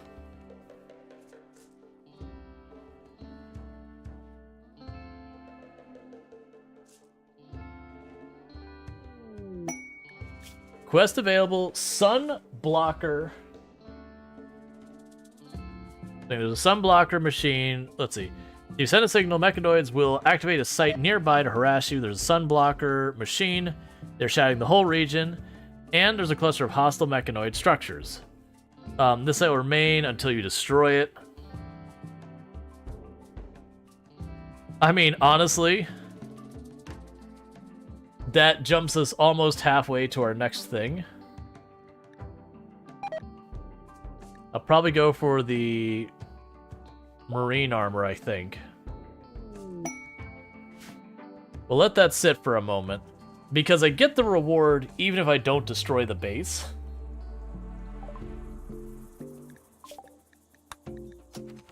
So, if we get, like, to, you know, just the 8,000, I could hit the button, instantly get the money, and be like, okay, done.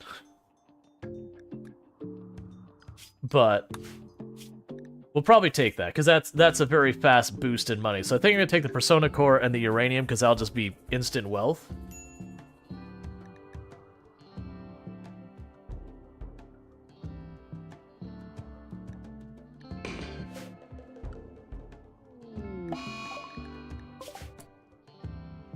Okay, form caravan, go here, come back, accept. Alright, so Goobish is going. Ichitenma is going. Zidian stays, Illicit NZ stays. Craven Horde goes. Let's see if we can't grab a couple of Thrumbo and see if that makes us go considerably faster. That weirdly makes me go slower. Alright, so we won't worry about it. Yeah. Get out of here.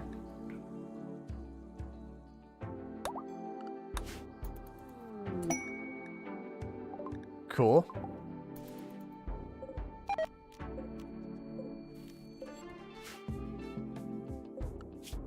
And just like that, a significant influx in wealth.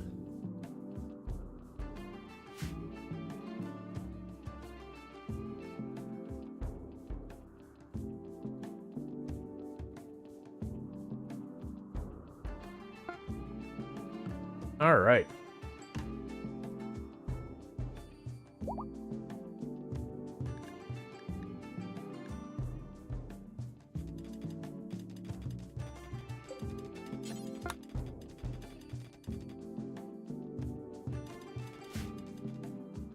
And we keep mining up even more wealth. We're getting alpaca wool for more wealth.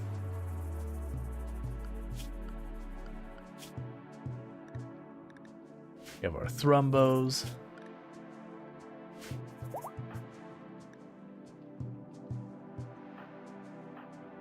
Yeah, still got a ways to go. How are you doing here? So you still have to make the other eye. And then when Ichi-Tenma gets back, we're gonna ram two more eyes into them. It'll be perfect.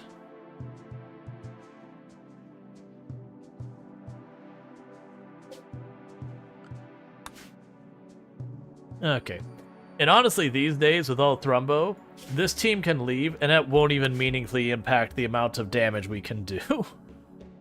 Like, genuinely, this is an insignificant loss in combat effectiveness because of the Thrumbo, which are just everywhere.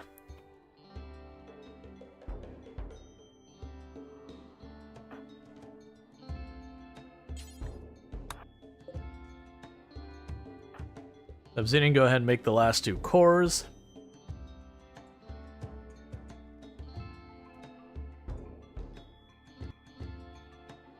My music's skipping a little bit. We're starting to see some performance implications from all the stuff going on. It's not super bad yet, but we are starting to feel it a little bit. Like every once in a while, when a bunch of stuff are moving around at the same time, we're seeing some skipping and all that. Okay, so for right now, we can turn off the power for the sub-core encoder. I mean, let's not even bother. It's 50 watts. It's not gonna mean anything.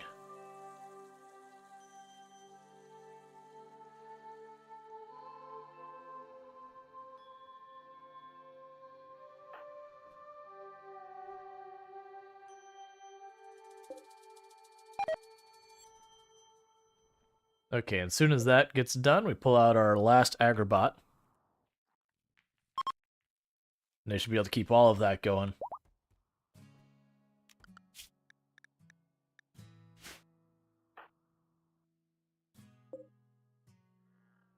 Okay.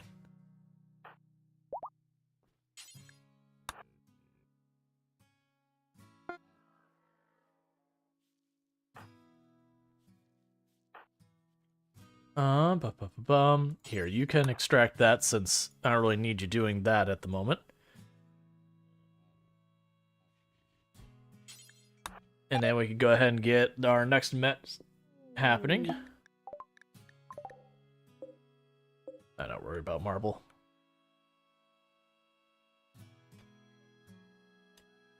Cool. Alright, they're making good progress there. We can go to our mechs, assign you to home, assign you to self-repair. Cool. Now I got 3 different agrimechs just zipping around, planting crops, harvesting crops, and all that. So very quickly we're going to start having times when my my planters have nothing else to do. Or when they do have stuff to do, it'll get knocked out real quick.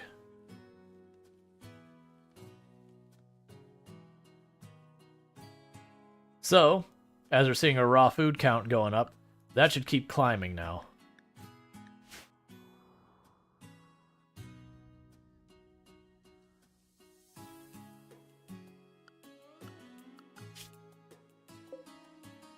Alright, so it looks like they're going to arrive today. There should be one of those ones I don't have to actually fight the mechs. I just sneak in behind, pop the building, sneak back out.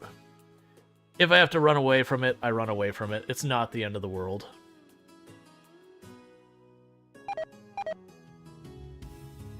We got food poisoning from insect jelly. Lovely.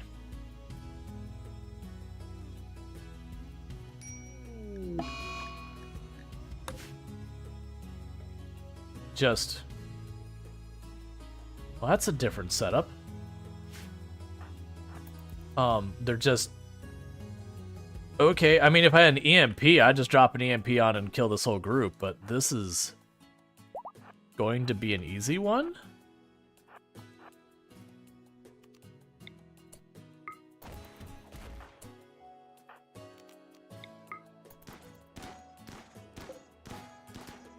I mean, I'm on the edge of the map. I literally could just walk away in like 2 steps if anything goes wrong.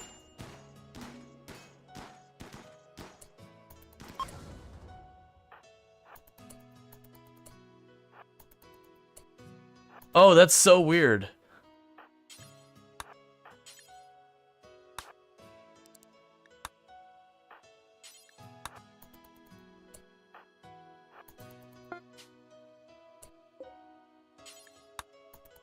It like bugged out and it wouldn't get rid of the fog of war. Cool, and we even managed to snag a couple things on the way out. That's pretty awesome.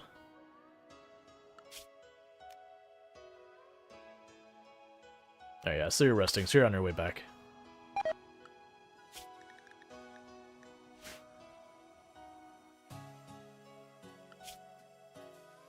Yeah, so the wealth is only dropped because our colonists aren't on the tile. When they get back here, it'll pop right back up.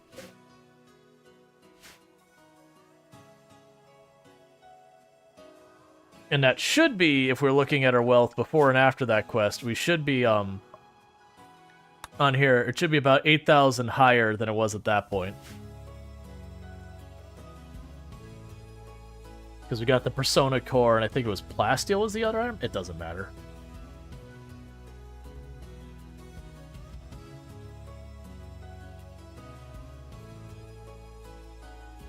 Okay. Alright, so Brain Explodes has pretty much one more season until they become an adult, which will be fantastic. You still have one more eye to make. And then we'll upgrade Ichitenma a little bit more. Starvation on illicit NZ. Why are you starving with 100 meals laying there?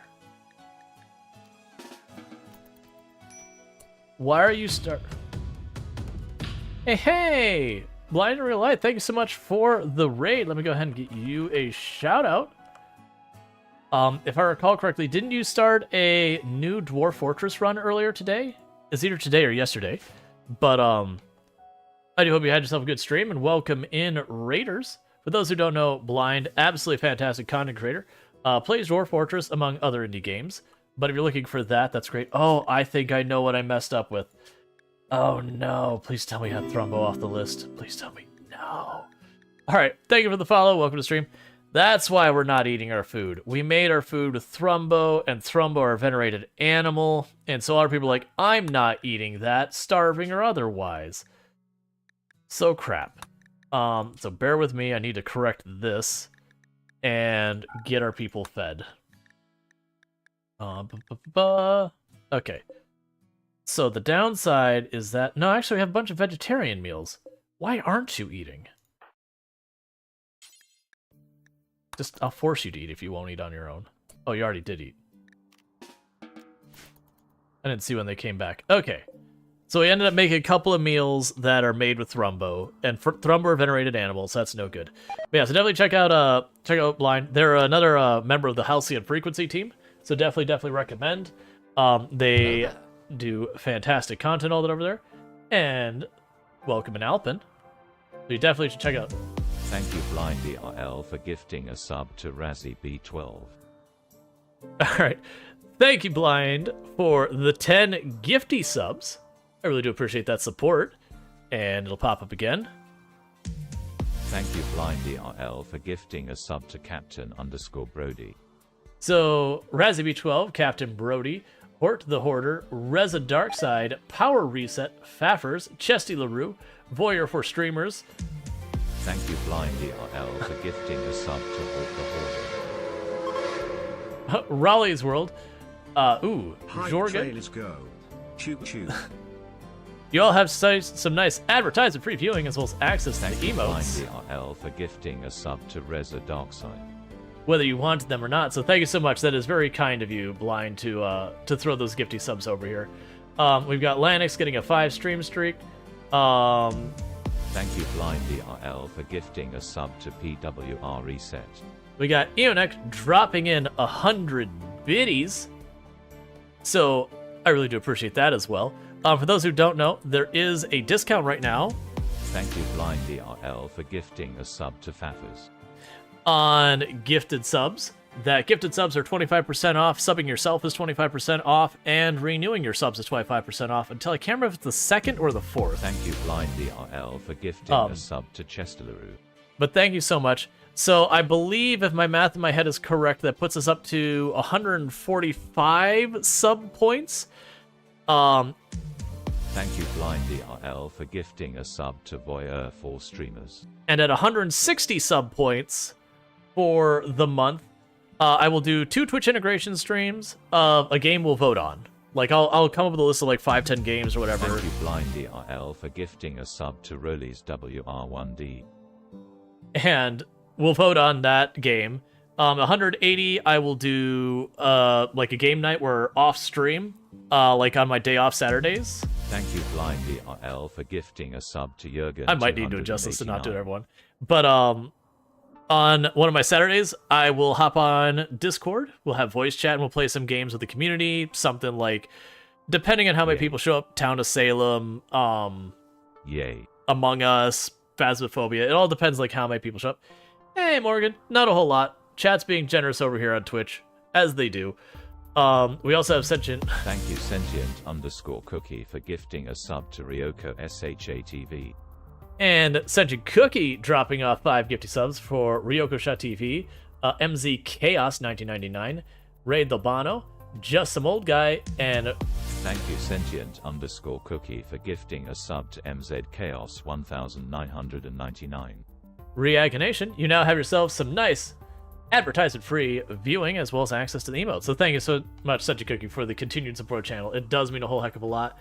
We are at... Thank you Sentient_Cookie for gifting a sub to Ray_Del_Bano. We're at a level 4 hype train at 91%, so that's heckin' generous. And Morgan asking on TikTok, what do you teach? Thank you Sentient_Cookie for gifting a sub to Just Some 01DGUY. So the courses I have authored. So I used to teach computer repair, advanced computer repair. Thank you Sentient_Cookie for gifting a sub to Reaganation. CompTIA A+ certification. And I've authored courses on a whole range of software development and soft skill things around software development. And thank you for that follow. Welcome to stream. And thank you, Mr. Nice Gamer, for the tier 1 sub. Thank you, Mr. Nice Gamer 88 for subscribing for 26 months. Who's been subbed to the channel for 26 months. That's more than 1 month. It is more than 1 month. It's in fact 2 years and 2 months. So that is a hecking long time. So thank you, Mr. Nice Gamer, for your continued support. It does mean a whole heck of a lot. I'm also going to get a shout out for Mr. Nice Gamer, who is a fantastic content creator. Hasn't been able to stream a whole lot in a while, but I did see you snuck in a Project Zomboid stream earlier. So definitely check them out. Good times are there. And thank you, Morgan, for tossing over the 5 roses over there on TikTok. So thank you so much. Yeah, I saw. I didn't get to check out much of it because I unfortunately had errands to run for stream, so I didn't see how it went. But I did take a quick little peeky peek while I was able.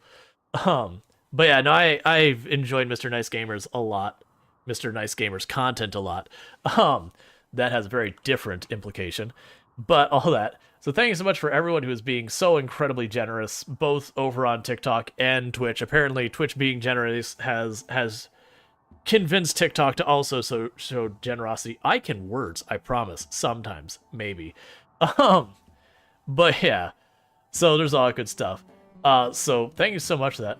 So I had no idea there was a discount on subs today. Yeah, it started earlier today. I can't remember what time it started, but it was something like 10 Pacific time or something like that. 10 a.m. Pacific time.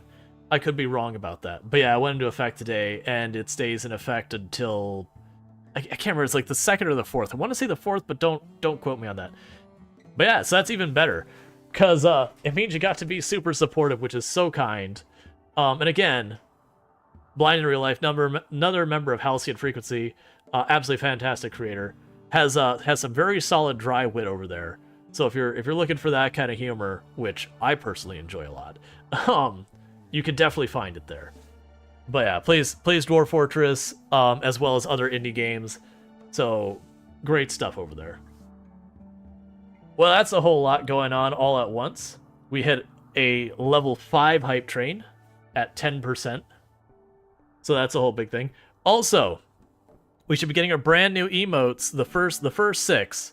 Those should be any day now. I already got to see kind of the final draft of 3 of the 6.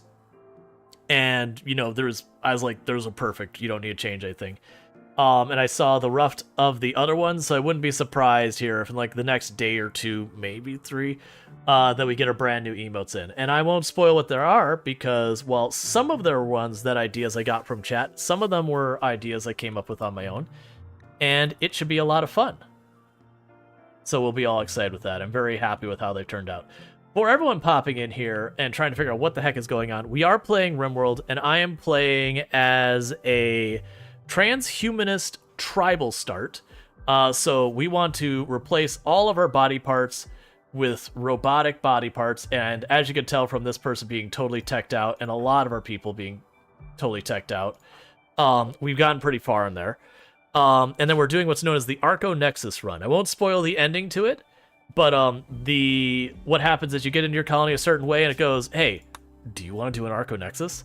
And you have to raise $350,000 worth of colony wealth, and you trade it all in. They take away the entire colony away from you, and you just take 5 people and all that kind of stuff. You just have your 5 colonists. It's 5 colonists, 5 animals, 7 items, and a relic, and you basically start a new colony from that. So it's like kind of a new game plus. You do that 3 times, and then you figure out how the ending rolls. We are pushing to actually finish this run. I'm on my final reset.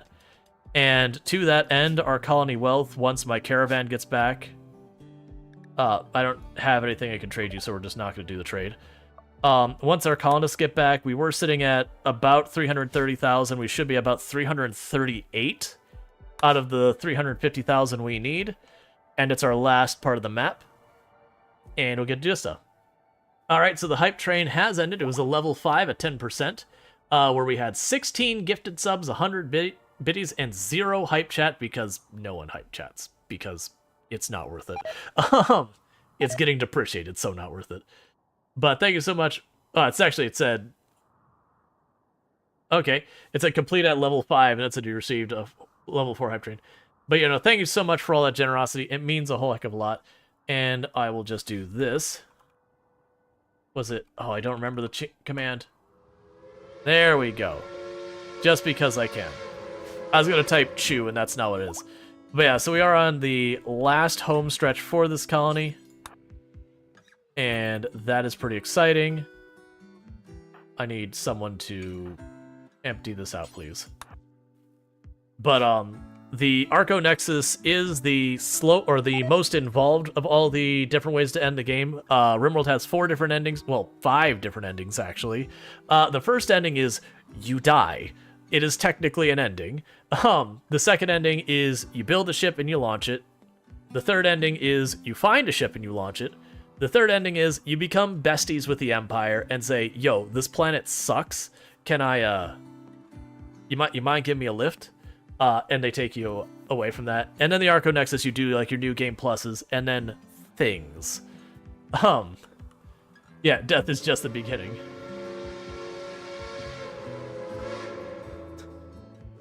But yeah. So thank you for all the support happening in all the different places. I always get surprised with like don't get me wrong, you get surprised with support in all places. But it's always like, you know, someone will instigate and a bunch of people pile on with the support on Twitch. And then it very much feels like TikTok is completely random in every possible way. Okay, so they got 0.1 days, and then the others will be back, and then we'll get the 36,000 or whatever wealth they're worth back in the colony. Because they don't count when they're not here. That's the reason why it looks like I suddenly lost, you know, 30,000. That's what they're worth. Time to pay my rating taxes. Oh, pause for check. Sip. What's the worst that could happen? Okay. So, let's see. They're back. How close are we? It hasn't updated yet. We gotta wait a second for our wealth to update. And once our wealth updates, we'll see where that ends up. Because this accept button will go live once we hit the wealth, and we're right there. Why are you Superman? Oh, you have an addiction, and we don't have what you need. I'm gonna put you back onto no drugs, so hopefully we can get you through this addiction. Actually, hey, Itchy Tenma, go to sleep. That's how we're gonna deal with this addiction. Go to sleep. You're gonna sleep it off. It's not gonna work. I don't actually know if it progresses while they're in the pod, but I'm willing to just put them back in there again and again, if necessary, to not deal with it. Oh, except you're gonna take over, not take over, you were going to assist with the animals. It's fine. Antonio's ships are at sea. I don't get the reference, sorry. Alright, so we got a seller of exotic goods. What is your problem? Why did it say... Oh, you have food poisoning. Oh, and we finished all the research we care about, so we're just researching anything and everything because why not? And you're also good at social, so you do the trade instead. Merchant of Venice, cash poor because all your traders are out. Gotcha, I see. Alright, so... I need the plasteel. I don't really have the ability to afford the plasteel. That's unfortunate. I guess no plasteel for me. How much can I get away with? 10, so probably 97.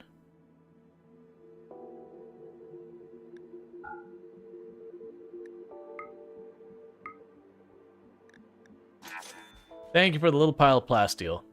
So we're completely out of money, but we got a little bit more plasteel for making more like bionic eyes and all that kind of stuff. Because Itchy Tenma right here is in the middle of the process of being teched out. We got the arms and legs replaced, but the eyes and ears still gotta go. As well as the heart, the stomach, and anything else that'll let me, you know, replace the weak, fragile, gooey flesh with, you know, mechanical parts. Okay, what does it say our wealth is at? Oh, we are 7,000 shy, not even 7,000 shy of the reset. So, like, the next wave of thrombos being born should push us over the edge. So we're, like, right there. Because normally by now, so when I stream, I do, like, my first half stream one game, the second half the second game, because I do stream for a long time. Normally I would have already done that switch, but it felt like kind of one of those things that, like, when you're at the finish line, not to be like, oh, see you next time, Matt. So I just want to ride out the last of this run, and then we'll do our game switch. Which means the moment I've claimed it as secured, I'm going to have, like, 3 mech clusters drop, and they're going to have, you know, multiple layer shields as well as mortars. I honestly could probably handle that because there's not much in the game that you can't handle with like 40 thrombo under your control. 40-ish Thrumbo can pretty much handle just about any major threat. Now, can you keep the 40 Thrumbo under control? That's another question. And we are struggling quite a bit on that. Poor Zidian does nothing all day but run around chasing Thrumbo and taming them, as they gradually eat our fire break around our base on all sides. Cool.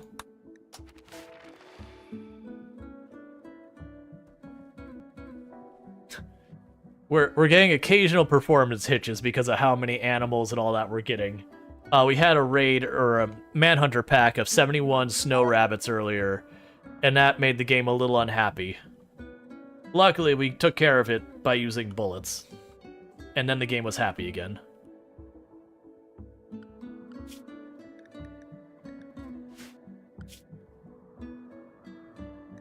You're like right there. When Ichi Tenma does pop out, we're going to immediately put them under surgery. Yeah, that's not progressing while they're in there. We're going to put them under surgery to have their eyes replaced. And that should knock them out for a little while longer so they can't have mood breaks.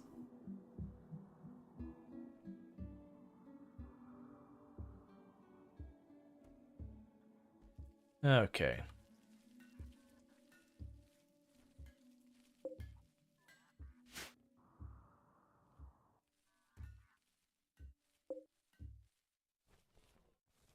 Yeah, got our Agrobots up. Oh, Zidian? Oh, that's just been sitting in there? Oh, no, that's the waste. You don't deal with the waste. Here, Goob, you deal with the waste real fast. You make the mech. I believe that's the last mech you can handle. Oh, that means I already got my lifter out? No, that's a constructor. So restrict that to the home zone. Inspired surgery on Zidian. Cool. That'll work out for when you pop out. Transhuman is synchronized. Okay. Alright. Honestly, if we just got a quest that was like, oh, we'll put a dangerous site off in the distance, but we'll send you like 10,000 worth of wealth for taking on the threat, we could just accept the prize and go peace out. Not even deal with the threat, just leave.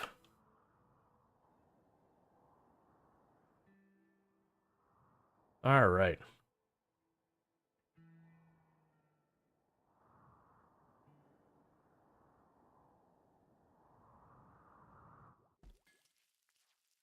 Yeah, Proner's doing fine in the food. We got play components. Got the bionic heart done. Alright, so what I'm going to do is I'm going to queue up to do the bionic part first when Ichi Tenma pops out, because that's the most dangerous, and Zidian has inspired surgery. Zidian is one of our best doctors, so the odds of it going wrong are pretty negligible, honestly. So that should really help us out. We can minimize that one. So basically, yeah, how much longer do you have on the Inspired? 7 days. So I'm going to get that taken care of. You hear everything hurts? I think someone got you sick over Christmas. Oh, that's no fun. That's never a good time.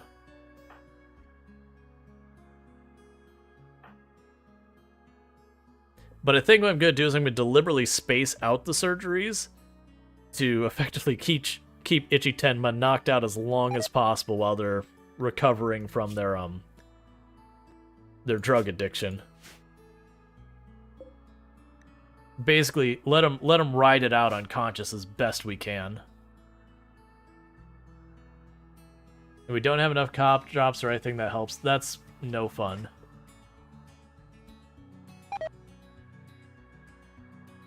Yeah, no, taking a vitamin C supplement, while it doesn't do, unless you have like a deficiency, it doesn't do much to like actually help you get better. It doesn't hurt you at all. But what it does do is it will do a lot for the symptoms.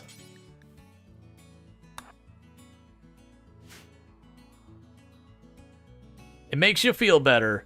It doesn't make you better, but it makes you feel better.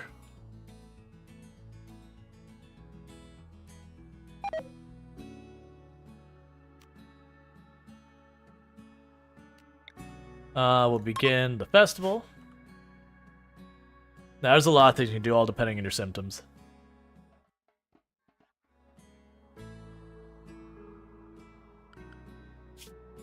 Alright. We got one of our bots needs to recharge. Boring! Everyone takes a mood penalty. Well, at least Itchy Tenma missed it. So, at least they won't be unhappy about it. They had a party and they're like, meh.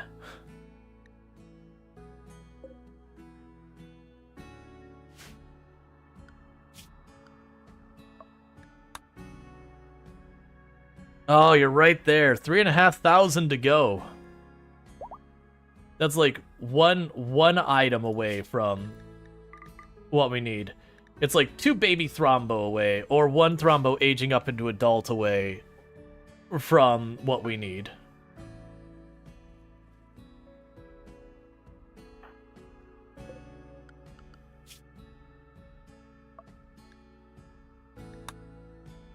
Okay, come on. I also keep checking every time we make something, be like, is that enough? It's like, alright, it doesn't refresh instantly. There's like a tick it has to go by. Otherwise, you just watch it go like this all the time as, you know, you pick up the materials, it gets put into something, and then, you know, your wealth would drop, and then they make the thing and it pops back up, like that kind of thing. And that doesn't do anyone any good. It'd be running calculations way too often that don't really need to be run that often.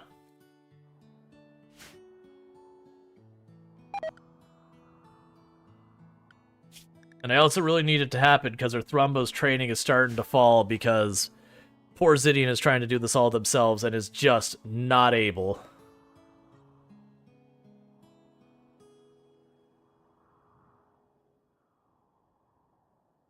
Yeah, some of them you're just trying to keep tameness on the list. Emergency descent. Okay, that puts us over the edge. Boom, crash the ship. Inside our defensive perimeter is really good for that. Alright, so at 5 in-game hours, we line them all up on the defensive wall. We fight. They drop their junk. We end up getting the wealth that they're offering me that should push us over the edge. And the run will be ended.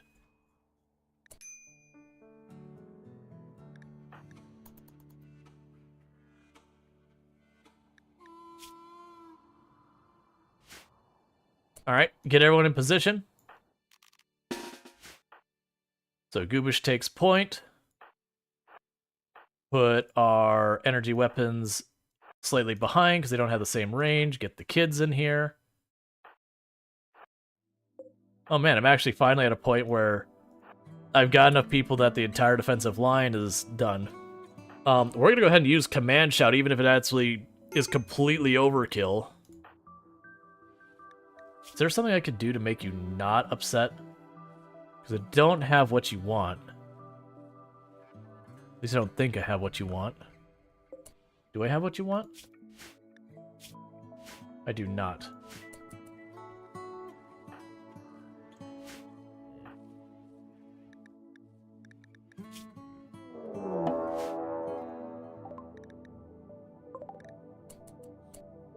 Okay, actually, they are bringing quite a bit to bear. They are bringing a lot to bear. The moment the enemy gets in range, release the Thrombo. For the Thrombo who will not respond to commands, get them into the indoors area. That way they don't die for no reason at all.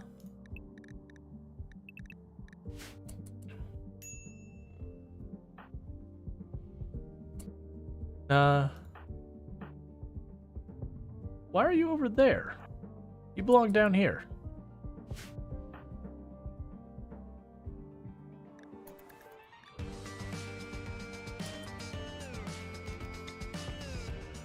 Using commanding shout.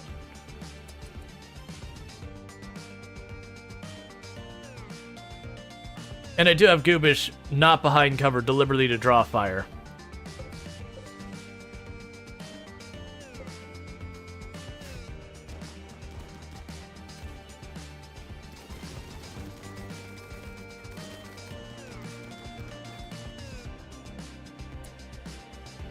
Alright. Bring the Thrumbo back. Release the Thrumbo again.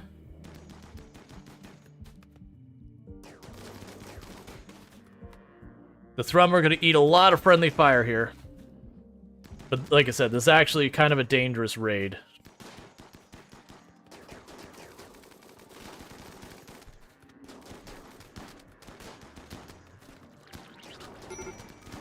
Oh, they're imps? I didn't even realize they were imps.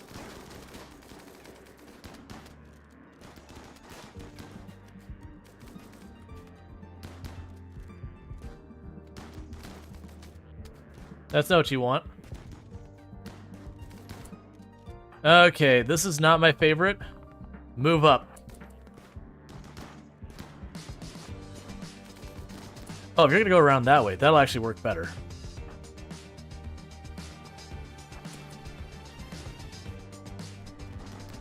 Gonna reposition to the flank. Okay. All of you are undrafted. Zidane, you stay in it.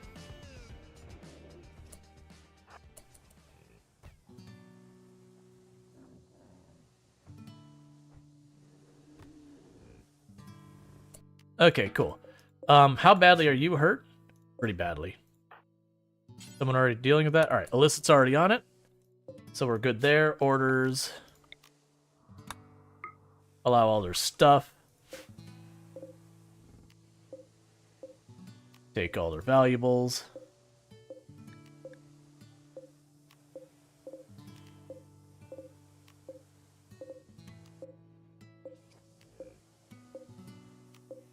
You know, honestly, just do this.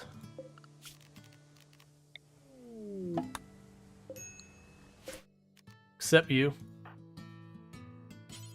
Yeah, you just keep tending.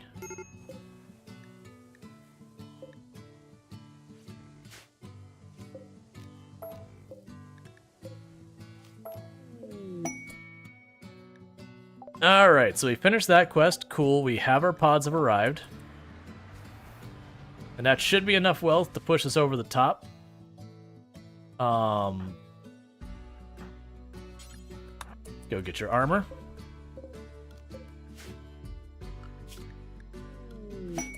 Arco Nexus available. Boom. Arco Nexus discovered. You have two parts of the Arco Nexus map. The wild people have one last piece of the map patched down by the time of their ancestors survived by the cataclysm, and they'll trade it to you for the wealth, whatever. It's time to get building. We literally just did the whole thing. Jump to the Arco Nexus, which happens to be right next to us. Caravan, except... Who is going? Yes. Who else is going? Let's bring it all. I don't need to, but we're bringing everyone. Everyone is going. Not the alpaca. The alpaca stay behind. Sorry, alpaca. This is actually pretty dumb for me to do it this way. In reality, I shouldn't worry about this at all. But it feels fun and meaningful to just bring literally everyone to visit the Arco Nexus. What'd the alpaca ever do to you? Nothing. Here, we'll open all the doors and let the alpaca free.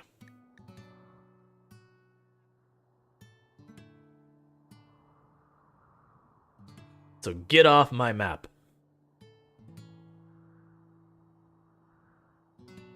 Because technically, in theory, we've sold this colony.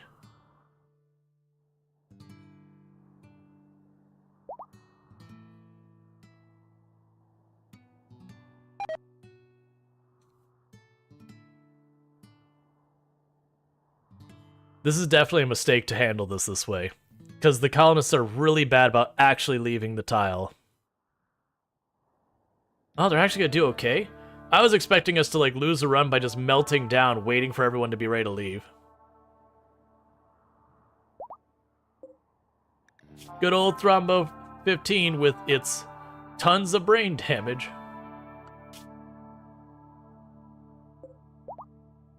In 1.4 days, we reach the Arco Nexus. I get to see the remainder. In the meantime, our alpaca have been let free. We've allowed them to just go wild. This colony we no longer care about because we're about to win the game. For those who don't want the ending to be spoiled, obviously I'm going to the ending right now. What about the wounded creature? We brought it with us. We brought the wounded Arconexus. Cool. Have fun, cassowary, by yourself. Yeah, no, we hauled the injured Thrumbo with us. And luckily we have roads almost the whole way there, so it's like no time at all. Like, I don't even care if they raid the base. All of this is irrelevant to me. So that is what our final base looked like. Still mostly wood. And there'll be people who swear up and down to never allow your base to be wood. And don't get me wrong, wood can be super dangerous with fire. But it isn't actually that bad.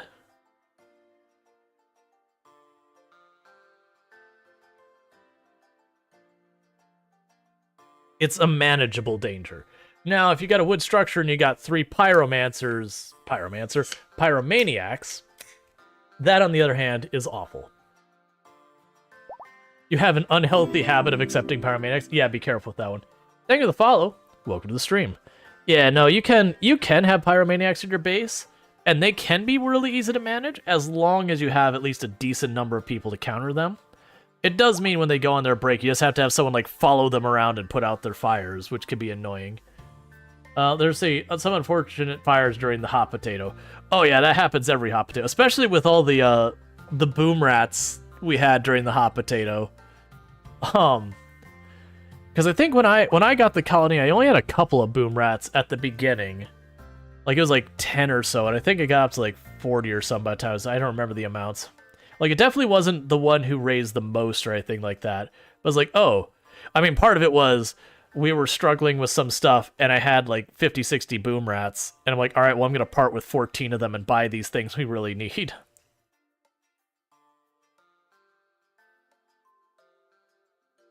But yeah, straight sailing in on here. I think there were a couple pyromancers, right? There usually is. Like, I've had people say pyromancer is the absolute worst trait in the game. Like, nah. To me, stuff like abrasive and misogynist and stuff like that there's like some of the worst traits.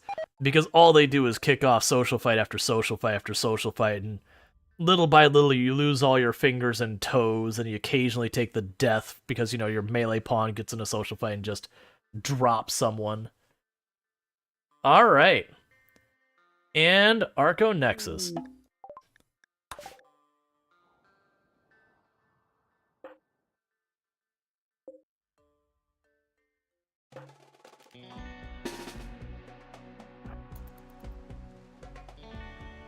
Oh, they actually added... They didn't used to have those there.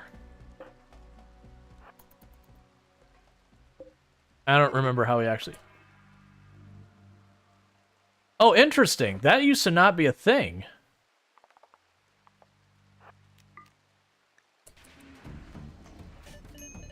Well, I'm suddenly worried about this. Is it surrounded by anima trees? Yep. I need... Thrombos, I need you to get in there, friends.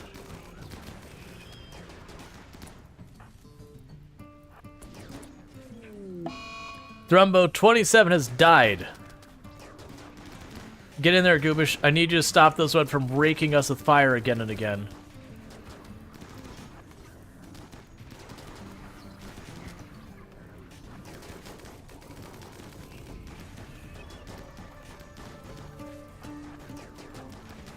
Stop hitting me with fire constantly.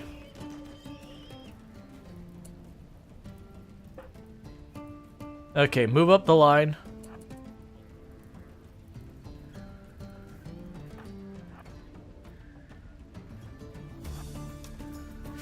Alright, that was your favorite Thrumbo. I'm sorry.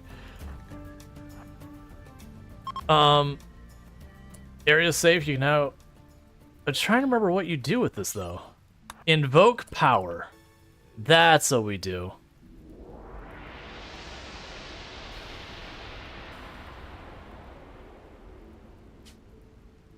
You've invoked the power of the Arco Nexus. Calm down, music, my god. Dear goodness, let me just turn that down a hair.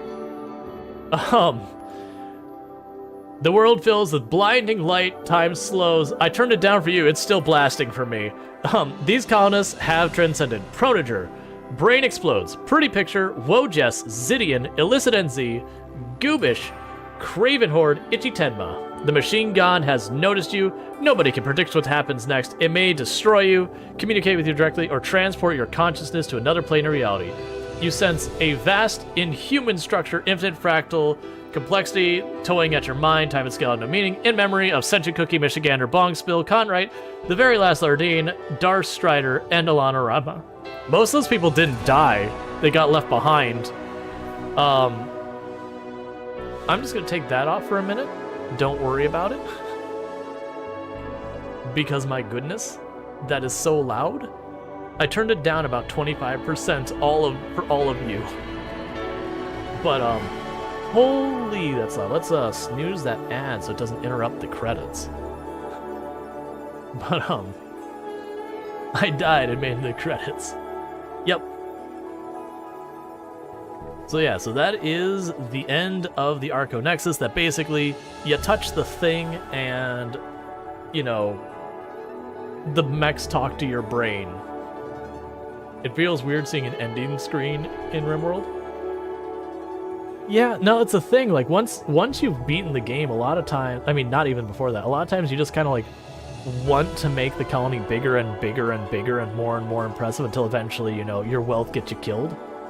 So you don't have many that you win because you're like, that's not what I want to do. I want to make big colony. Like, make colony bigger. It's been a while since I've seen the ending. Honestly, I think the last time I saw the ending to the game was also an Arco Nexus run.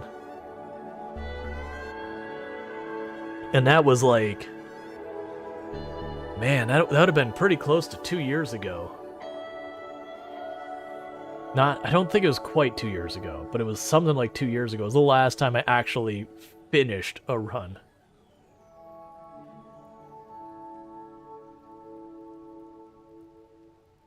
Yeah, no, it's a shame I'm missing all the music because, dear lord, there is apparently no sound controls on the ending music game because, oh boy, that was loud. Yay, we have one. And then it goes, get out. All right, so that is the ending for RimWorld.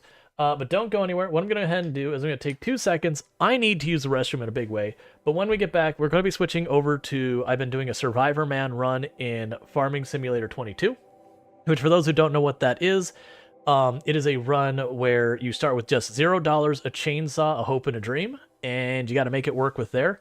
We've been doing pretty good. We built our grain mill finally, just on the last stream, like right at the end, so I haven't even put a full harvest into it yet.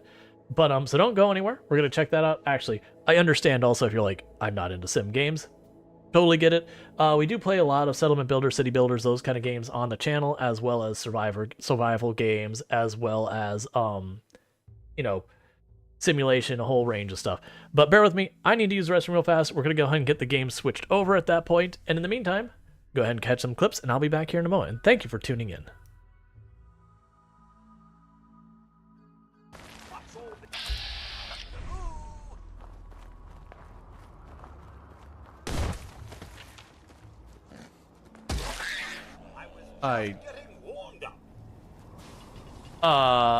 Okay, just clarifying, that mole rat came